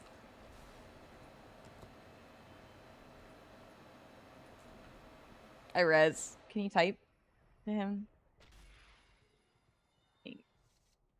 Oh, here he's asking. Good, good, good. Sabotage. I know this is my fault.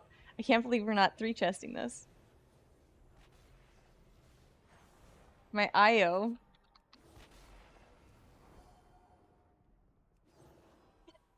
It could have been a +3 for all I know.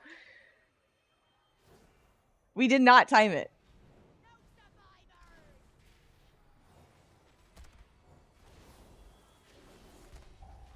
Yeah.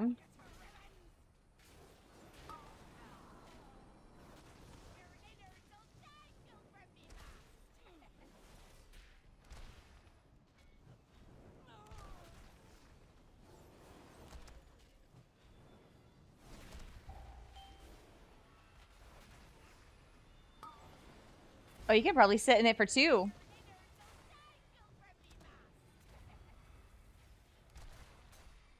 Eight. Oh, there's a dot. I can't even see it.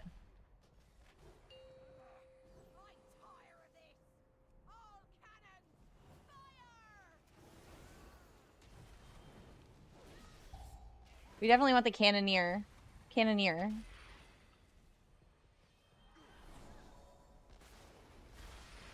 No, it used to just be one guy.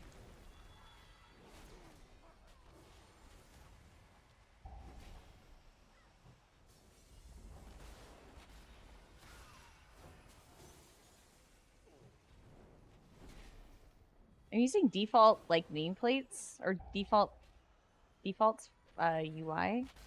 Like frame. I'm using generic frames, and I feel like I can't see anything.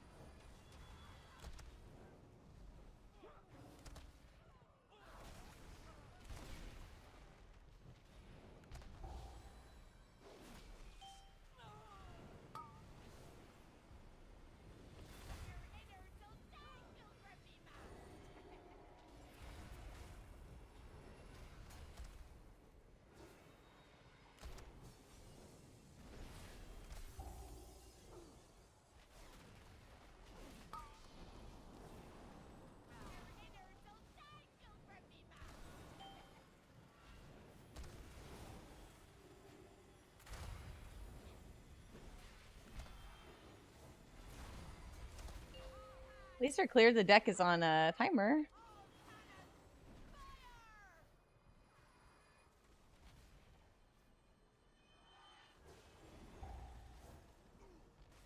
That guy's out of here.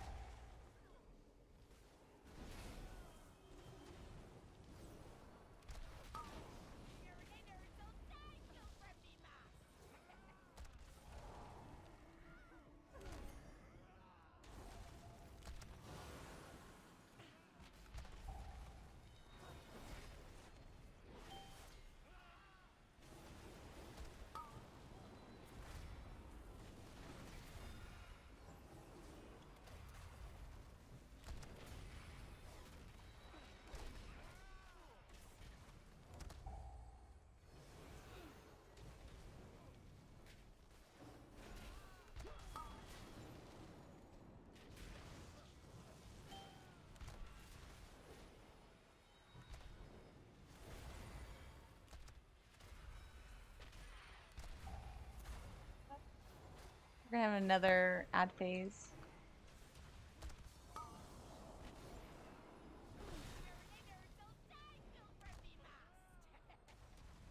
Yeah, clear the deck. It's a timer.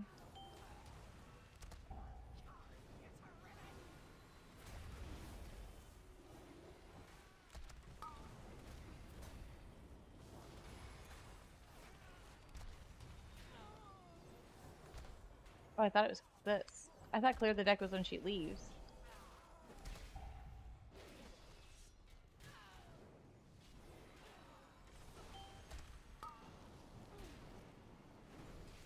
Hmm.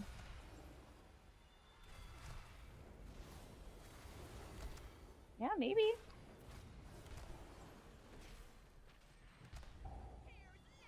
Anybody know if she, like, phases?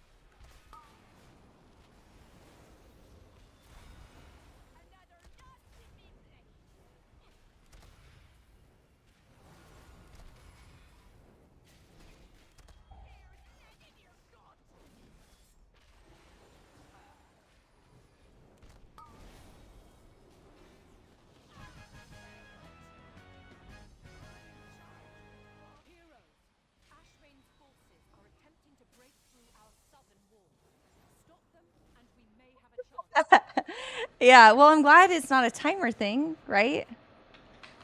That's good. I thought it was clear the deck, but maybe that's like her frontal. I don't know.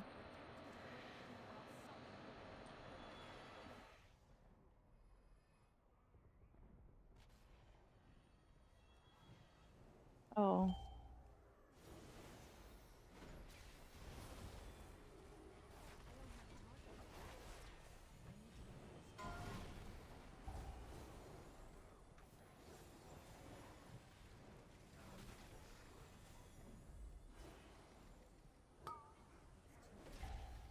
Oh yeah, those choking waters will always target me.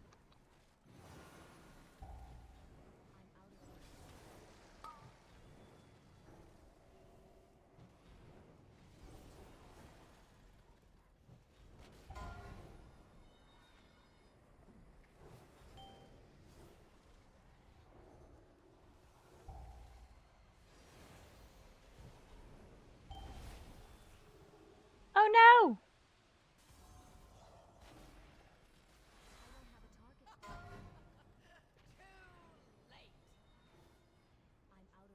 Oh, these guys are fine.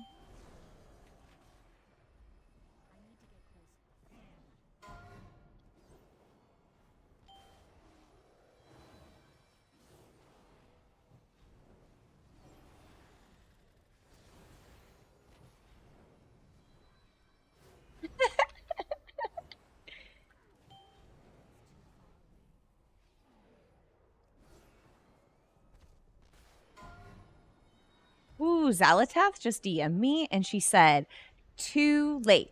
Explanation point. Yeah.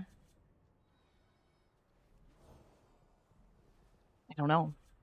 Guess I'll just have to get to the end of the dungeon to find out.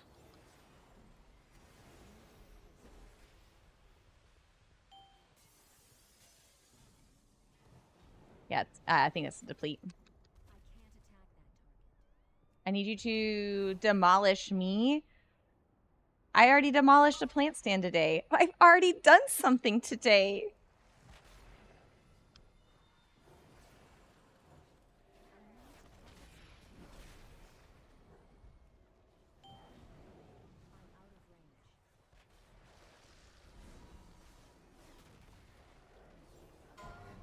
like an AoE. I was looking for something on the ground.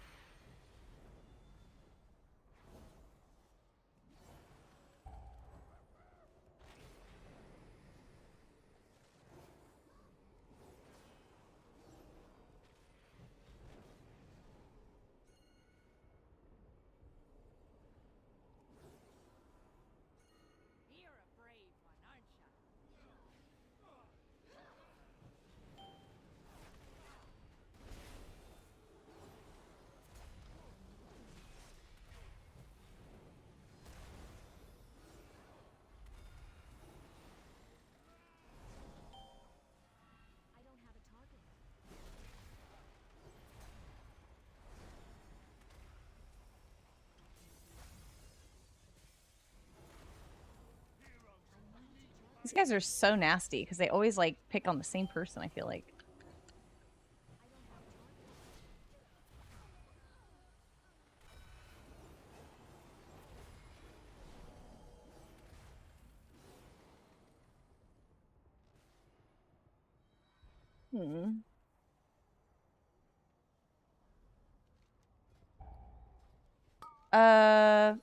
Whatever you want. Pulling the boss pulls the whole room. Oh, he doesn't patrol anymore. Never mind.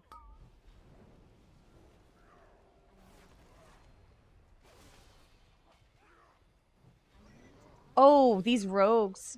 Yeah. You LOS the fountain with the waves with the fountain.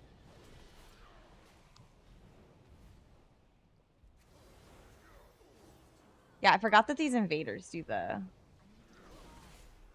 they do a debuff, like a poison debuff. That's like stacking, like every time they swing, they apply this like poison.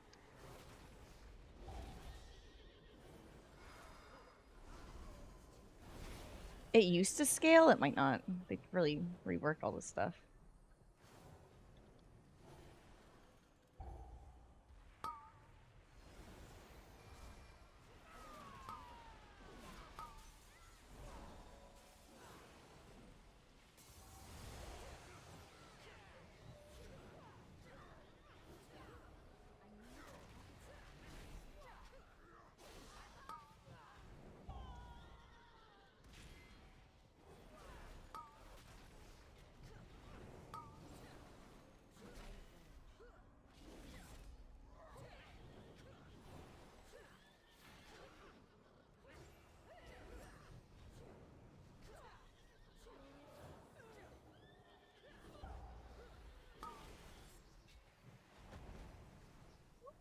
Spicy! It leaves a dot.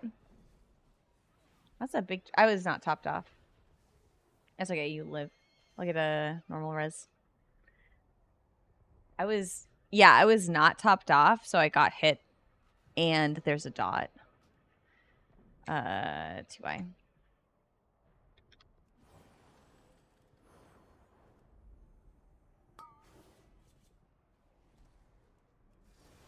Yeah. Like a random shoot.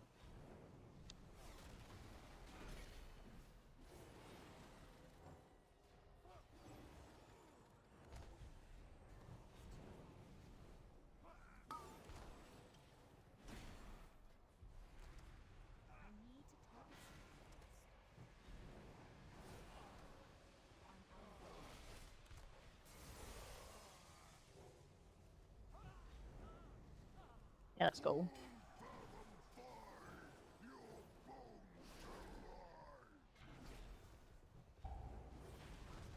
This is a big AoE on the group. Ooh.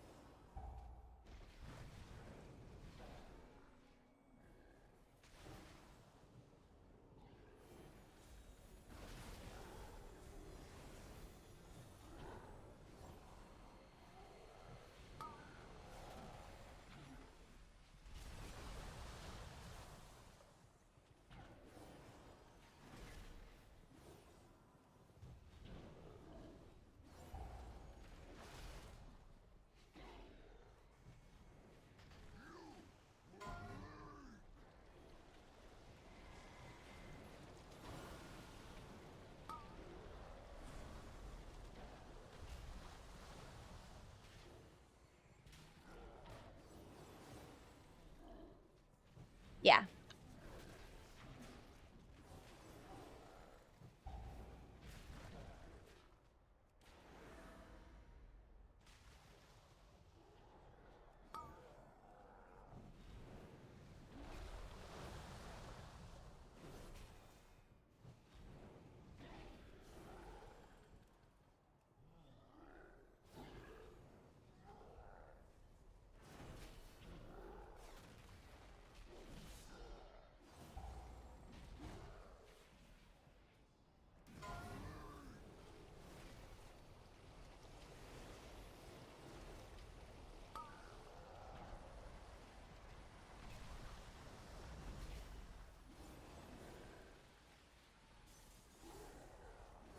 You can mass script those?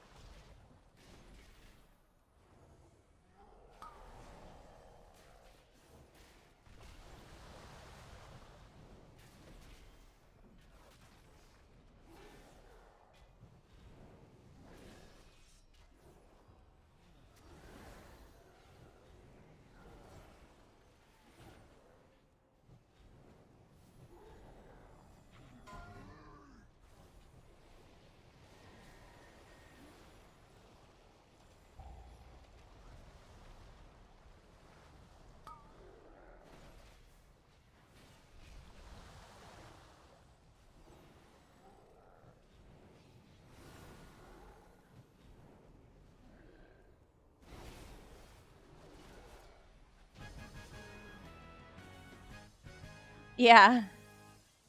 Patch up. Patch up so you can get less again. So I'm just repairing my key over and over and over again.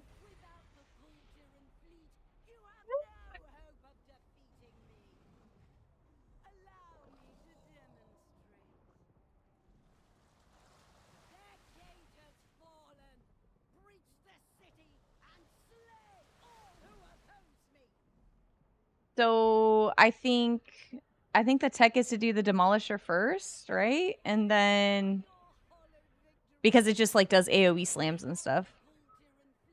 And then I think we all stay here and before the tank, while the cannon happens. I think that's what I've seen. I think that's what I learned.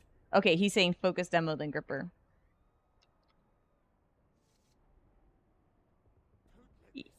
No, just the demolisher. Because remember, the other guy's a gripping and is holding onto the NPC that fixes the cannon. He fixed the broken cannon, and then we can get inside of it and shoot to go to the next platform.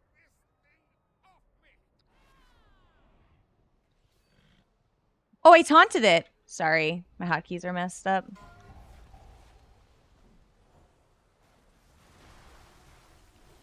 Sorry.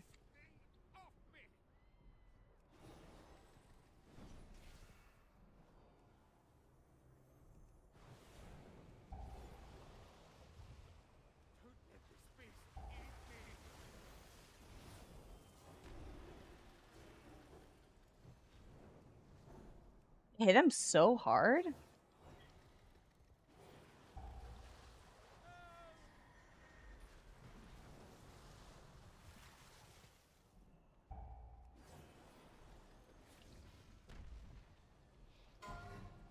think they removed that.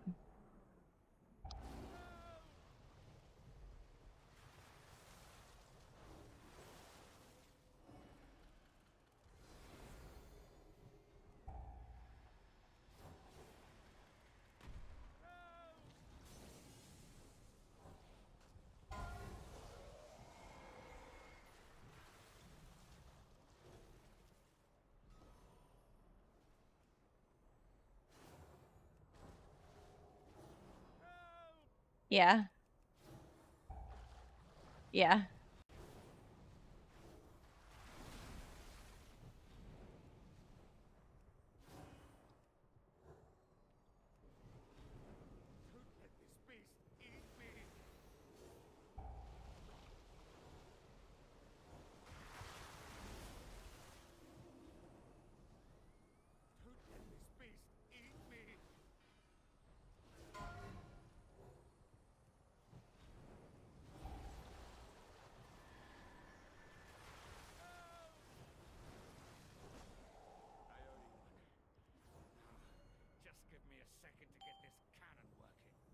I got him.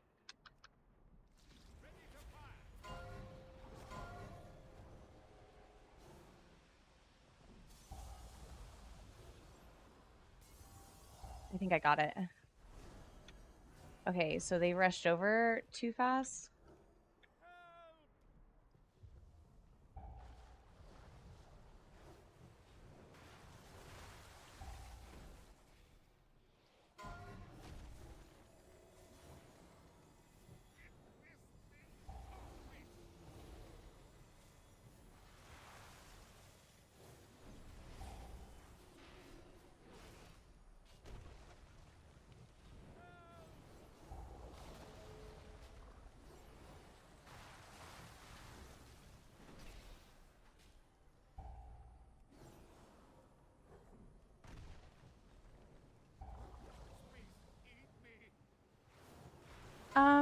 I think people are just getting like knocked. Like that's the thing. Like if you have the debuff, this like putrid waters, and it's a knockback, you're like you're gonna die, and you can get knocked back into swirlies. Yeah.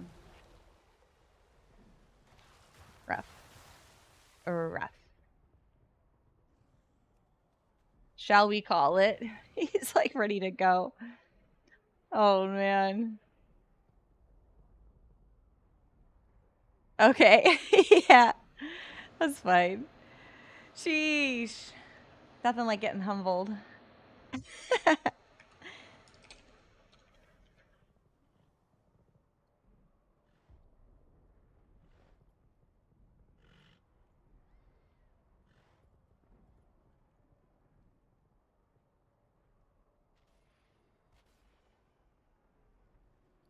That's funny.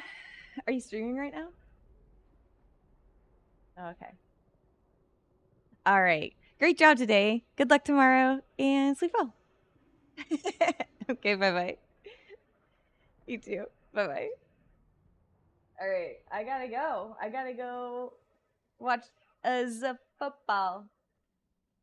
Where are we going?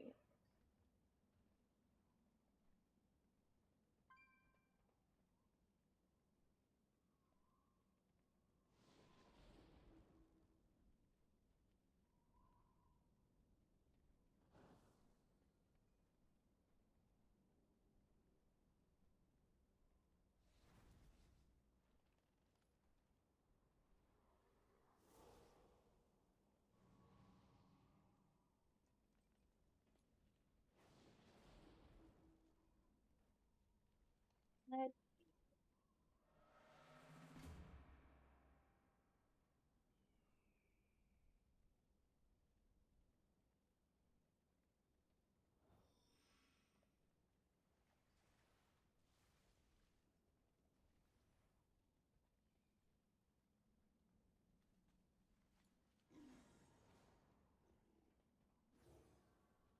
bam, bam, bam.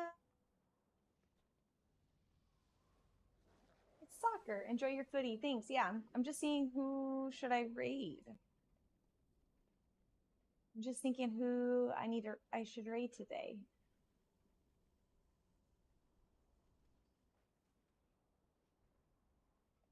Anybody have a suggestion who I should raid?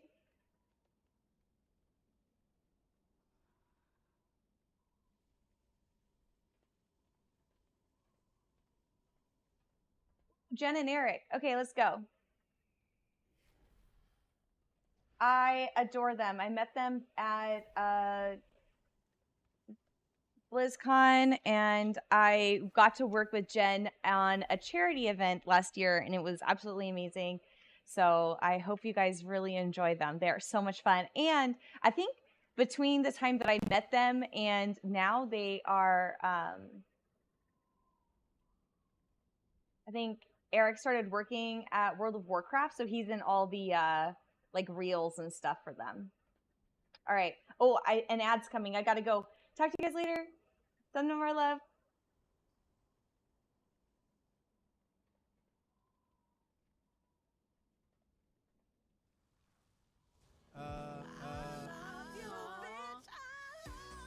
Oh gosh.